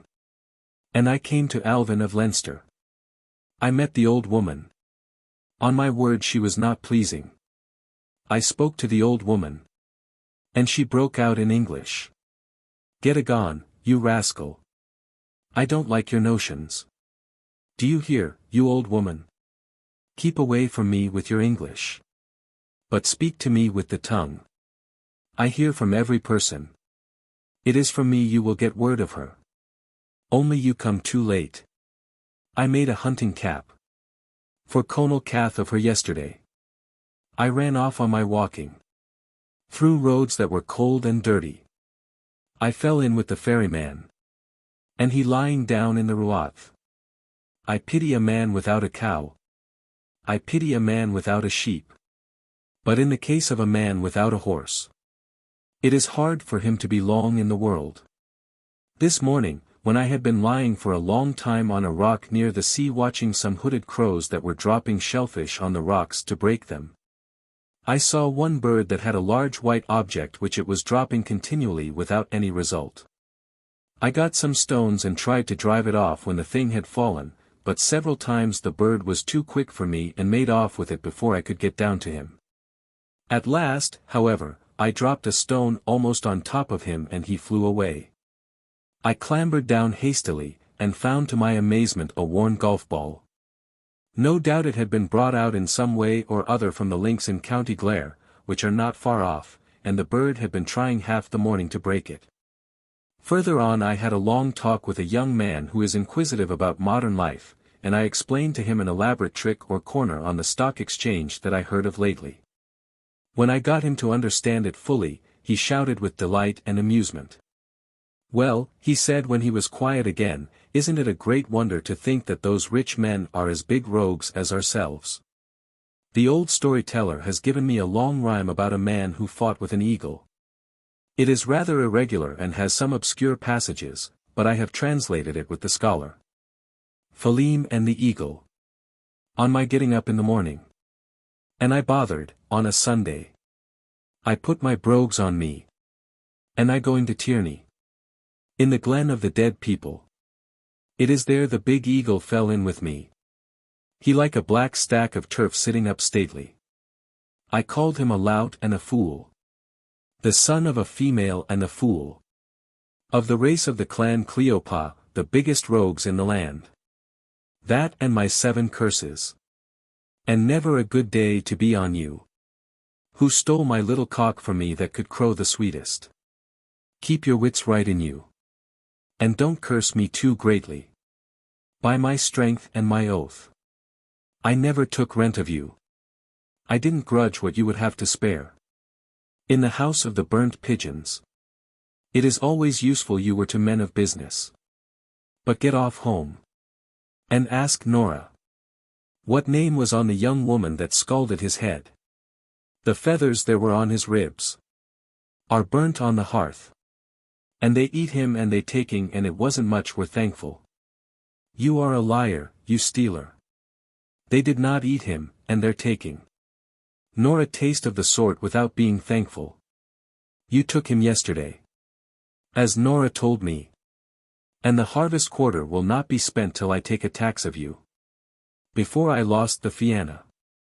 It was a fine boy I was. It was not about thieving was my knowledge. But always putting spells. Playing games and matches with the strength of Gol Macmorna. And you are making me a rogue. At the end of my life. There is a part of my father's books with me. Keeping in the bottom of a box. And when I read them the tears fall down from me. But I found out in history. That you are a son of the Dirge Moor. If it is fighting you want and you won't be thankful. The eagle dressed his bravery. With his share of arms and his clothes. He had the sword that was the sharpest. Could be got anywhere. I and my scythe with me. And nothing on but my shirt. We went at each other early in the day. We were as 2 giants. Ploughing in a valley in a glen of the mountains. We did not know for the while which was the better man. You could hear the shakes that were on our arms under each other. From that till the sunset. Till it was forced on him to give up. I wrote a challenge boxale to him. On the morning of the next day. To come till we would fight without doubt at the dawn of the day. The second fist I drew on him I struck him on the hone of his jaw. He fell, and it is no lie there was a cloud in his head. The eagle stood up. He took the end of my hand. You are the finest man I ever saw in my life. Go off home, my blessing will be on you forever. You have saved the fame of Era for yourself till the day of the judgment. Ah! Neighbors, did you hear? The goodness and power of Phelim. The biggest wild beast you could get. The second fist he drew on it. He struck it on the jaw. It fell, and it did not rise. Till the end of 2 days. Well as I seem to know these people of the islands, there is hardly a day that I do not come upon some new primitive feature of their life. Yesterday I went into a cottage where the woman was at work and very carelessly dressed. She waited for a while till I got into conversation with her husband, and then she slipped into the corner and put on a clean petticoat and a bright shawl round her neck. Then she came back and took her place at the fire. This evening I was in another cottage till very late talking to the people. When the little boy, the only child of the house, got sleepy, the old grandmother took him on her lap and began singing to him. As soon as he was drowsy she worked his clothes off him by degrees, scratching him softly with her nails as she did so all over his body. Then she washed his feet with a little water out of a pot and put him into his bed. When I was going home the wind was driving the sand into my face so that I could hardly find my way. I had to hold my hat over my mouth and nose, and my hand over my eyes while I groped along, with my feet feeling for rocks and holes in the sand. I have been sitting all the morning with an old man who was making shoegun ropes for his house, and telling me stories while he worked. He was a pilot when he was young, and we had great talk at first about Germans, and Italians, and Russians, and the ways of seaport towns. Then he came round to talk of the Middle Island, and he told me this story which shows the curious jealousy that is between the islands. Long ago we used all to be pagans. And the saints used to be coming to teach us about God and the creation of the world. The people on the Middle Island were the last to keep a hold on the fire worshipping, or whatever it was they had in those days, but in the long run a saint got in among them and they began listening to him. Though they would often say in the evening they believed, and then say the morning after that they did not believe. In the end the saint gained them over and they began building a church, and the saint had tools that were in use with them for working with the stones. When the church was halfway up the people held a kind of meeting one night among themselves, when the saint was asleep in his bed, to see if they did really believe and no mistake in it. The leading man got up, and this is what he said, that they should go down and throw their tools over the cliff, for if there was such a man as God, and if the saint was as well known to him as he said, then he would be as well able to bring up the tools out of the sea as they were to throw them in. They went then and threw their tools over the cliff. When the saint came down to the church in the morning the workmen were all sitting on the stones and no work doing. "For what cause are you idle?" asked the saint.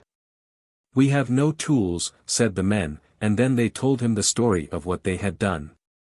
He kneeled down and prayed God that the tools might come up out of the sea, and after that he prayed that no other people might ever be as great fools as the people on the middle island. And that God might preserve theft dark minds of folly to them fill the end of the world.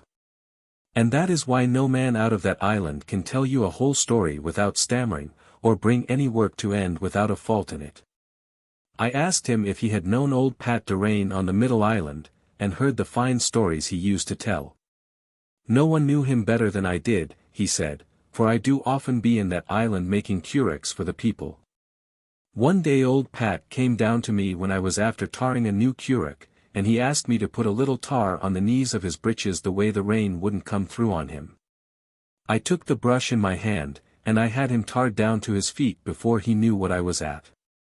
"Turn round the other side now," I said, "and you'll be able to sit where you like." Then he felt the tar coming in hot against his skin and he began cursing my soul, and I was sorry for the trick I'd played on him. This old man was the same type as the genial, whimsical old men one meets all through Ireland, and had none of the local characteristics that are so marked on Inishmaan. When we were tired talking I showed some of my tricks and a little crowd collected. When they were gone another old man who had come up began telling us about the fairies. One night when he was coming home from the lighthouse he heard a man riding on the road behind him, and he stopped to wait for him, but nothing came. Then he heard as if there was a man trying to catch a horse on the rocks, and in a little time he went on. The noise behind him got bigger as he went along as if 20 horses, and then as if 100 or 1,000, were galloping after him. When he came to the stile where he had to leave the road and got out over it, something hit against him and threw him down on the rock, and a gun he had in his hand fell into the field beyond him. I asked the priest we had at that time what was in it, he said, and the priest told me it was the fallen angels, and I don't know but it was. Another time, he went on, I was coming down where there is a bit of a cliff and a little hole under it, and I heard a flute playing in the hole or beside it, and that was before the dawn began. Whatever anyone says there are strange things. There was one night 30 years ago a man came down to get my wife to go up to his wife, for she was in childbed. He was something to do with the lighthouse or the coast guard, one of them Protestants who don't believe in any of these things and do be making fun of us. Well, he asked me to go down and get a quart of spirits while my wife would be getting herself ready, and he said he would go down along with me if I was afraid. I said I was not afraid, and I went by myself.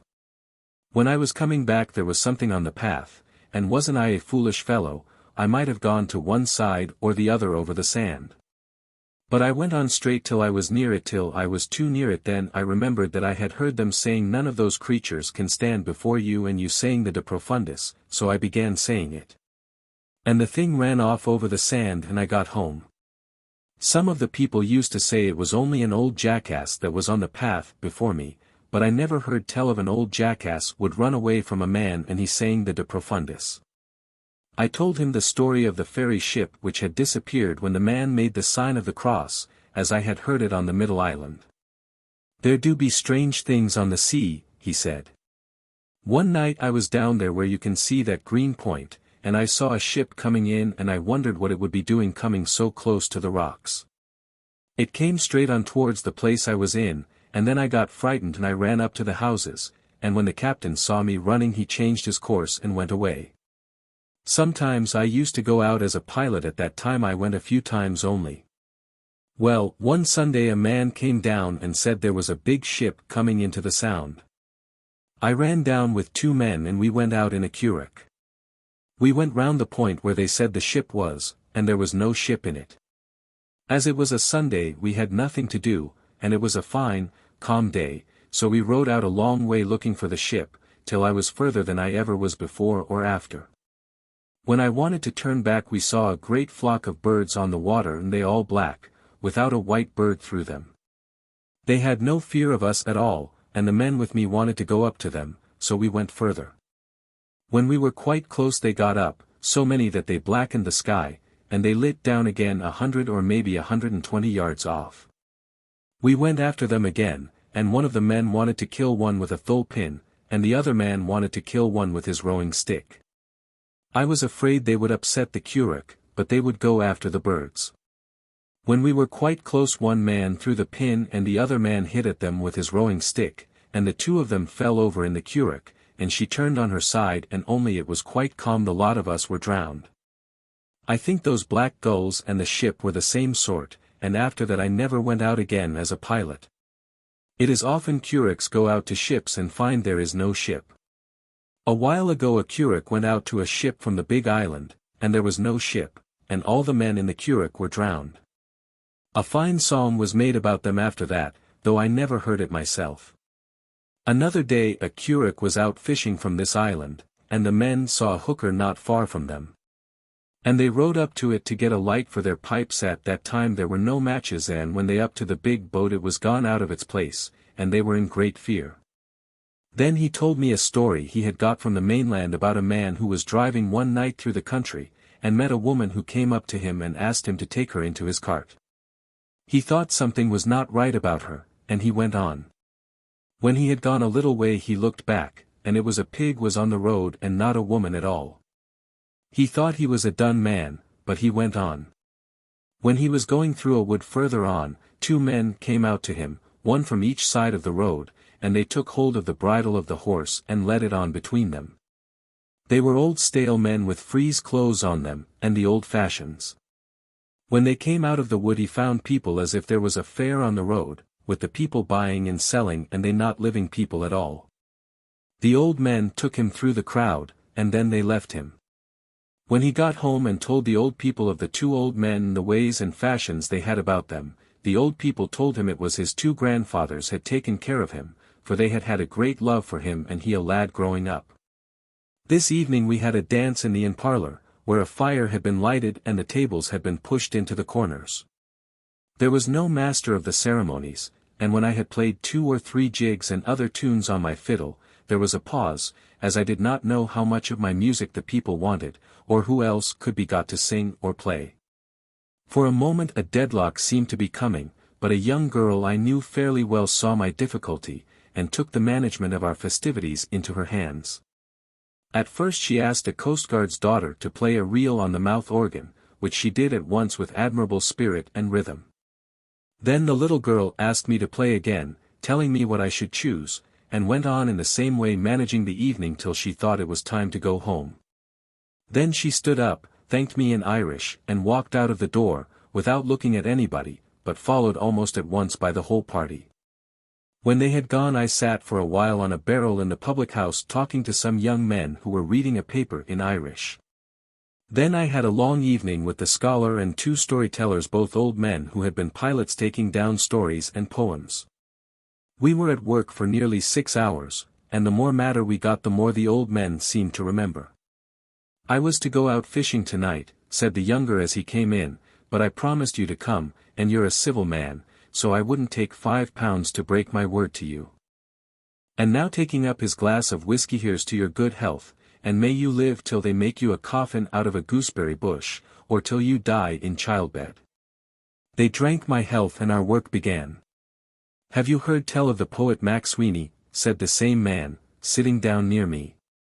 I have, I said, in the town of Galway. Well, he said, I'll tell you his piece, The Big Wedding, for it's a fine piece and there aren't many that know it. There was a poor servant girl out in the country, and she got married to a poor servant boy. Mac Sweeney knew the two of them, and he was away at that time, and it was a month before he came back. When he came back he went to see Peggy O'Hara, that was the name of the girl, and he asked her if they had had a great wedding. Peggy said it was only middling, but they hadn't forgotten him all the same, and she had a bottle of whiskey for him in the cupboard. He sat down by the fire and began drinking the whiskey. When he had a couple of glasses taken and was warm by the fire, he began making a song, and this was the song he made about the wedding of Peggy O'Hara. He had the poem both in English and Irish, but as it has been found elsewhere and attributed to another folk poet, I need not give it. We had another round of porter and whiskey, and then the old man who had Mac Sweeney's wedding gave us a bit of a drinking song, which the scholar took down and I translated with him afterwards. This is what the old woman says at the Buliaca when she sees a man without knowledge. Were you ever at the house of the still, did you ever get a drink from it? Neither wine nor beer is as sweet as it is, but it is well I was not burnt when I fell down after a drink of it by the fire of Mr. Sloper. I praise Owen O'Hernan over all the doctors of Ireland, it is he put drugs on the water, and it lying on the barley.